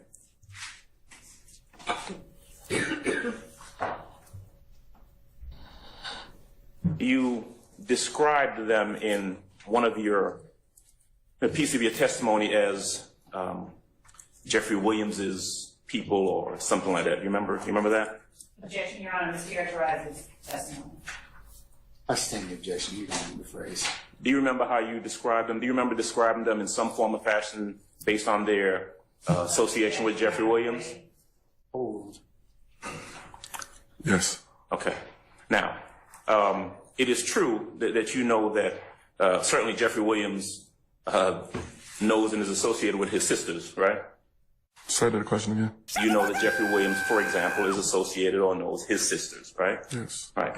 But the fact is, all of these individuals that you described were there that night, and Mr. Williams was not, right? As an answer to objection. Old. Right? Yes. Okay. And one thing I do want to clarify. You described individuals who were outside of the compound during the course of the night. Remember that? Yes. Now, you said there were a lot of people, a big crowd of people, right? Yes. There were some people standing on street corners. Yes? Yes. Some people standing in line going down the sidewalk, right? Yes. There were some people that were moving towards or appeared to be in close. Yeah, it has been good not hearing her. But I ain't gonna lie though, she been kind of interesting though. We ain't been able to laugh as much. Although Hilton has been pulling some laughable moments. But yeah, appreciate that, family. Proximity to where the tour buses were parked, right? Yes. Right. Now, do you recall your police report referencing something like 20 or 25 people? Remember that number in your police report? If you got a copy of it, I can take a look at it. Well, let me just ask you if you remember how many people you saw out there that night. A lot. Okay. And other than the names that you mentioned, right, you don't know the association between any number of those people out there, do you? Objection, babe. I'll rule the objection. Do you? I don't know. The ones that I recognized, I know the association between them Right. and where I know them from. Right, but I mean, if you saw 25 to 30 people, and you mentioned about, what, 5 or 6 different names of people that you knew? Of the crew, yes. You don't know the association between those 5 or 6 people and the other, do some math, 21 or 20 people, right? No. Or if they were associated at all.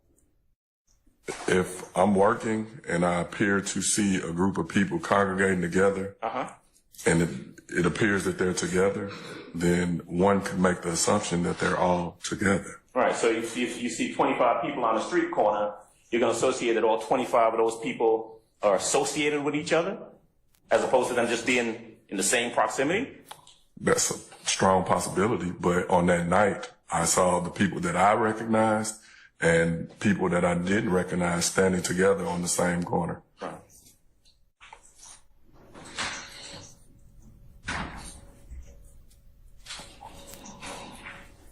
And so I'm clear, the report that you wrote. Jennifer, your name color almost match Miss Love outfit right there, huh? That we referenced before was what gang y'all claiming?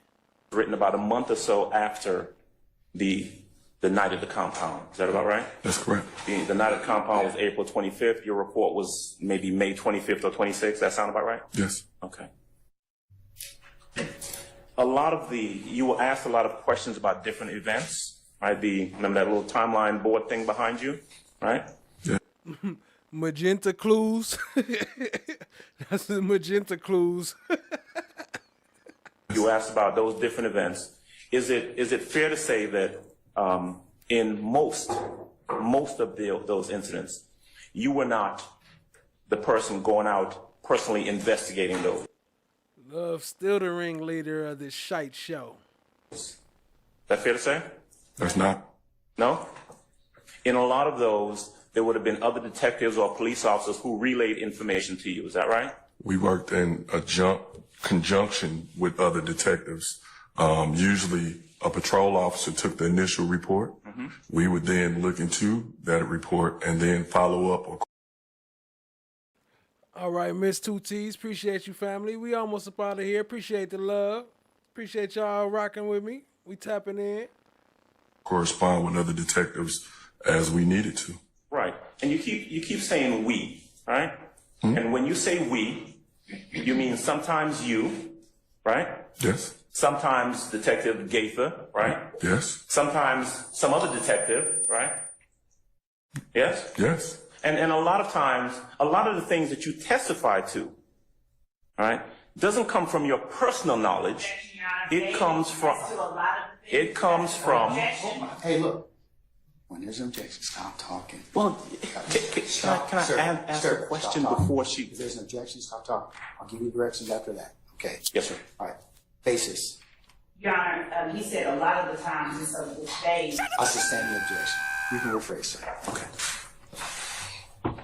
Information that you've been asked a lot of times, I think the way it was phrased is, in the course of your investigation.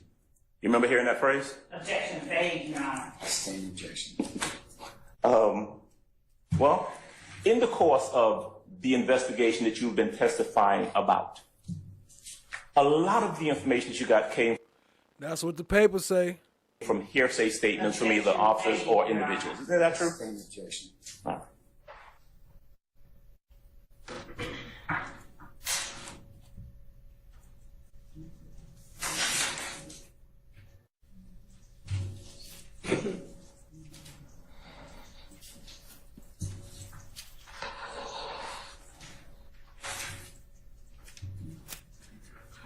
One moment, please. Yes, sir.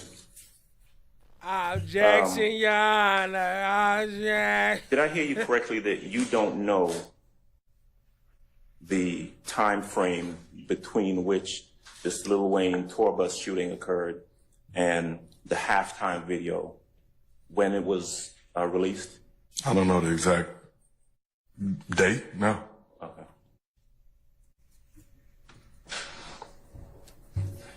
All right. That's all I've got. All right, sir. And you did not see one on April 25th. Objection asked and answered by Mr. Sharp. I'll sustain the objection. That's fine. Is it fair to say that you were confused about why I was asking about a white truck? Objection, Your Honor, as to vague and improper questioning. You may be confused. I'll sustain the objection, Mr. Form. You can rephrase, sir. Okay. Did you know why I was asking about a white truck yesterday? Objection relevant. I'll sustain the objection. You were involved in the investigation of the bus shooting? Objection asked and answered many times. That's been asked and answered. That's great. Thank you. Are you not aware that Alvin Lewis, the bus driver, described two cars zooming by? Objection, Your Honor, as to you testifying or telling a witness about the testimony of another. I'm all over the objection. Are you not aware that Alvin Lewis, on the night of the shooting, described two cars driving by on the driver's side of the bus? One being... Objection, Your Honor, mischaracterization of testimony. I'll sustain the objection, Mr. Form. You can rephrase the question, Mr. Sharp. Are you not aware that Alvin Lewis described a white truck driving by the bus at the time of the shooting? Overruled, ma'am. Are you not aware of that? I wasn't aware of that, no. Okay. And he also described a white sports car. Who? Are you aware of that? Mr. Alvin Lewis, the bus driver. To my knowledge, yes. We just watched a video, I believe it's 123E. I would ask, Would you like us to do that for you? yes, actually, could you please, and you don't, just the beginning, just pause it.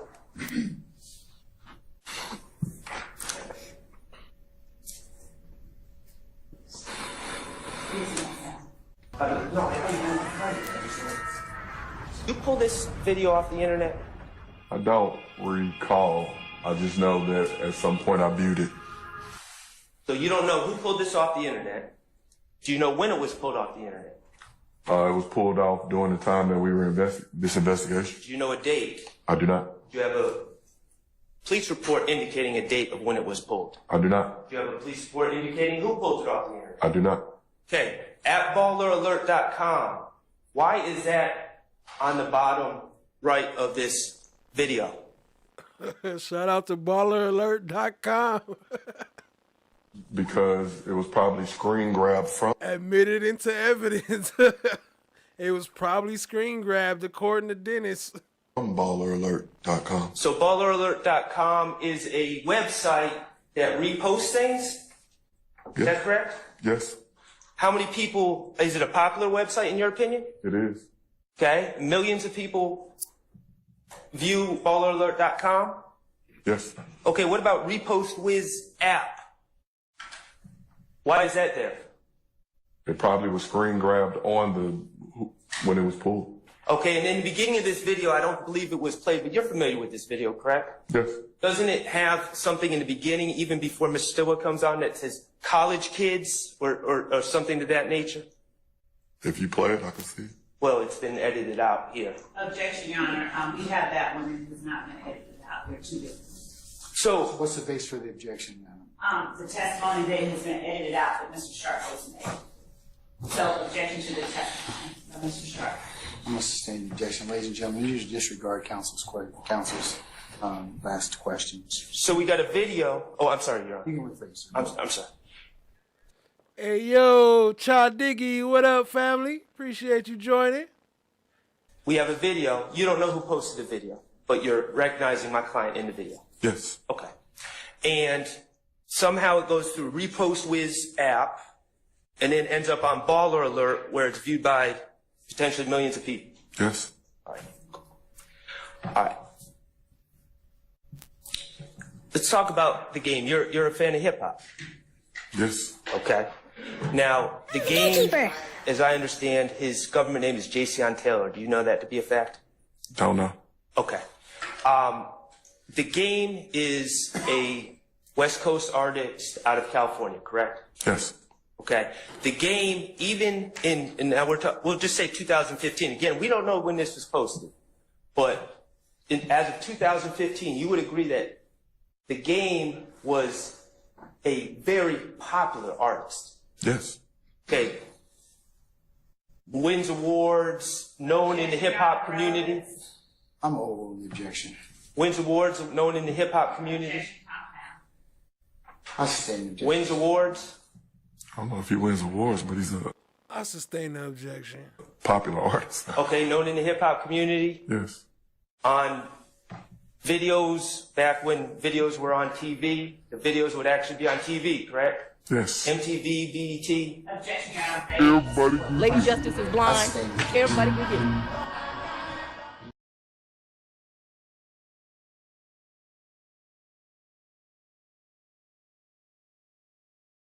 Everybody. Lady Justice is blind. Everybody can get it. His music videos would be played on MTV, BET. Objection compound, and objection speculation, and objection foundation as to where and when any of this person's music videos I'm going to sustain the objection, Mr. Short. Have you seen his videos, his music videos? Him being who? Him being who, sir? Game. Have I seen his videos? Yes. Yes. On TV? Yes. Or social media or YouTube or whatever they The game is not Dwayne Carter, correct? Objection, Your Honor. Any violence that ever came to the game in any visits to Atlanta? Objection, Your Honor. Foundation. I sustain the objection. Do you know of any violent acts that have been committed against the game in Atlanta? Objection, foundation. I sustain the objection. I'm asking if he knows, Your Honor. If he doesn't know, he doesn't know. Sir, you can answer that question. Do you know of any violent acts that have fallen upon the game? I'm aware of a post between the game, Jimmy Winfrey, and I believe the basketball player O.J. Mayo making a post about squashing the beef, but that was initiated by this said video. Yes. Okay. Well, I'm going to ask you again. Are you aware of any acts of violence? No. Okay, thank you. Anything else? No, that's okay. All right, Mr. Adams?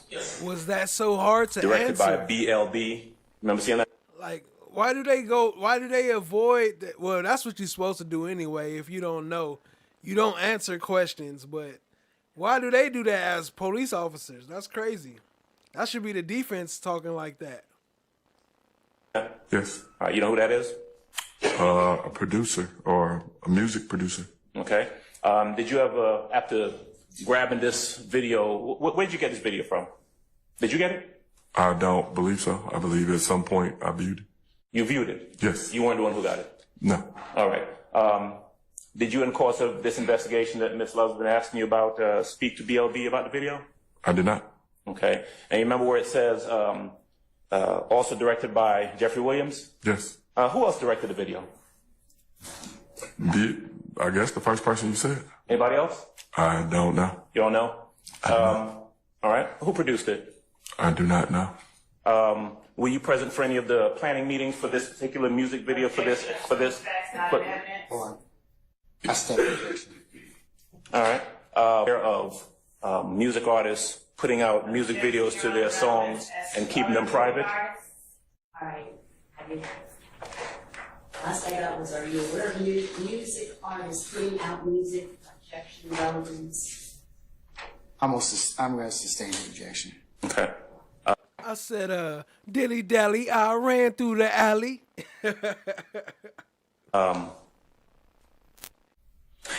Are you aware of Jeffrey Williams putting out other music videos? Other objection, relevance, Your Honor? Okay.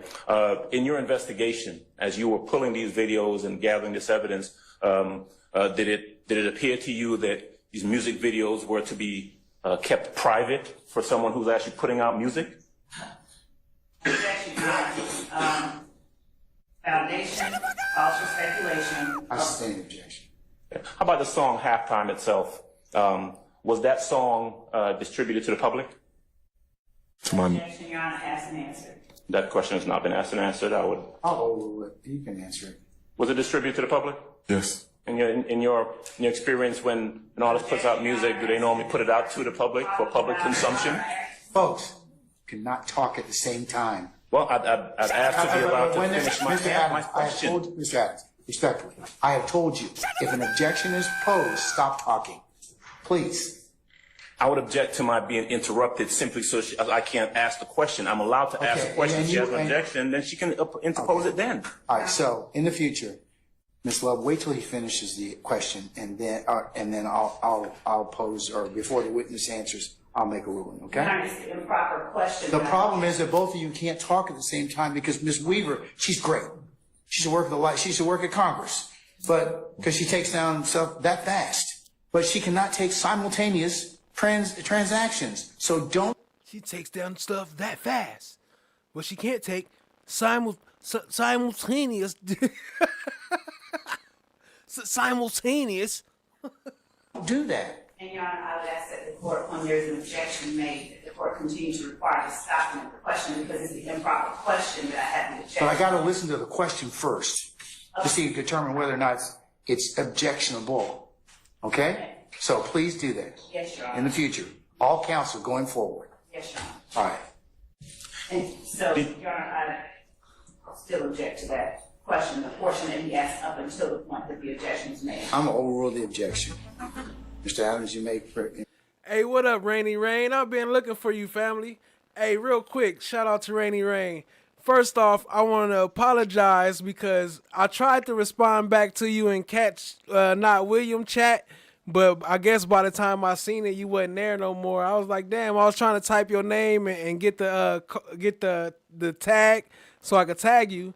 But I couldn't find you, and I don't know if I spelled your name right, but I appreciate you being here, family. And also, I bumped into you the other day. I was tapping into somebody. I ain't gonna say whose stream it was, but they was low-key, like, getting on your head. Like, if you saying this and you saying that, then whatever. I got a clip from that, too. Somebody, I ain't gonna say who it was, but shout out to Rainy Rain. Yo, I saw you going through it. I appreciate you being here, family. It's all love here. You was talking to somebody about them demanding money in order to hear content, which was crazy, but hey. Oh, real quick, shout out to Cha Diggy with the 5 gifted. Appreciate you, family. Y'all show some love. Drop some slime brothers for Cha Diggy. Appreciate the love, fam. And drop some blue hearts. If you ain't got the slime brothers, drop some blue hearts for Cha Diggy. You may proceed. I don't even remember the question.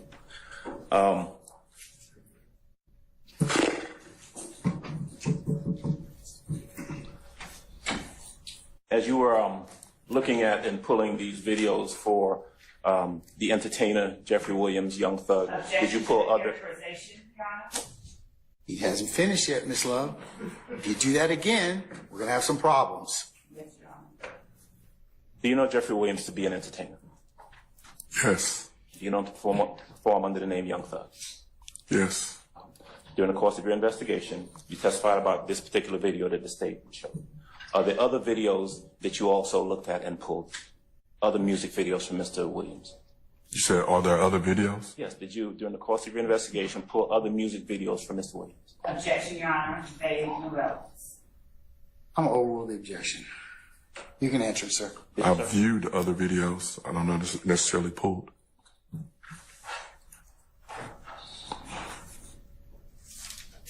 Were you able to either view or observe other videos where Mr. Williams makes reference to, in a positive manner, Mr. Dwayne Carter? Your Honor, I object to the characterization. Hey, yo, another 5 from Cha Diggy. Y'all make it rain. Drop them slime umbrellas and them blue hearts for Cha Diggy. Appreciate the love, family. Let me add your name up top. Appreciate that. She said, Cha Diggy said, yo, y'all ain't about to forget about me. I'm a recruiter, too. I'm one of the originals. Show put some respect on my name. Cha Diggy up in this motherfucker. Drop some slime umbrellas. Drop some blue hearts. Vagueness. I'll sustain that objection. On State's Exhibit 125E, that was the video that was, as a matter of fact, can I have prosecution put that video up, please? 125E.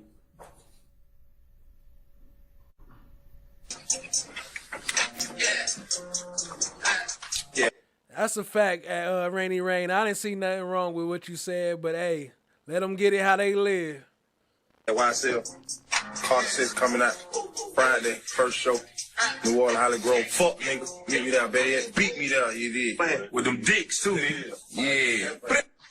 Stop it right there, please. Can't name the mixtape Carter 6, cause these fuck ass niggas trying to. All right. Would you agree that these are two different videos? Yes. Do you know what's taking place in the first portion that we saw? What's taking place? I stand the objection. Oh.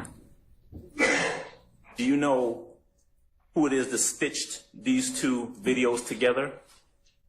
I do not. Okay. You agree, though, that they are two separate and distinct videos, is that right? Yes. And so do you know when the other one actually ends and when this one that we're looking at right now, when it begins? I do not. Would you agree with me that stitching these two videos together does not pose an accurate depiction of what is said in either one of the videos? Would you agree with that? Objection, Your Honor. Characterization. I sustain the objection. During the course of your investigation, who gets to choose whether or not you can cherry pick videos and stitch them together as a piece of evidence? Your Honor, objection. Basis. As to vagueness and to the form of that I question. sustain the objection.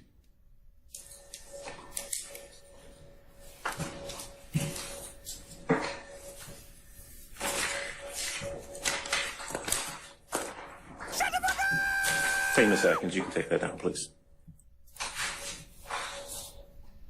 Who pulled that video where he's talking about this supposed lawsuit? Did you do that? I don't think so. Okay. Do you know who did? Possibly someone within our unit. And then did what? Gave it to the DA's office and said, hey, you can use this? Objection, Your Honor, as to 1, relevance, 2, compound, and 3, form of the question. I stand the objection.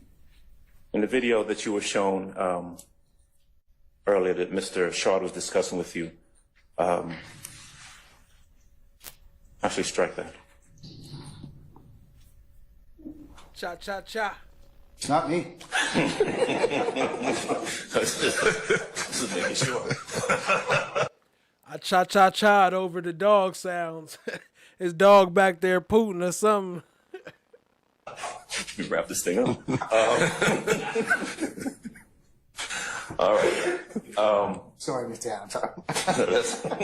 I'm glad it's not you. All right. Just the last couple questions about this whole discussion by the group of people at the compound, all right? Mm-hmm. Remember you were asking questions about 25 people. Remember that line of questioning?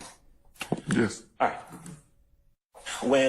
When the prosecutor asked you whether or not these people, quote, moved together, am I correct Did I hear you correctly that essentially what you were doing was dispersing a crowd of people? Objection Is that true? asked and answered, Your Honor. I must sustain the objection. Do you know the names of the 25 people in that group of 25 people that we've been talking about? Say that again? You know the names of those 25 people? I gave you the names of the people that I could identify, that I knew names of. Right. And the other people, you don't know? Not sure. That's all I got. Thank you, sir. Any other examiners? Yes, Mr. Matthews. Investigator Dennis, good afternoon, sir. Good afternoon. How are you? I have a few questions for you. You recall holding up those two $100 notes? Yes. You testified earlier that Watch him get him real quick. Them $200. What you do with them $200, Playboy? that Jimmy Winfrey offered you those currencies at the probation department, correct? Yes. Now, this was actually at the probation department of Mr. Jimmy Winfrey, correct? Yes. All right. And his probation officer was there that day, correct? Yes. You were there that day, correct? Yes. You didn't go inside and share that information with the probation officer, correct? None of us went inside. We were outside. Okay. You did not reference that particular alleged transaction in any case note that you prepared in connection with that investigation, correct? No. You did not recommend to the probation officer to draw up a petition to violate his probation for offering you a bribe, correct? No. You did not present to a local magistrate that you were offered a bribe by Jimmy Winfrey, correct? No. You did not seek out an arrest warrant, correct? No. You stated that you held on to those notes, but you never stated that Jimmy Winfrey asked for the money back or anything of that nature, correct? No. And on that particular date, Jimmy Winfrey Did you get the money back? Nope. did not mention the name of any other individual that's seated in this courtroom when those alleged monies were offered. Is that correct? No. He didn't indicate that it had anything to do with YSL, did he? He just mentioned that he was acting up the other night. Okay. He didn't indicate to you that he was offering those notes on behalf. Let him finish his question. Is that your question? He did not indicate to you that is Jimmy Winfrey. He did not indicate to you. That's right, child. Wake her up. Steph JK, we ain't done yet. We still got about a good 20 more minutes. We almost up out of here. Appreciate y'all being here, family. Hit the like, hit the subscribe, tap in, share with a friend. To you that he was offering those notes to you on behalf of YSL, correct? Basis. Okay, here's it. I sustain the objection. That's all I have. Thank you, Your Honor. All right, thank you, Mr. Matthews. Anyone else? Any other defense examiners? All right. Anything further? Not at this time, please. All right. May retired Detective Dennis be permanently temporarily excused as a witness? Temporarily. All right. Detective Dennis, we're going to temporarily excuse you as a witness. Please don't discuss your testimony. Well, no, as of today, your ass permanently excused. Permanently. Anybody except the attorneys in this case. And a crime is gang related or in furtherance of a gang. Is there a list of factors in APD, standard operating procedures, or any sort of gang manuals that you know of that dictate what to look for? Is there a set standard? I don't believe so. Okay. Hey, Rainy Rain, I got the tape. I got the clip. I can play it if you want to. No, it's all love. When you listed some of the considerations that you look for, and feel free to correct me, I have circumstances of where the crime took place, circumstances of the crime that took place, the location of the crime, the people involved, and who the victim is. Correct. Those are all 4. Is that an exhaustive list, or are there other factors? It can be a number of things. If, for example, your house gets shot up, when we go to your house, we're going to ask you who you are to try to get a feel for who you are or what you may be involved in. Okay. We may talk to the neighbors. What did you see? Well, you know, that's he associated with such and such, or things of that nature. Those are things that help kind of start the investigation. But as you investigate, I might play it on the end, Rainy Rain. 15 more minutes. I might play it just to wrap it up. The investigation can go a number of different directions. Okay. How would you become involved in a case like this? Like, certainly you're not asked as a gang investigator to review the work of every responding officer to every case. No. So how do you get contacted to even begin working on a case? It depends. The supervisor may contact you, the patrol officer may contact you, or you can watch the news from the night before, and it may spark interest in what took place. And as you reach out, or we used to can pull the police reports, any police report, and when you read the narrative, it can give you an idea of what took place, where, and so forth. Okay. Now, the factors that you listed, I understand that they're not in the SOPs, and they're not in any gang manuals or investigation manuals that you know of. Did you get those factors from somewhere else, or are those the factors that you came up with based on your own experience? That's based on my own experience. For myself, I've been contacted over it could be the simplest thing. For a patrol officer, they may just think it's just another shooting, right? Mm-hmm. Not knowing the backstory or knowing the people that are involved. With my experience in gangs and dealing with different people from all around the city, I don't know for sure, Rainy Rain, if your part is in there, but I got the main part. I'm going to play it at the end. I'm going to play it as a bonus for those who want to stay tuned to the end, but I explain my thoughts behind it as well for those who want to stay tuned for that part. Appreciate y'all being here. Hit the like, hit the subscribe, tap in, share with a friend. It would often lead you to what was the reasoning for it or why that happened. Or you might get a call from somebody in the neighborhood or a Crime Stopper tip, and it may take it in that direction. How did you get involved in the January 10, 2015 shooting of Donovan Thomas? That 200 ended up at Magic City on what, some chicken wings? I said it earlier, but I'm going to say it again. On January 10th that night, I was off. Another detective was working, and when Donovan Thomas was shot and killed on McDaniel Street, he reached out to me saying, hey, you put him in APIN. That's our gang files. Yep. And he said, what do you know about Donovan Thomas? And I told him to go to my bottom drawer and get my black book, my beat book. And in that book, it had a profile of Donovan Thomas.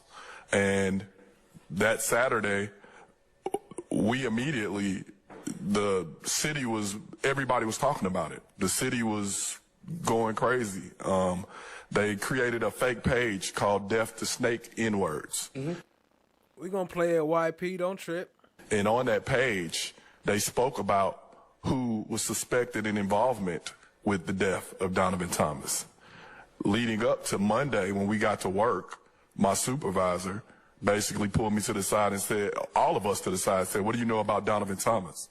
And I basically told him, what do you want to know? And he said, well, we have a meeting with every federal agency in the city at 2 o'clock. You need to create a war room. And that's when the Operation Planners was born. Now, at that time, were you a gang investigator yet, or were you with... I was a gang investigator, yes. Did you have an open investigation into YSL prior to that date? Me? No. Did the gang unit, to your knowledge? No. We had people that have dealt with rock crew or maybe We got the cat prompt coming up soon. YSL individuals, but no, there was no long, big investigation into them at that time. Okay.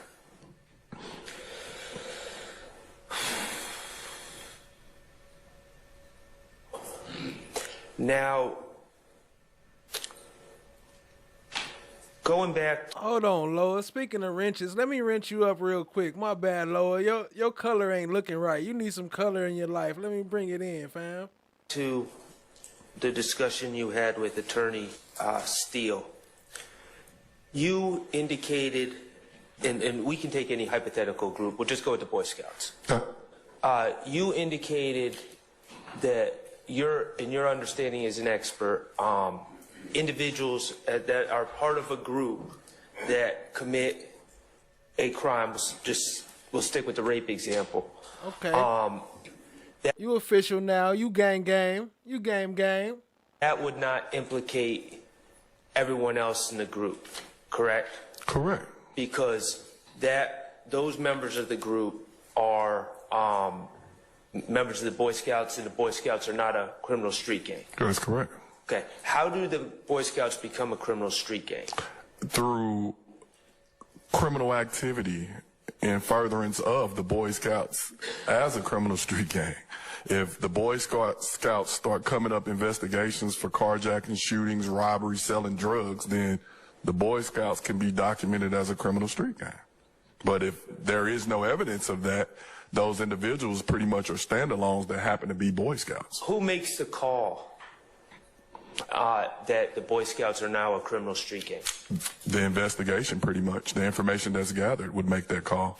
Or whomever is leading that investigation with the information that they have. Anything that we gather or anything that we produce, we have to go be. You earned it, Loa. And Joanna, I think Joanna next. Joanna, she came in smashing, so she might be the next to get the wrench. For a judge to swear out warrants, search warrants, affidavits, and so forth. So any information that we present, we have to be able to back it up with probable cause facts to be able to stand by the information that we're providing. So, to become a criminal street... Jack Glanville, the dog, had bubble guts. street gang, is it just the commission of, was it 2 or more prior acts on? We still rocking them. We almost up out of here. Or after a date in 2015, or is there more to it than that? It's much more than that. Okay, could you tell me some of the other factors? If you're coming across people that have life-like characteristics that are participating in a crime. Say, for example, we carjack somebody. Mm-hmm. Say, for example, we shoot somebody. Say, for example, we sell drugs together. We will then determine what is the like characteristics.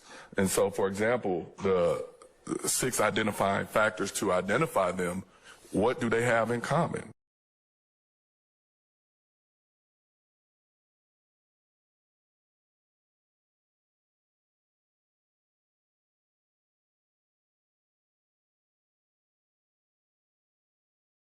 Oh, they're calling themselves the Boy Scouts. Okay.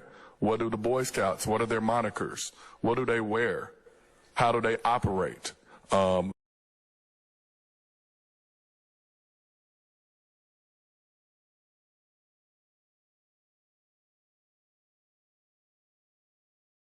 you have traditional gangs? Traditional gangs usually have more structure. They have a hierarchy. Hybrid gangs are pretty much more dangerous because they have no rules or allegiance to anything. And so they pretty much take upon whatever they want to. Fam America, for example, here in Atlanta, they wore American flags. They were red, white, and blue. So they pretty much didn't stick to the same structure that Bloods and Crips did. And so that makes them a little more harder to identify because just because somebody's wearing an American flag, you're like, okay, is that illegal? No. But then when you see that become the color and the monikers for this gang, then things start to make sense in that specific area. So all those different factors, it's not just a standalone thing. I think that some people think as a gang detective, we just gang. And that's a kind of insult to what we do, because a lot of work truly goes into what we do. Yo, I'm tripping. My mic been off all that time. I've been shooting y'all shout outs, Gang Gaming, Lower. I've been shooting shout outs to Lower, Steph, JK, Dog. I've been on mute the whole time. I'm tripping. I'm sorry about that, family. Not that y'all probably noticed, but y'all probably did. It was some gaps in there. Let me check.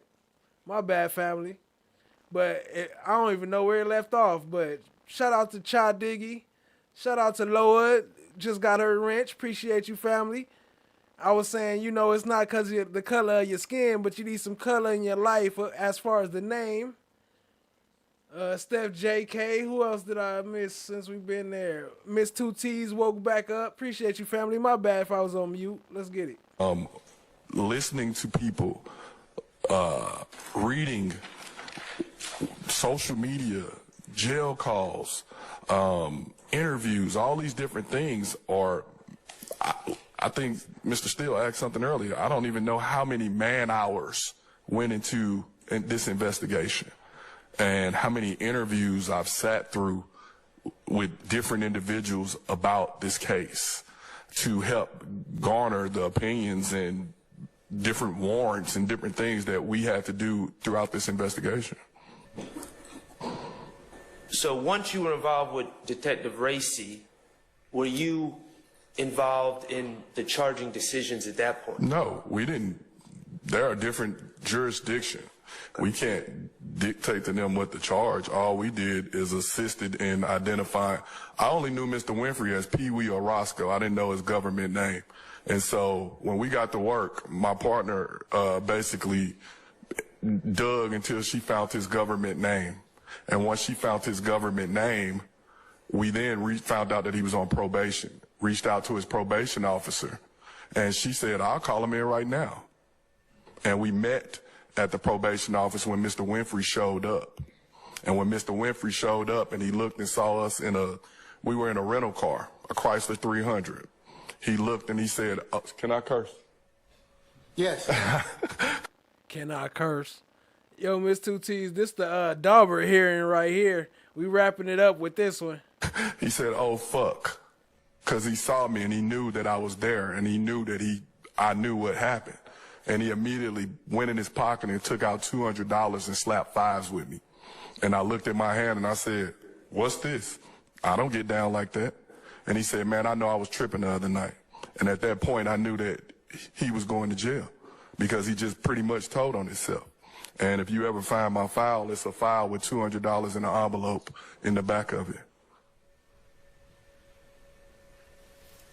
And I knew that he was going to jail because he just pretty much told on himself. And if you ever find my YP Com Chick might need to get wrenched up too. We might have to slap a wrench on you too. File, it's a file with $200 in an envelope in the back of it.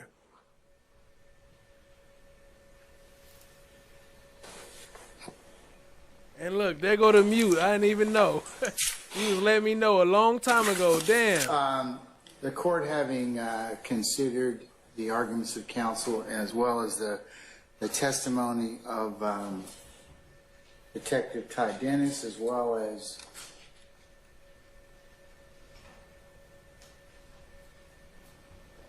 States 2, which is his CV, and States 2B, which is a continuation of his CV, which specifically breaks out his gang training and the cases that he's been involved in to include civil matters that he's been involved in as well as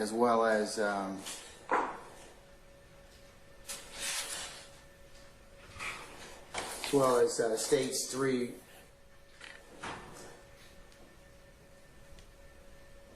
Which was Look at him admitted, again. yesterday to the court. Hey, this one right here was a long ass ruling too. He sat there and read like 30 minutes. I had to trim it down, but reading and fighting for the state again. He might as well have been on the prosecution, like on the other side of the bench. We'll take notice of that.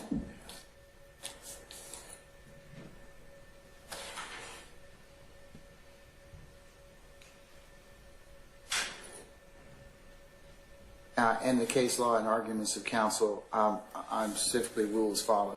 Shout out to Elizabeth. Drop some more slime emojis real quick. She said, shout out to the mods for holding it down and keeping the channel on point.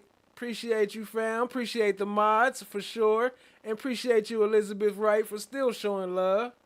Been making it rain all night. Drop some more slime emojis. Spam the chat.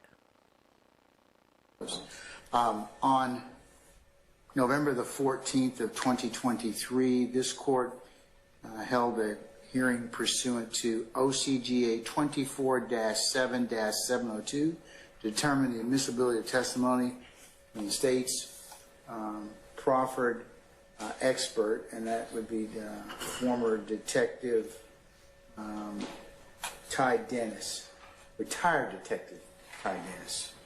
The state's request that the court declare Detective Dennis as an expert in the following areas.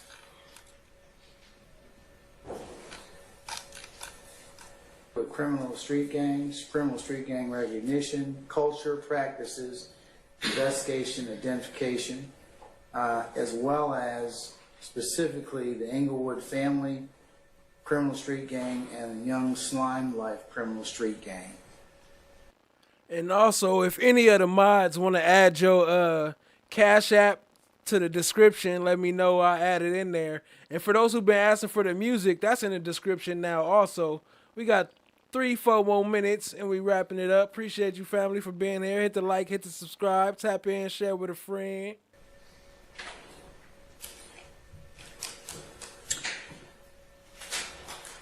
The examination of Detective Dennis and from his CV shows that he has been qualified as an expert witness at least 10 times in the area of criminal street gangs.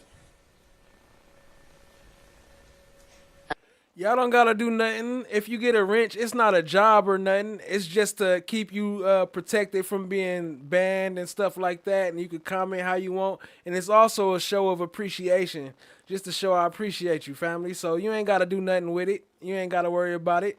It's just to give you some color on your name. Having heard evidence, testimony, and argument from all parties, which this court will apply to all the named defendants. Specifically in this case, I'm going to find that this evidence is admissible pursuant to OCGA 24-7-702B. Court finds that his testimony meets the requirements of Daubert and OCGA 24-7-702. This testimony, such as Detective Dennis's, much like Detective Belknap's, yesterday has been accepted in numerous federal courts, including the 11th Circuit, under which I provide citations have been provided yesterday. But Augustine, Wilson, Ledbetter. No, it's the other ear. He only got one ear pierced. I don't got ear piercing. I got gauges. It's a difference. And pursuant to the indictment. And this charge in the indictment. I got 4 gauges actually, and then plus 2 more, 3 more, plus 3 piercings, plus 2 more on my eye. I don't know. I got a lot, but I don't got no diamond like he got in his ear though.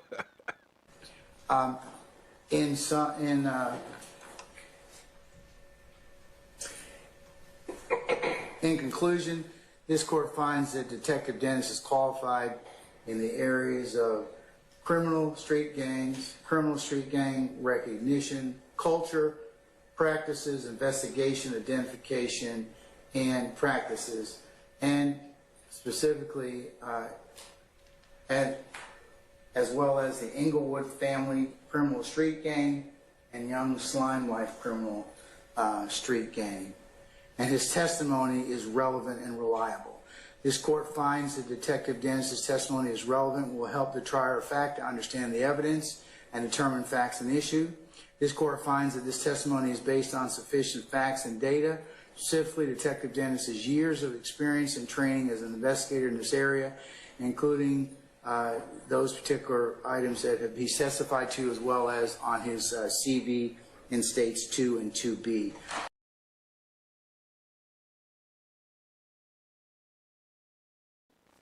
Oh, well, I thought that was, oh, actually, hold on. Let me pull up the other clip.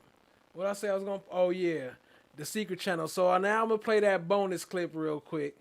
So, and before I get into that clip, let me give my explanation. So, I don't have no beef with this person. Everything is all good. I was really tuning in because it's supposed to be some exclusive information. And then I sat there for like 45 minutes after pushing the like button and still didn't get any good information. Like everything was already out there. So it was kind of like a waste of my time, which I didn't appreciate. And one more thing is that I've showed up to this person's channel and I've commented in the chat. I've showed love. I've never been disrespectful or none of that, but they openly ignore me, and then they use my comments and take what I'm saying and use it as part of their live right there immediately, but ignore my comment. Like, how you gonna use my comment, but then ignore it? Like, what kind of shit is that? So anyway, my bad, family. That was my little rant. So I ain't tripping, though. I ain't got no beef with nobody. Ain't none of these people my enemies. It's all love with everybody. But without further ado, this is what I'm talking about right here.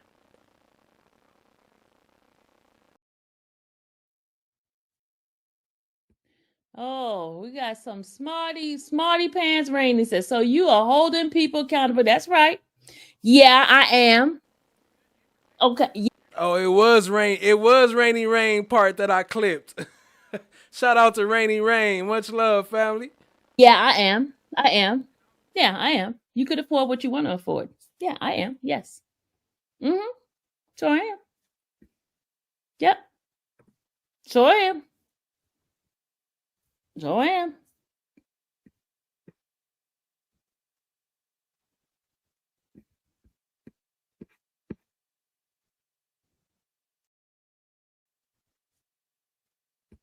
Oh, we got some smarty pants Rainy says, so you are holding people accountable. That's right. Yeah, I am. Okay. Yeah, I am. I am. Yeah, I am. I am. Yes. Mm-hmm. Sure am. So ain't nothing wrong with wanting to get paid. I respect that. Ain't nothing wrong with expecting that. But how you gonna be here and be like, you say you media, like you the news, but then you charging people and saying I ain't gonna give you the information unless you do this or unless you give me 500 likes type shit. I don't never do that. I appreciate my mods for trying to get my likes up, but I never hold shit against y'all and be like, nah, you ain't gonna get this unless you get my likes up. But hey, you know, whatever to float your boat, whatever floats your boat, you know what I'm saying? That's your own decision. It ain't got nothing to do with me. But I stopped typing in because I could see the low-key disrespect. Like, I don't know if she was, I don't know what it was. But anyway, it's been a couple situations where she has completely ignored my comment and then used it in her chat. Like, you know, but I ain't like nobody else, you know what I'm saying? It's all love, and I would love to work with her, and I would love to make things better, you know? But that's why I got love for Kat, because Kat has shown more love than anybody I've seen on YouTube. I ain't seen nobody show love like Kat, and that's why I fucks with Kat, like, all the way. Like, you know what I'm saying? Like, people are always talking this black power, black power, black power, but half the time we get more support from people who not even black. So fuck all that shit you talking about. Yeah, black power, white power, all the powers. It's an energy thing. We going off good energy. I don't care what color your skin is. It's difference between people like Love, which is black, and I would never support her. So it's a different. It ain't your color of your skin. It's the content of your character. Tap in, family. Appreciate y'all. Yeah. Yep. Sure am. Sure am.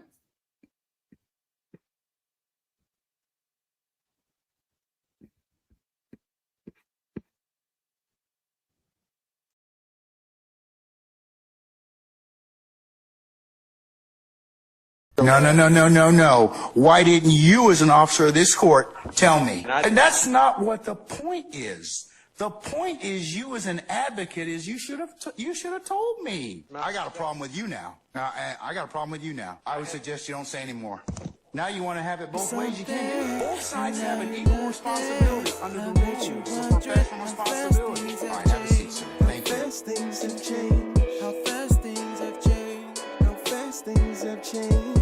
Now I see you running, coming for my come up. Broke out all your shackles, turned it to some armor. Used to be the judge, but now you have no honor. To die with your pride is to live with all your karma. Now you understand. Now you understand. Another night fly. All right. Anybody else have any other issues as to... Uh-oh. Fulton County has no problem coming in here and cuffing all of us, okay? Don't be an idiot. Are you trying to tell me about myself? You homeless, Ern. You don't even have a mirror to look at yourself. Here. So I know you all about your principles. But can we just please just listen to Ern so we can get out of here? It's 4 cops on the other side of that door. You know if they come in here, they're gonna get your ass on a whole lot of other shit. You lying ass bitch. You knew it. Mama, I hate you, Will. Don't you never come back to my house, And no. I hope they blow your motherfucking ass to smithereens. You better hope they do, bitch. You better hope they do. This nigga kidnapped me. I think I'm entitled. You want answers? I want the truth! You can't handle the truth! What are you, fucking nuts? You thought...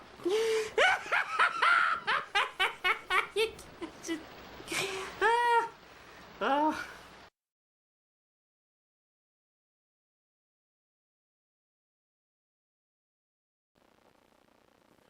Appreciate y'all being here, family. We're going to run through these chats. I'm going to play that outro one more time so they don't clip off the ending. And I'm going to read some more of your chats before we wrap it up. But I appreciate everything. Appreciate the support. Appreciate y'all being here. Much love, much love.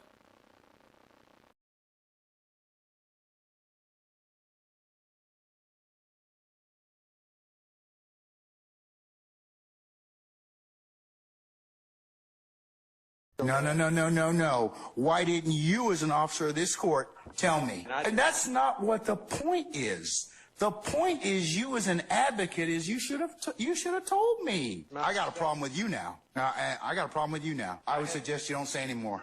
Now you want to have it both ways. You can't do it. Both sides have an equal responsibility under the rules. Oh, yeah. Hold up. Before y'all roll out, YP Comchick. Yes, the song has dropped. The links are all in my description right now, the description of this video.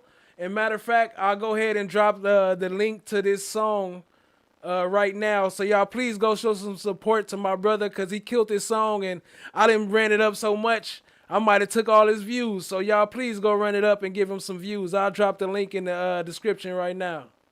How fast things have changed. How fast things have changed. How fast things have changed. How fast things have changed.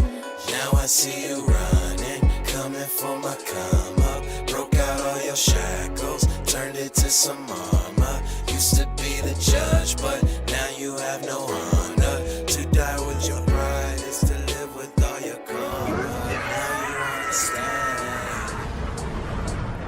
Now you understand. Another night fly. All right. Anybody else have any other issues as to... Uh-oh. Fulton County has no problem coming in here and cuffing all of us, okay? Don't be an idiot. Are you trying to tell me about myself? You homeless, Ern. You don't even have a mirror to look at yourself.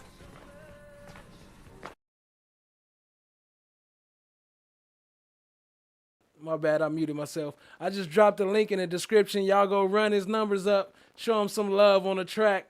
Oh, Steph JK posted it too. Appreciate you, family. Here. So I know you all about your principles. But can we just please just listen to Earl so we can get out of here? It's 4 cops on the other side of that door. You know if they come in here, they're gonna get your ass on a whole lot of other shit. You lying ass bitch. I knew it. Mama, I hate you, Will. Don't you never come back to my house, no. And I hope they blow your motherfucking ass to Smith. You better hope they do, bitch. You better hope they do. This nigga kidnapped me. I think I'm entitled. You want answers? I want the truth! You can't handle the truth! What are you, fucking nuts? Especially on a free platform. Like, we don't have to pay to watch your content. I don't have to like your content. Like, I'm here to observe for whatever reason. But anyway, I'm out. We out on that one. Appreciate y'all, family. You thought? Handle the truth! What are you, fucking nuts? Kidnapped me. I think I'm entitled. You want answers?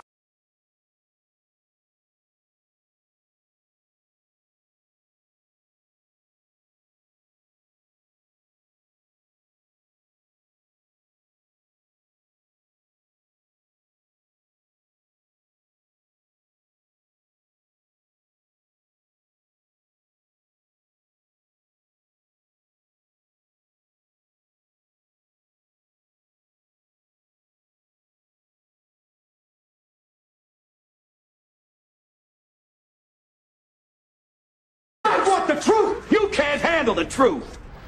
What are you, fucking nuts?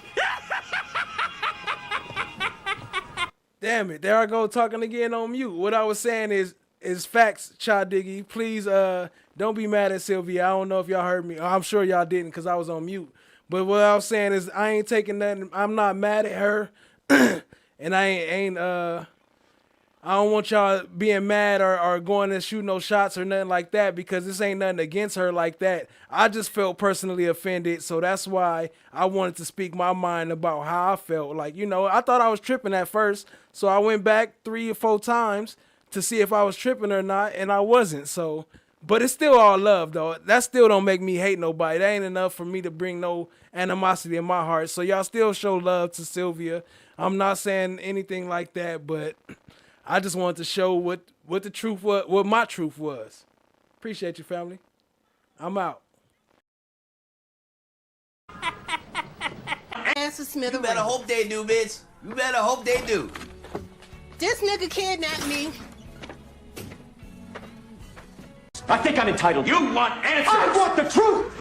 Facts, Cha Diggy. I'm big on that energy shit. Nothing but positive energy. I don't fuck with no negativity. It's all love. Even if somebody hating on me. But I'ma still speak my mind. But I don't feel no type of way. You can't handle the truth! What are you, fucking nuts? You thought?